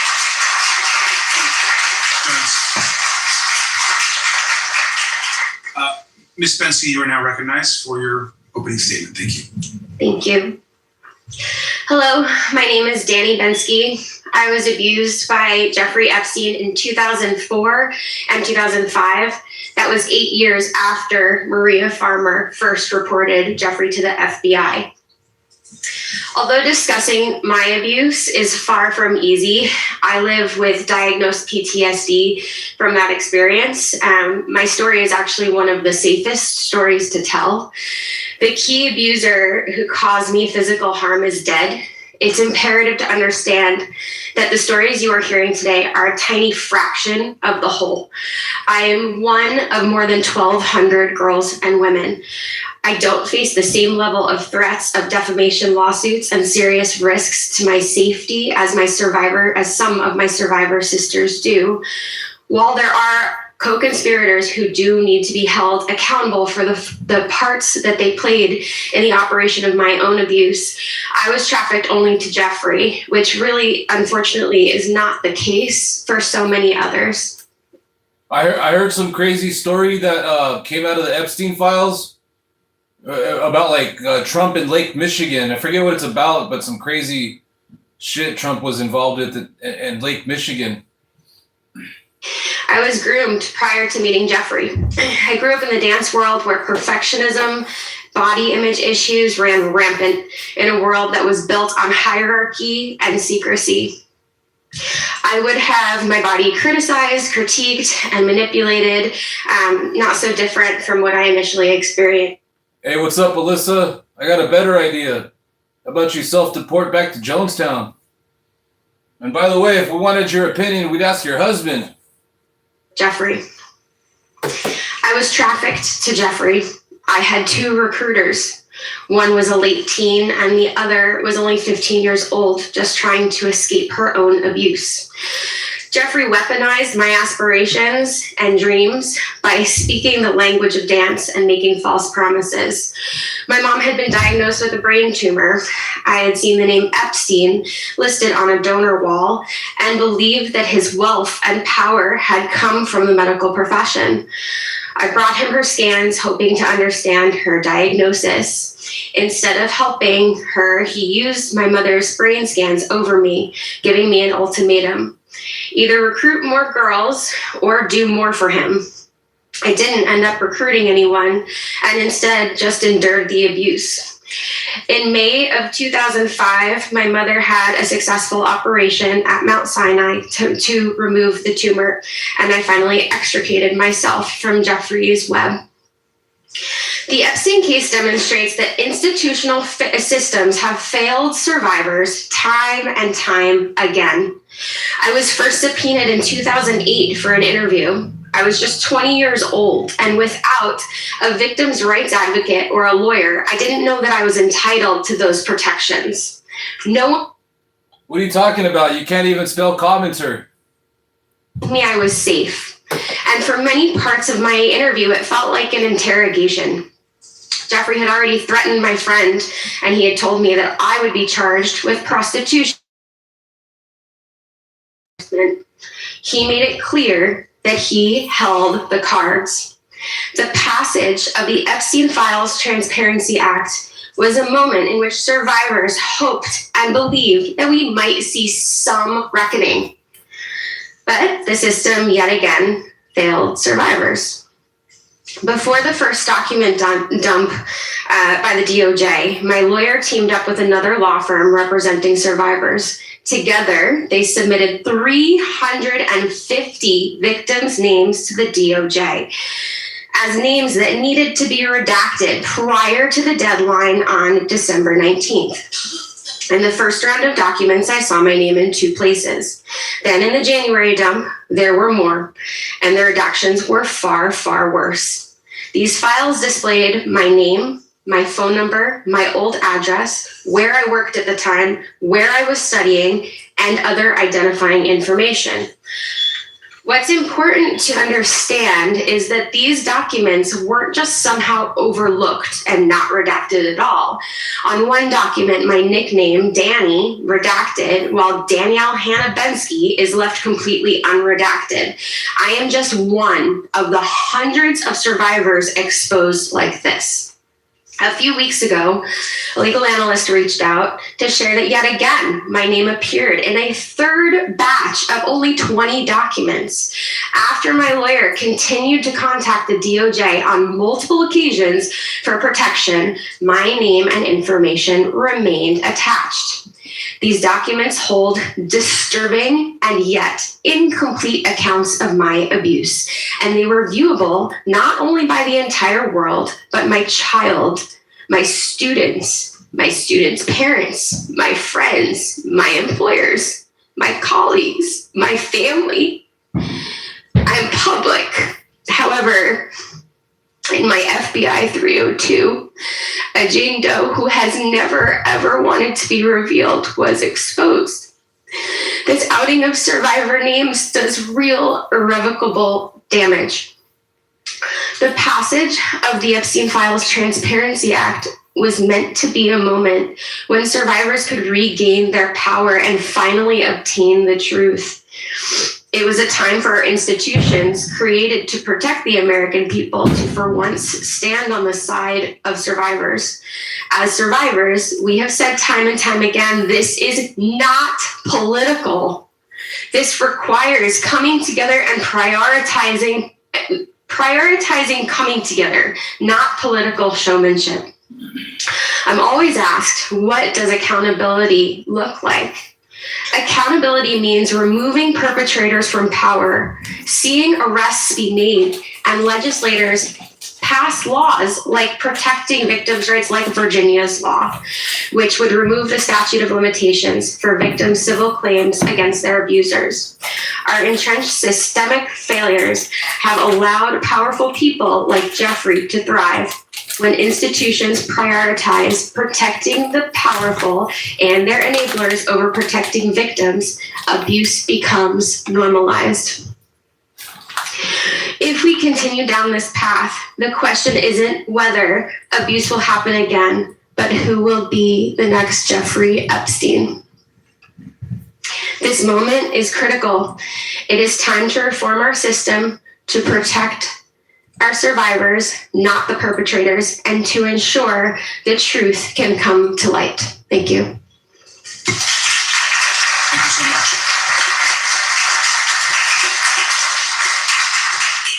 Thank you. Ms. Rosa, you are now recognized for your opening statement. In 2008, I just turned 18 when I met MC Square Model Management owner named Jean-Luc Brunel. Coming from a financial and stable background, I was the perfect target for coercion. I was promised modeling career beyond my dreams. In less than 6 months, MC Squared obtained an O1 visa for me, a feat nearly impossible for a teenager with almost no experience. I did not have the documentation to earn that visa. By May of 2009, I was in New York City. I was isolated, controlled in a manner I've never experienced before. Within 3 months, the agency claimed I owed them over $10,000. I had no family, no friends, or no money.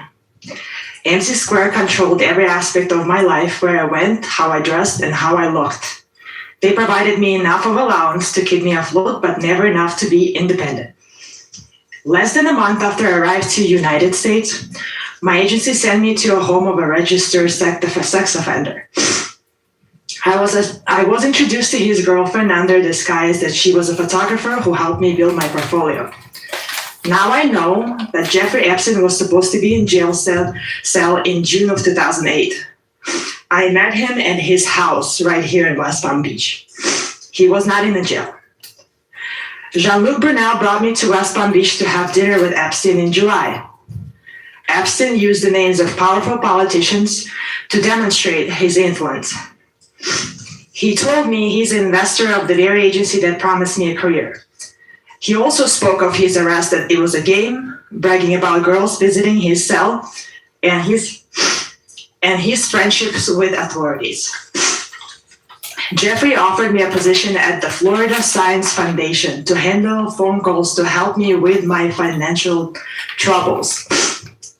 One day, his masseuse called me into his room where I was molested for the first time by Jeffrey. For the following 3 years, I was subject to ongoing rape. Jeffrey Epstein was under house arrest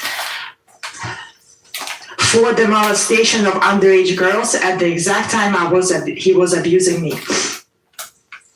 Seeing that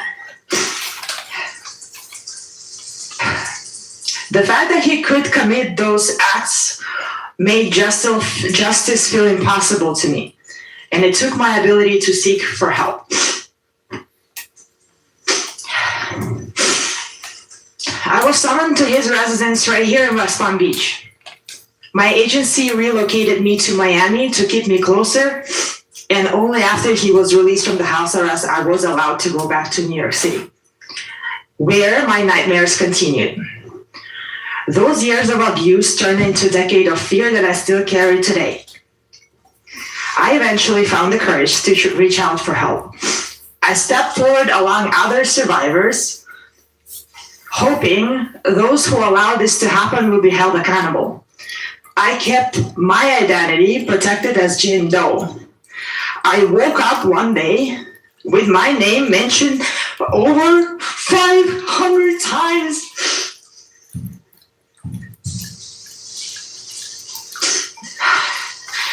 While the rich and powerful remained protected by reduction, my name was exposed to the world. Now reporters from across the globe contact me. I cannot live without looking over my shoulder. I can only imagine the long-term impact this mistake will have on my life. Dang, it's so sad.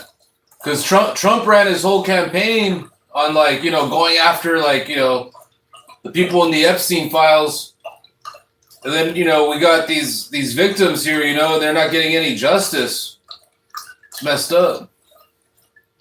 And Trump doesn't care about anybody but his pocketbook. He's just a liar, a con man, a fraudster, a heartless soul, a soulless loser. I wanted to be a doctor when I was a kid. So I want to end this statement with a story.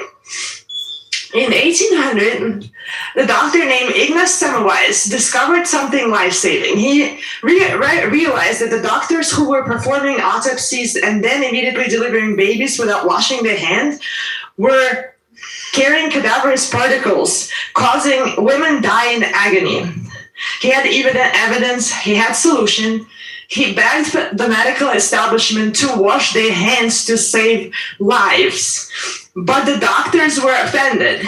They found it easier to protect their own reputation and maintain the status quo than to admit they were the ones causing harms.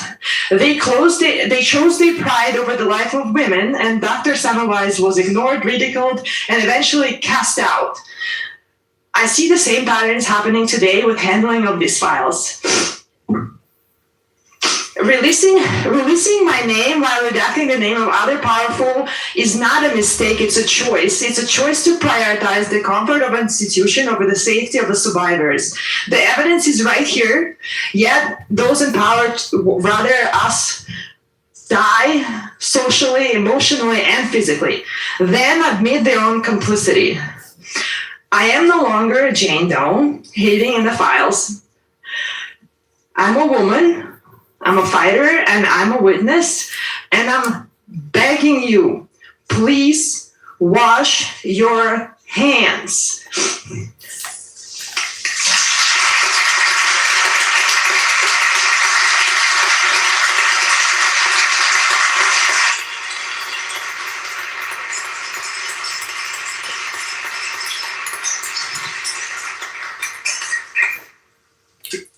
Thank you, Ms. Rose.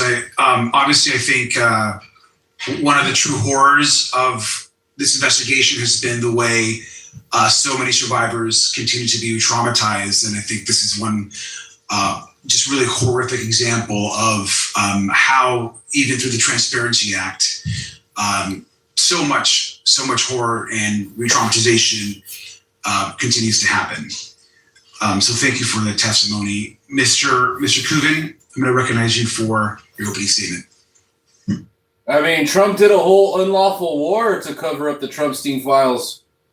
And then he used that war as a distraction and then he used the Trumpstein files as a distraction from his unlawful war of choice. Because it's going so horrible and he's just losing. But yeah, that's why Trump started Operation Epstein Fury, Trumpstein Fury. Thank you. I mean, that's one of the reasons. We all know the main reason is to come up on money, loot and pillage the whole world. He's gained like $10 billion since he took office. Truly moved by her strength. Ranking member, members of Congress. My name is Spencer Kuvin. I've represented numerous survivors of sexual exploitation and trafficking over the years, including the first victim to come forward in the Epstein investigation here in Palm Beach. I'm here today because what happened during the prosecution of Jeffrey Epstein was not simply a failure of judgment. It was a systemic failure of justice. In Palm Beach County, credible evidence of widespread sexual abuse involving minors was presented to state prosecutors, including my client. Law enforcement initially identified dozens of victims. The conduct was organized, repeated, and devastating. Yet instead of a prosecution that matched the scale of the harm, what followed was a secret agreement, as we know, that minimized the abuse and insulted the children that had been abused. Despite the efforts of some of the federal agents at the time, the U.S. Attorney's Office in the Southern District decided to have these secret meetings with Epstein's attorneys. The U.S. Department of Justice, in conjunction with the Palm Beach County State Attorney's Office at the time, colluded in secret to quietly shelve this case with minimal state charges that branded a 15 and 16-year-old child victim as prostitutes. They gave a sweetheart deal to Jeffrey Epstein and 4 named as well as unnamed co-conspirators. The Southern District U.S. Attorney at the time, Alex Acosta, spearheaded what every attorney advocate saw as the worst non-prosecution agreement ever executed by a U.S. attorney. This sent a message. It told victims that even when the evidence is strong, accountability is negotiable if you are rich and powerful. This awful non-prosecution agreement completely shut down further federal charges for the events they were investigating here in Florida. As I mentioned, that tragic deal was negotiated and signed in secret. Not only was it kept secret from the world, it was kept secret from me. Calls were made repeatedly to the U.S. attorneys investigating this at the time by myself, an advocate for multiple victims at the time, and of course it was kept secret from those victims. I was forced to file motions with the court to compel its ultimate disclosure even after it had been executed. And finally, after obtaining court orders, they turned it over to us. A full year after it had been signed. The victims were not consulted. Their advocates like me were not consulted. Victims were never given an opportunity to be heard. This was not just a moral failure. We believed it was a violation of law under the Crime Victims' Rights Act. Originally passed in 2004, subsequently amended by Congress in 06, 08, and 15. Victims have had the right to confer with prosecutors and the right to be treated with fairness and respect. Yet those rights were ignored at the very moment that it mattered most, when decisions were being made that would determine whether justice would ever be pursued. The result was predictable. Survivors, as you've heard, were re-traumatized, not only by the abuse they endured, but by a system that excluded them from the process designed specifically to protect them. And the public was left questioning whether justice can be trusted when powerful interests are involved. This failure by the Department of Justice at the time was a subject of litigation brought, as you heard, by Ms. Wild. That case ultimately exposed a gap in the law, one that must be closed by you. Today, I want to offer that clear path forward. First, Congress should amend the Crime Victims' Rights Act to make it explicit that victims must be notified and given a meaningful opportunity to confer before any non-prosecution agreement or deferred prosecution agreement is finalized. Second, as you've heard, there must be enforceable remedies, not just suggestions. Victims should have standing to challenge agreements reached in violation of the Act, and courts must have the authority to review and, where appropriate, void those agreements. Third, transparency must be the rule, not the exception. Secret agreements that extinguish criminal liability, particularly in cases involving multiple victims, should not exist in our system of justice. And finally, there must be accountability. When prosecutors fail to uphold victims' rights, there must be consequences sufficient to ensure that those failures are not repeated. This is not about relitigating the past. It's about ensuring what happened here never happens again. The survivors in this case have showed extraordinary courage coming here today. They told the truth and they trusted the system, and the system failed them. Congress now has the opportunity, and I would suggest the responsibility, to fix it. Thank you. We look forward to your questions. Thank you very much. I'd like to go to Ms. Hirsch, please, who's now recognized for her opening statement. Thank you so much, Ranking Member, members of Congress. I'm Lauren Hirsch, the CEO of World Without Exploitation, the largest anti-trafficking coalition in the country. We have nearly 200 member organizations across the country. Many of those organizations are survivor-led. It is an absolute honor to sit beside each one of you. You are the reason this moment of reckoning is happening. What we have witnessed in the handling of the Epstein case is not simply a bureaucratic misstep. It is a deeply horrific failure to protect the very people the system is meant to serve. Survivors have repeatedly been promised dignity, confidentiality, and care. And instead, we have seen a systemic breakdown in their protection at nearly every step of the way. We have watched those with power and privilege manipulate the system, shielding themselves from accountability, while survivors have suffered in silence. Every one of these failures sends a devastating message, not only to Epstein survivors, but to survivors everywhere, that accountability is optional for the powerful. Survivors have had enough, and frankly, the American public has had enough of this too. We are now in a moment of reckoning that requires a thorough examination of all of the things that have gone horribly wrong, but it also requires a serious course correction. Survivors have been repeatedly harmed, first by Epstein and his associates, and then by law enforcement who refused to bring adequate cases, who didn't notify victims when secret sweetheart deals were made, who allowed abuse to continue even after pleas were entered in. And then they were again abused by the DOJ. When the federal government fails to provide protection under the Crime Victims' Rights Act, survivors cannot be left without remedy. We need a legislative fix immediately to provide compensation and recourse for violations of the Crime Victims' Rights Act. And this is urgent.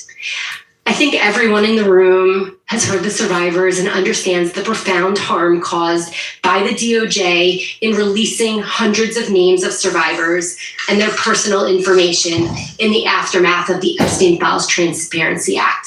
So I'll keep this part brief. As a former prosecutor, I understand that mistakes happen. We're human. But when hundreds of names are released repeatedly, including nude photos of a survivor, this can no longer be dismissed as human error.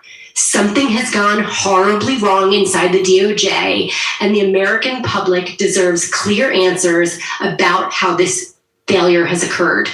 This requires a recorded deposition of Pam Bondi on May 29th, not a transcribed interview.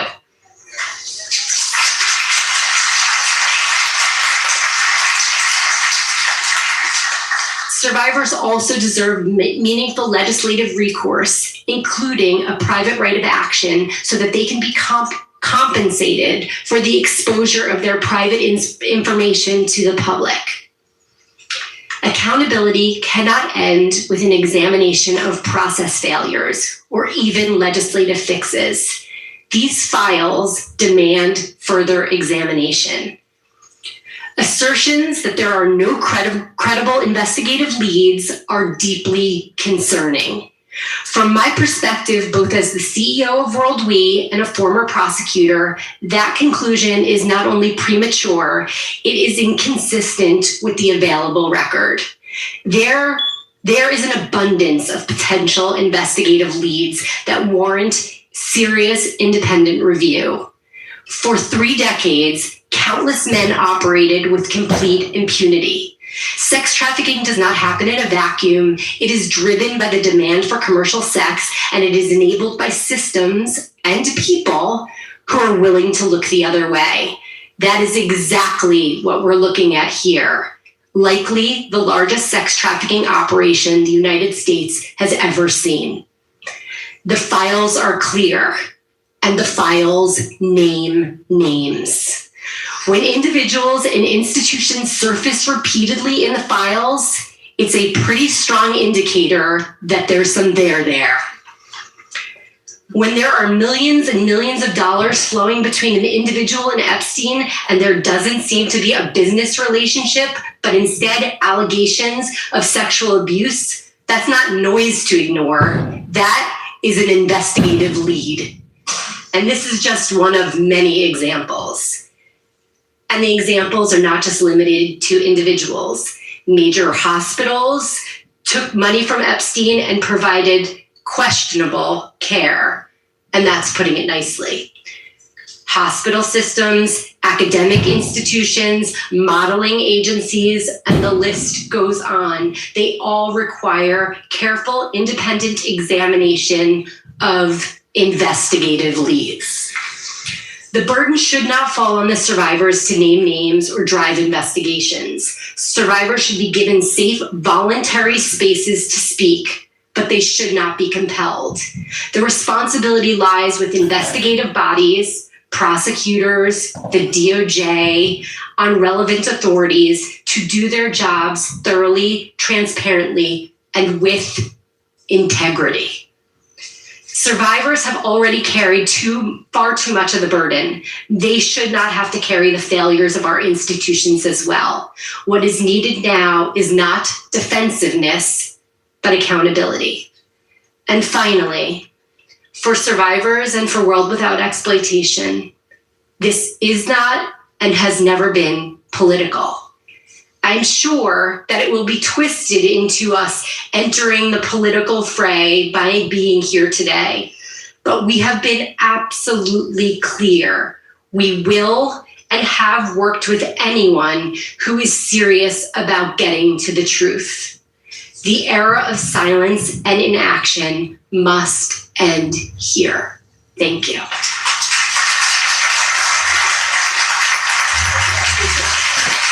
Thank you. Obviously, just thank you to all of our witnesses for those opening statements. We're going to be moving on to questions and some comments from the members of this committee. I do want to uplift and recognize particularly the survivors and your courage again and how we got to this moment. I want to start just by, again, just commenting that we're here because of the horrific crimes of Jeffrey Epstein, Ghislaine Maxwell, and numerous others, and the failure caused by our own government. And I want to, in my line of questioning, I just want to hone down one thing which I think is really important. Last July, the administration's FBI and DOJ released a 2-page document saying, and I quote, "We did not uncover evidence that could predicate an investigation against uncharged third parties." In other words, the current administration, through its DOJ, believed that this investigation was over, that no one else could be investigated for perhaps the worst sex trafficking ring in American history, that no other person could be held accountable, or there could be further convictions of the horrors made and against 1,200 women and girls. Now we here and some of our colleagues on the Republican side of the aisle have worked together to file motions, to file laws, and to push this investigation forward. And I want to be very clear. The DOJ, this administration, the president and the attorney general made it clear that this investigation, in their opinion, was a hoax, was a lie, and there was nothing else to do to move forward. The DOJ tried to close this case. Through our investigation, we have learned that many of the witnesses that we have been going through deposition, through transcribed interviews, were never questioned by law enforcement. And this is something that we learned only by forcing these interviews and by sitting asking these questions. How could Les Wexner have never been interviewed by our own government, who was the source of most of Jeffrey Epstein's wealth and was never questioned? how can some of the folks on this document the FBI had in their possession not ever have been questioned by our own government or law enforcement? How could Darren Indyke and Richard Kahn, who you can see in this chart and were essentially the brain trust of Jeffrey Epstein's organization, how could they never have been questioned? That is not a mistake. That is a cover-up. And what I think we want to make very clear is this is not just about the mistakes and the ongoing harm of the Trump administration. This has been harm posed by numerous administrations led by both Republicans and Democrats. And when folks come and ask, well, why wasn't the former administration, Attorney General Garland, more engaged on this issue? I ask the same question. Why wasn't Merrick Garland more engaged and focused on prosecutions and more focused on getting out the truth? This is not just about partisan politics. This is a continued pattern of abuse and not seeking justice. But we're here now, at this moment in this Congress, with this administration, and this cover-up must end. I want to briefly ask the survivors, if you believe that this investigation should continue, if your government should continue this investigation. Ms. Spensky. Yes. Rosa. Absolutely yes. Ms. Wild. Yes. Ms. Jones. Yes. Thank you. And we agree. It's unacceptable that folks have been not questioned, that there haven't been criminal prosecutions, and that our own former Attorney General continues to be engaged in this cover-up. They want to end this investigation. But what we are saying today is we need to come together with our bipartisan allies on the other side, and especially some Republican women who have stood and continue to push for truth and justice. We welcome their support in this investigation. At a hearing back in March, former Attorney General Bondi told one of my colleagues, quote, "I'm stunned that you want to continue talking about Epstein." That was her quote. Ms. Spensky, you were there. So was Sky Roberts on behalf of Virginia. Attorney General Bondi didn't spend 1 minute talking to you, but instead wanted to end the Epstein investigation. Today, we're here to tell the former Attorney General that we are demanding that she come in for her date with the subpoena, that she testify under oath, and it's videotaped and released to the American public, and the survivors deserve nothing less.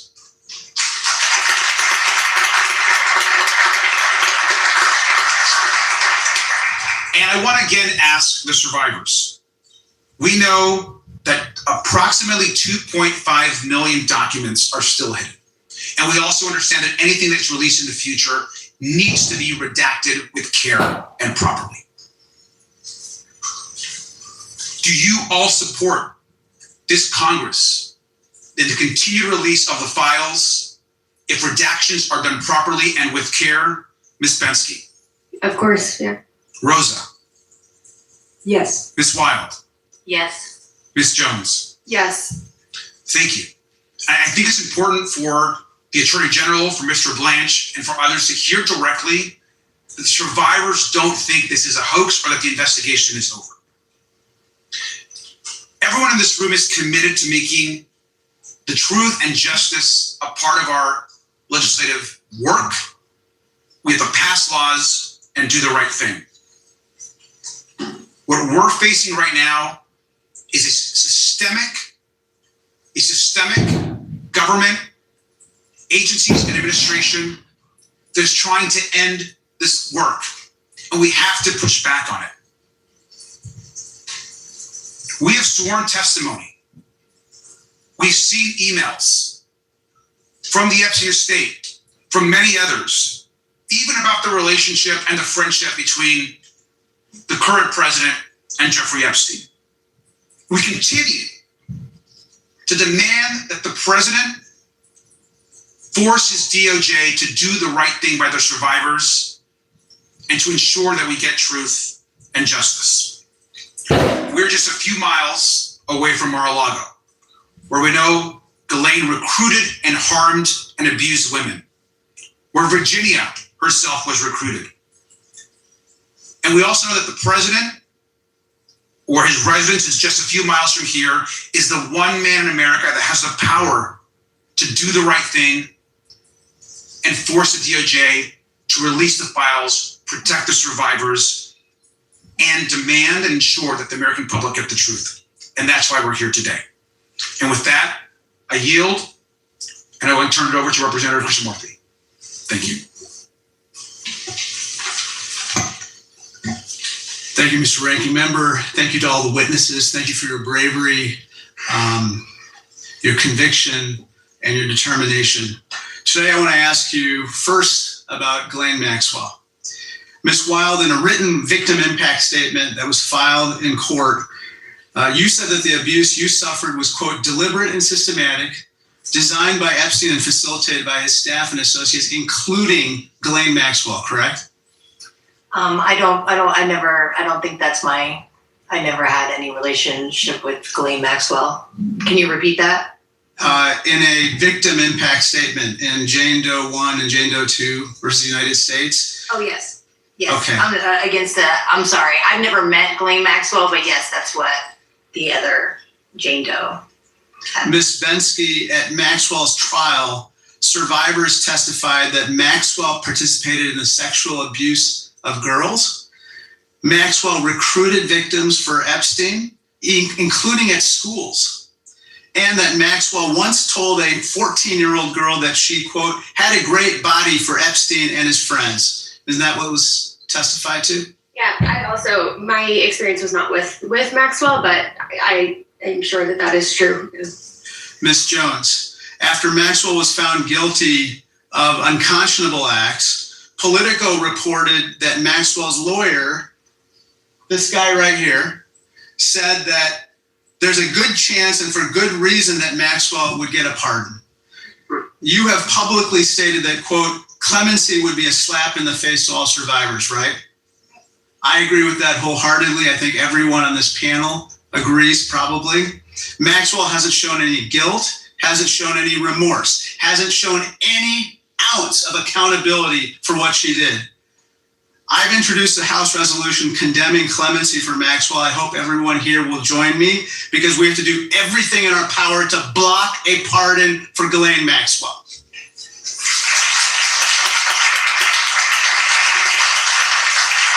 Ms. Hirsch, I want to turn to another topic, following the money. You're aware of Epstein-related financial records called suspicious activity reports, SARS reports, that have not been produced, correct? Yes. And just to level set, a suspicious activity report is a report produced by a bank anytime a customer performs a questionable transaction. It turns out there were numerous such reports filed by banks with the Treasury Department for Jeffrey Epstein, including large cash withdrawals and even requests that Epstein made for the creation of bank accounts and credit cards for teenagers and people who had nothing to do with his family. Isn't that right?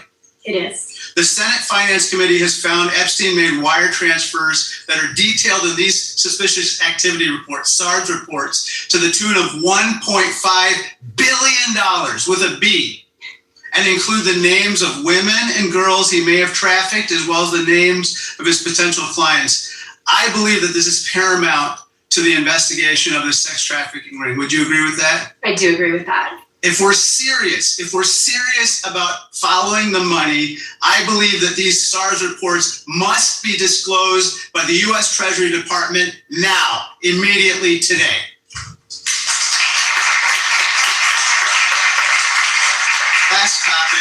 Last topic, Ms. Hirsch. Can you give me this? These 1, 2, 3, 4, 5, 6 people, they must be disclosed today.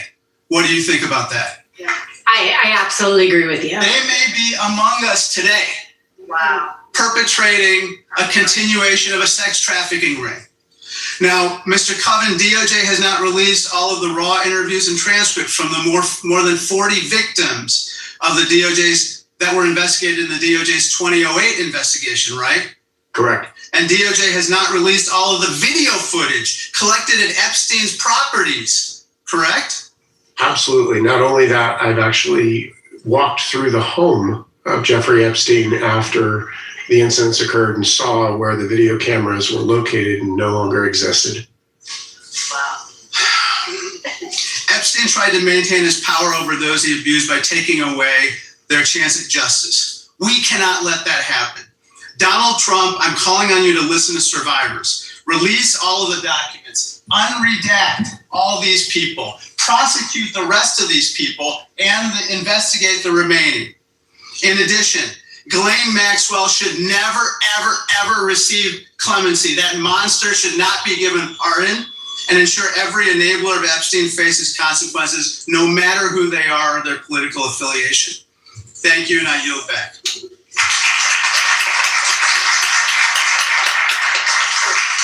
Thank you. Now we'll have Representative Stansbury.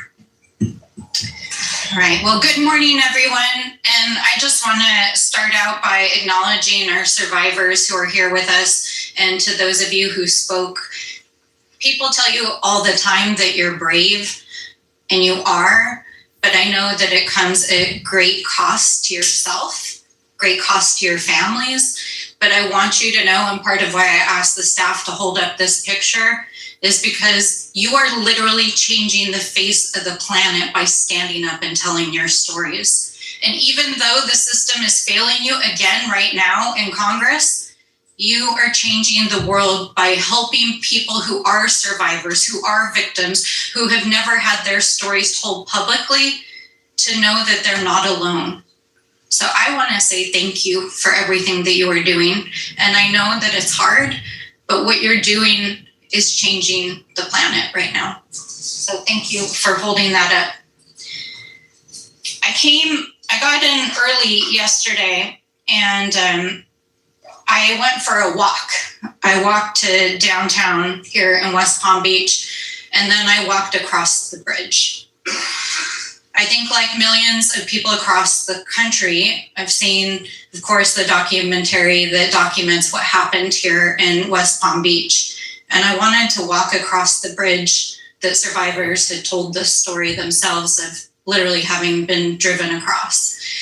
But I don't think that I truly understood the power, the wealth, the abuse that has happened in this community until I saw the mansions and the estates, the private clubs, and how inequality is literally written into the landscape here. And the reason why I wanted to start there is because there has been a lot said about the system of abuse that Epstein and Maxwell perpetrated. There has been a lot said about how grooming occurred, how recruitment happened, and how he psychologically threatened, abused, and used all these different tactics to abuse girls and women. But I want to make one thing clear here today, and I want to ask some questions about this, is we talk about the system failing. The system didn't fail. The system was designed to protect the wealthy. The system was rigged from the beginning when those mansions were built. The system was built on inequality. The system was built on exploiting people. It's written into the landscape here in West Palm Beach. It's written into the landscape in New Mexico, where Jeffrey Epstein went to Santa Fe with his rich friends and recruited girls that he exploited and then trafficked to other rich friends that he flew to New Mexico. This wasn't failure, this was a system. It was a system of exploitation, it was a system of abuse, and it was a system of power. And that's one of the things that I want to really dive into here with my short time today. Because the officials, the federal, the state, the local, the attorney generals didn't just fail to investigate these cases, they chose not to investigate them. They chose to take bribes and kickbacks and campaign donations. The police department here in West Palm Beach chose to take a donation from Jeffrey Epstein. The police and sheriffs and others in other cities and states chose to take donations. And right now, while this is not a partisan issue, this administration is choosing to not investigate the crimes that are in these files. This administration is choosing to release the names of survivors and not perpetrators. This administration is choosing to not investigate or indict a single man who committed rape of a child or woman that is in the files. And this administration is choosing to gaslight the American people while all over the world, foreign officials are arresting, investigating. A prince has been taken down, and here in the United States, our Department of Justice, which is sitting on millions of files, is refusing to act. That is not a failure, that is a choice. That is a system built on wealth, inequality, and exploitation of women, of girls, of children, and a system built to protect the powerful. That is a system. And it is a system that Jeffrey Epstein developed here in West Palm Beach. And then it is a system that he exported to places like the Virgin Islands, to New Mexico, and to all of the places that he operated. And so I want us to think about, as we're moving forward with this investigation, we can investigate all the hundreds or even thousands of micro decisions that were made by local police, by sheriffs, by state police, by the Department of Justice, by AGs who chose to turn a blind eye and not prosecute these crimes. But the only way we are actually going to get justice in this case is by changing the system itself. And that's exactly what you guys are doing. And it's powerful. You're literally taking on the entire world right now and a system of wealth and inequality. So I want to ask the survivors, because I feel like you get asked all the time to retell your stories, and I've read your stories. Anyone can go in the files and read your stories, but I want to hear from you what justice would look like in this case. So maybe starting here in the end. It's always a sore subject, because I'm just like, at this point, honestly, I don't think justice will ever be served in this case. And that's just my experience of the past 20 years that I've dealt with it. If I were really optimistic, and it did, I think it would be, for one, the Crime Victims' Rights Act. We have to fix that law. Also, education in the school systems, maybe like with the sex ed, or just there has to be more education on what grooming is, on what sex trafficking is. It's not, I think a lot of people have a picture in their head that is just not reality. And for me, being that this happened in Palm Beach County, I think there needs to be like a building. And I think that the first 72 hours that a survivor tells their story and comes forward and says, okay, I'm ready to tell this. And it's such a crucial time. I think there needs to be something dedicated in Palm Beach County to all of our childhoods that were lost and taken. When we came forward and we told our stories, man, I was treated like a criminal by the federal government. And I just think, I guess justice would be change.